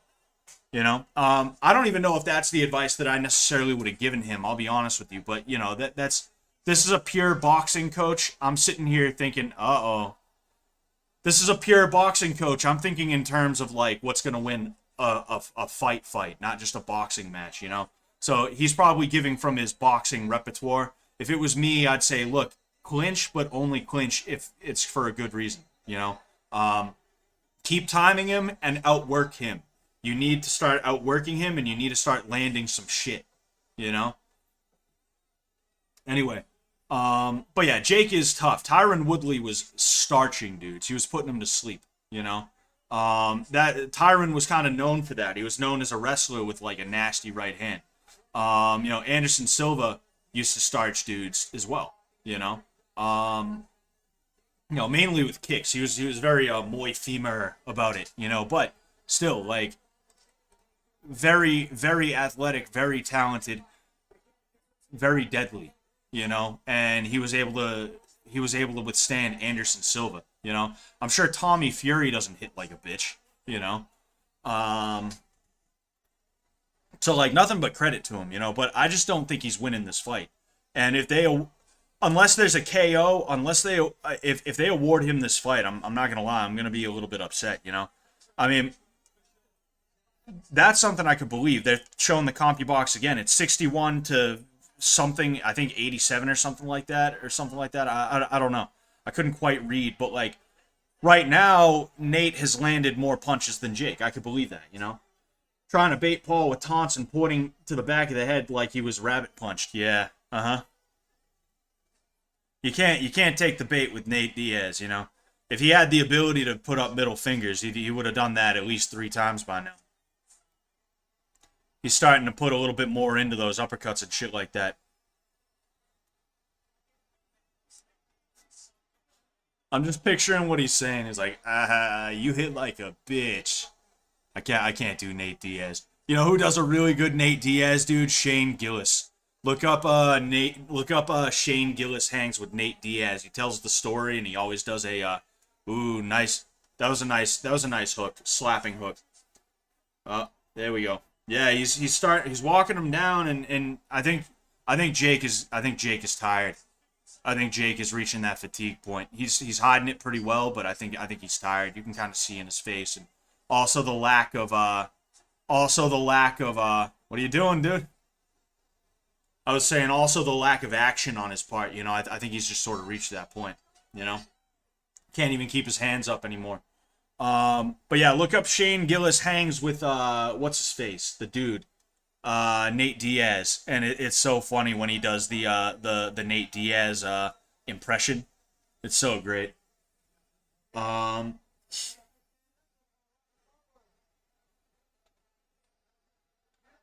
John Public says effective, aggressive, clean punches, ring generalship, defense. Yeah.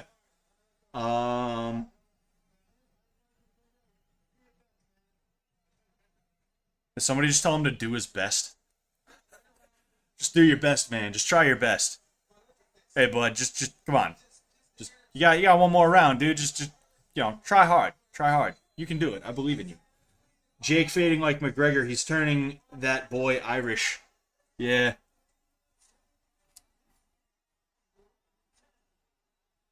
Seems to have a little bit more life in him. I don't know if I'd want to be hopping around if I was just gassing out at the end of round 9. 3 minutes is a long time. I don't know. Maybe he's gonna blow his load, and maybe he's gonna blow his load, and that'll be that. Either a. Oh man, dude, that's funny as hell, bro. Nate Diaz boxing antics are like they're a different flavor of Nate Diaz boxing of Nate Diaz antics. It's just funny looking over the top rope. I wonder if he said anything. Anyway, I'm wondering if Jake is go. Ooh, there he goes. I was saying I'm wondering if Jake is going to I'm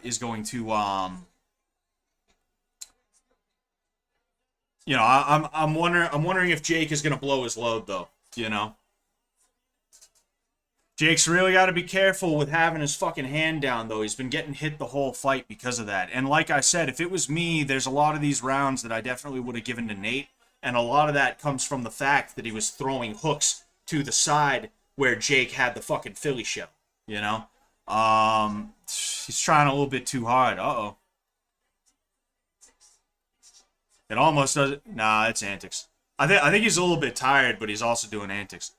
Or I don't know, maybe he's just doing antics because the way he reacted to some of those punches, it looked like he was more like all right, let's relax, let's relax. Really, they're gonna break it now? He hasn't been breaking clinch all. Actually, they haven't really been clinching like that the whole fight. So, I guess I don't blame the ref. I'm a ref hater. I love to hate on referees. It's so fun. You think dude, I could do a fucking better job than that kid. The fuck is wrong with you? All right, we got some action from Nate. He's starting to lay it on, and this is kind of the way that Nate does it, He waits until he sees blood and then he lays it on. But the funny thing is this ref gonna break him or what? Anyway, he waits until he sees blood and then he pours it on. But the thing is, he only pours it on at like 10 to 20% more than what he was the whole fight. So it's not even like he's really, like, digging anything, like, throwing hard. He's just like, let's go 50% now. Right? It's kind of funny to see, but I think that's what was happening. I think he kind of is aware that Jake is... I don't know. I mean, I think he thought he saw something. Maybe it was there, maybe it wasn't, but, he really was going for it, Oh, man. He's going for the guillotine. Oh, dude, that's hilarious, bro. Oh, man. Let's see if Jake just absolutely fucking goes for the overhand. Oh, man. Yo, I'm not gonna lie. I thought they were gonna kiss for a second. The angle that they were at and their heads just did that for like a half a second. And I was like, yo, they're gonna kiss, bro. Yo. All right, so, damn, bro. See that? You know where this thing is?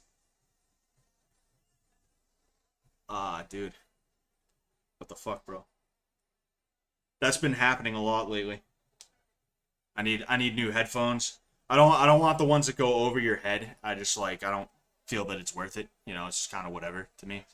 So, like, I just use these. They're nice and cheap. I don't got to worry about breaking them or anything. If I do, I can get more from the dollar store. I don't need crisp sound. Everything can sound like it's being shouted through a fucking traffic cone. I'm cool with that. 96-93, Paul, unanimous decision. I mean, hey, look, I'm not sitting here keeping track like that. I'm just saying that I think Nate probably should win. It's just my opinion, Sitting here looking at who had the better moments, yes, Jake had the knockdown, but he couldn't really do much more with it, Nate was the one backing him up. Nate was the one landing punches. You can talk about effective, ineffective, this, that, the other thing. I guess it really depends on what your definition of effective is, I think that what he was doing was effective. Jake was fucking tired. He was gassed at the end of round 9. He was gassed at the end of round 10. Right? And it's not just because he was throwing punches as hard as he could. You spend tons of time in, you spend a ton of time in the gym throwing as hard as you can on the bag, and you don't get as tired as you do in a real fight. And the reason why is because getting hit and having to fight with another dude, right? That's extra fucking tiring, when you actually have resistance. So, like, maybe you were sitting there counting punches and maybe certain punches landed by Nate you didn't agree were actually effective. That's fine. That's up to you. I'm just going by how I feel about it. You know, I would be a little bit disappointed if they gave it to I almost said Nate. If they gave it to Jake, I would be. Just being honest with you. Maybe a draw. I don't know. Maybe they'll make it a draw. Who knows? Um,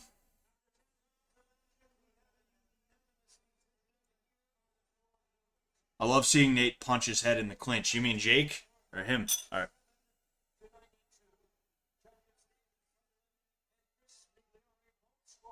Ooh.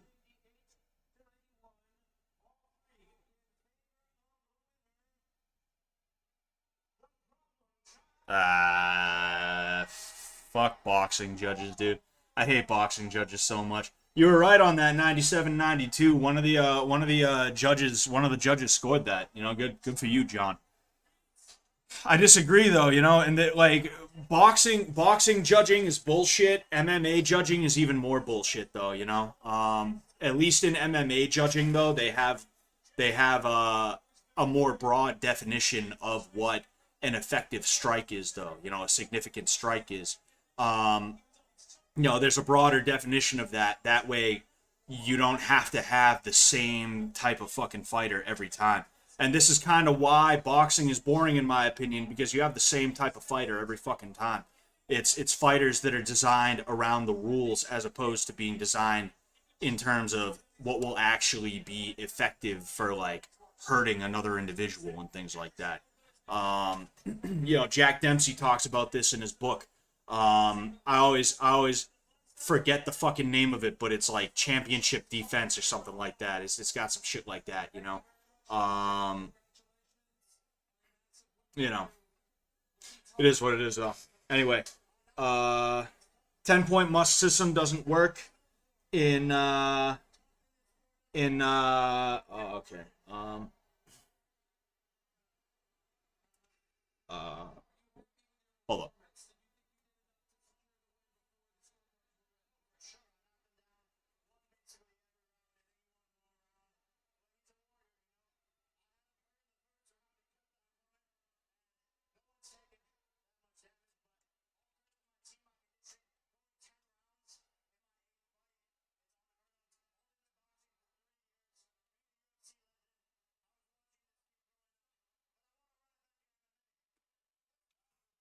That'd be interesting seeing Jake Paul in MMA because he has the wrestling background, and you need wrestling more than you need Brazilian Jiu Jitsu. To be honest with you, you know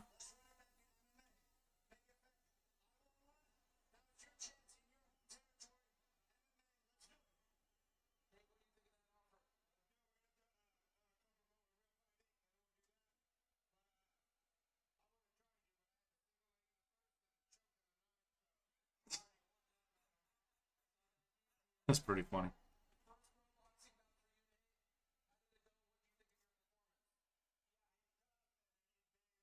He's tough. How did Letty Knight die? Pulmonary embolism, from what I understand. Really fucking sucks, dude.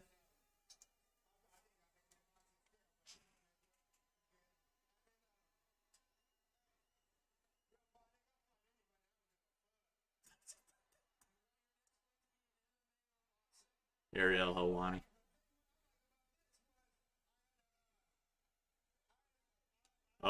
Here we go.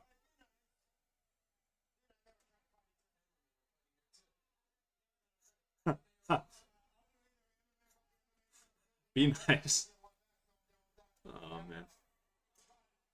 Yeah, yeah. It would be interesting to see how Jake is able to handle that. I will say that. Because I mean, being a state champion wrestler in Ohio, that actually kind of means something. If I'm being honest with you, but it doesn't mean that you're not going to get guillotined when you shoot in for a takedown. I think what Jake will do is he'll work on his ground game, but what you're going to see is a ton of sprawl and brawl. He's just gonna hit sprawls. He's not even gonna try to grapple with people. He's gonna hit sprawls and literally fucking let the dude back up.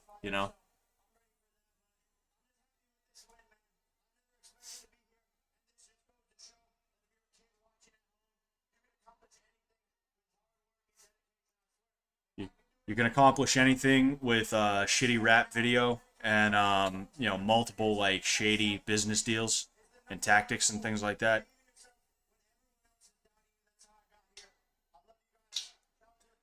Like respect for the boxing shit, but Jake is kind of the one who has done more shady shit.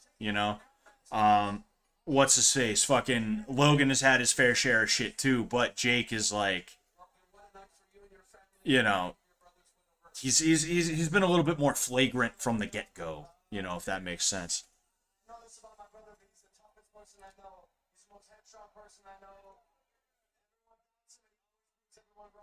So I think Jake Paul is on gear. When you say gear, do you mean roids? I don't know, maybe. I don't know if they test, you know. If this is a pro fight, chances are there is some form of drug testing, right? Chances are. A pro fight of this stature, not just like they call it he called it alderman boxing. Some people call it white collar boxing, YouTube boxing, influencer boxing.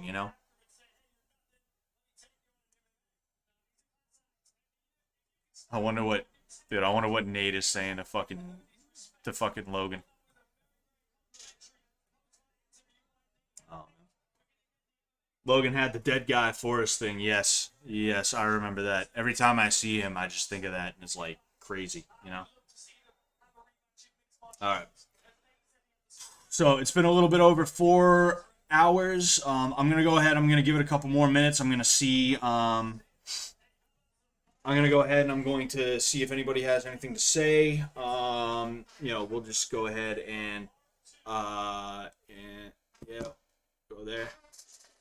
It's under a state athletic commission. Yeah, then there's a chance that this had some form of drug testing.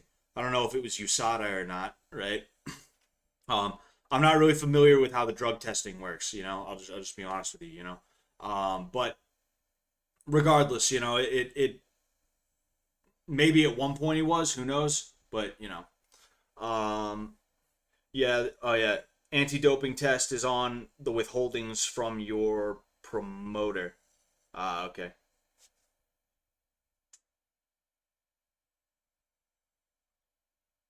Was his going to end any other way? Can't gauge it. Oh, was this going to end any other way? Yeah, I think Nate should have won. If I'm being honest with you, this is just how I feel about it. I think Nate should have won, but it is what it is. Fucking, I don't get upset. Some people get upset when their fighter loses. Like I've supported fighters before. Not that I even supported either of these guys, but like I can't believe people who like they support a fighter so hard that when that fighter loses, they're like fucking, they're like punching air and shit like that. It's like, yo, like you're you need to get some actual like priorities and shit like that. Anyway, Nate should have just held on to that guillotine for the meme, dude. That would have been so great. That would have been so fucking hilarious. I hope somebody got a picture of it. I want to see some. Yeah, no. I don't care what the announcers have to say. Yeah, all right. 174 landed versus 143. 491 thrown versus 392. I don't fucking believe. Like that's why I don't believe it.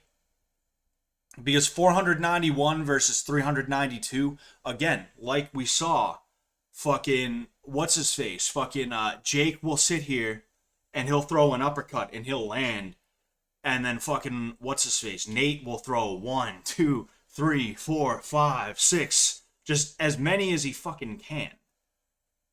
Like whether or not you feel that they were significant, whether or not they landed, like they were punches. He was throwing leather at the fucking dude.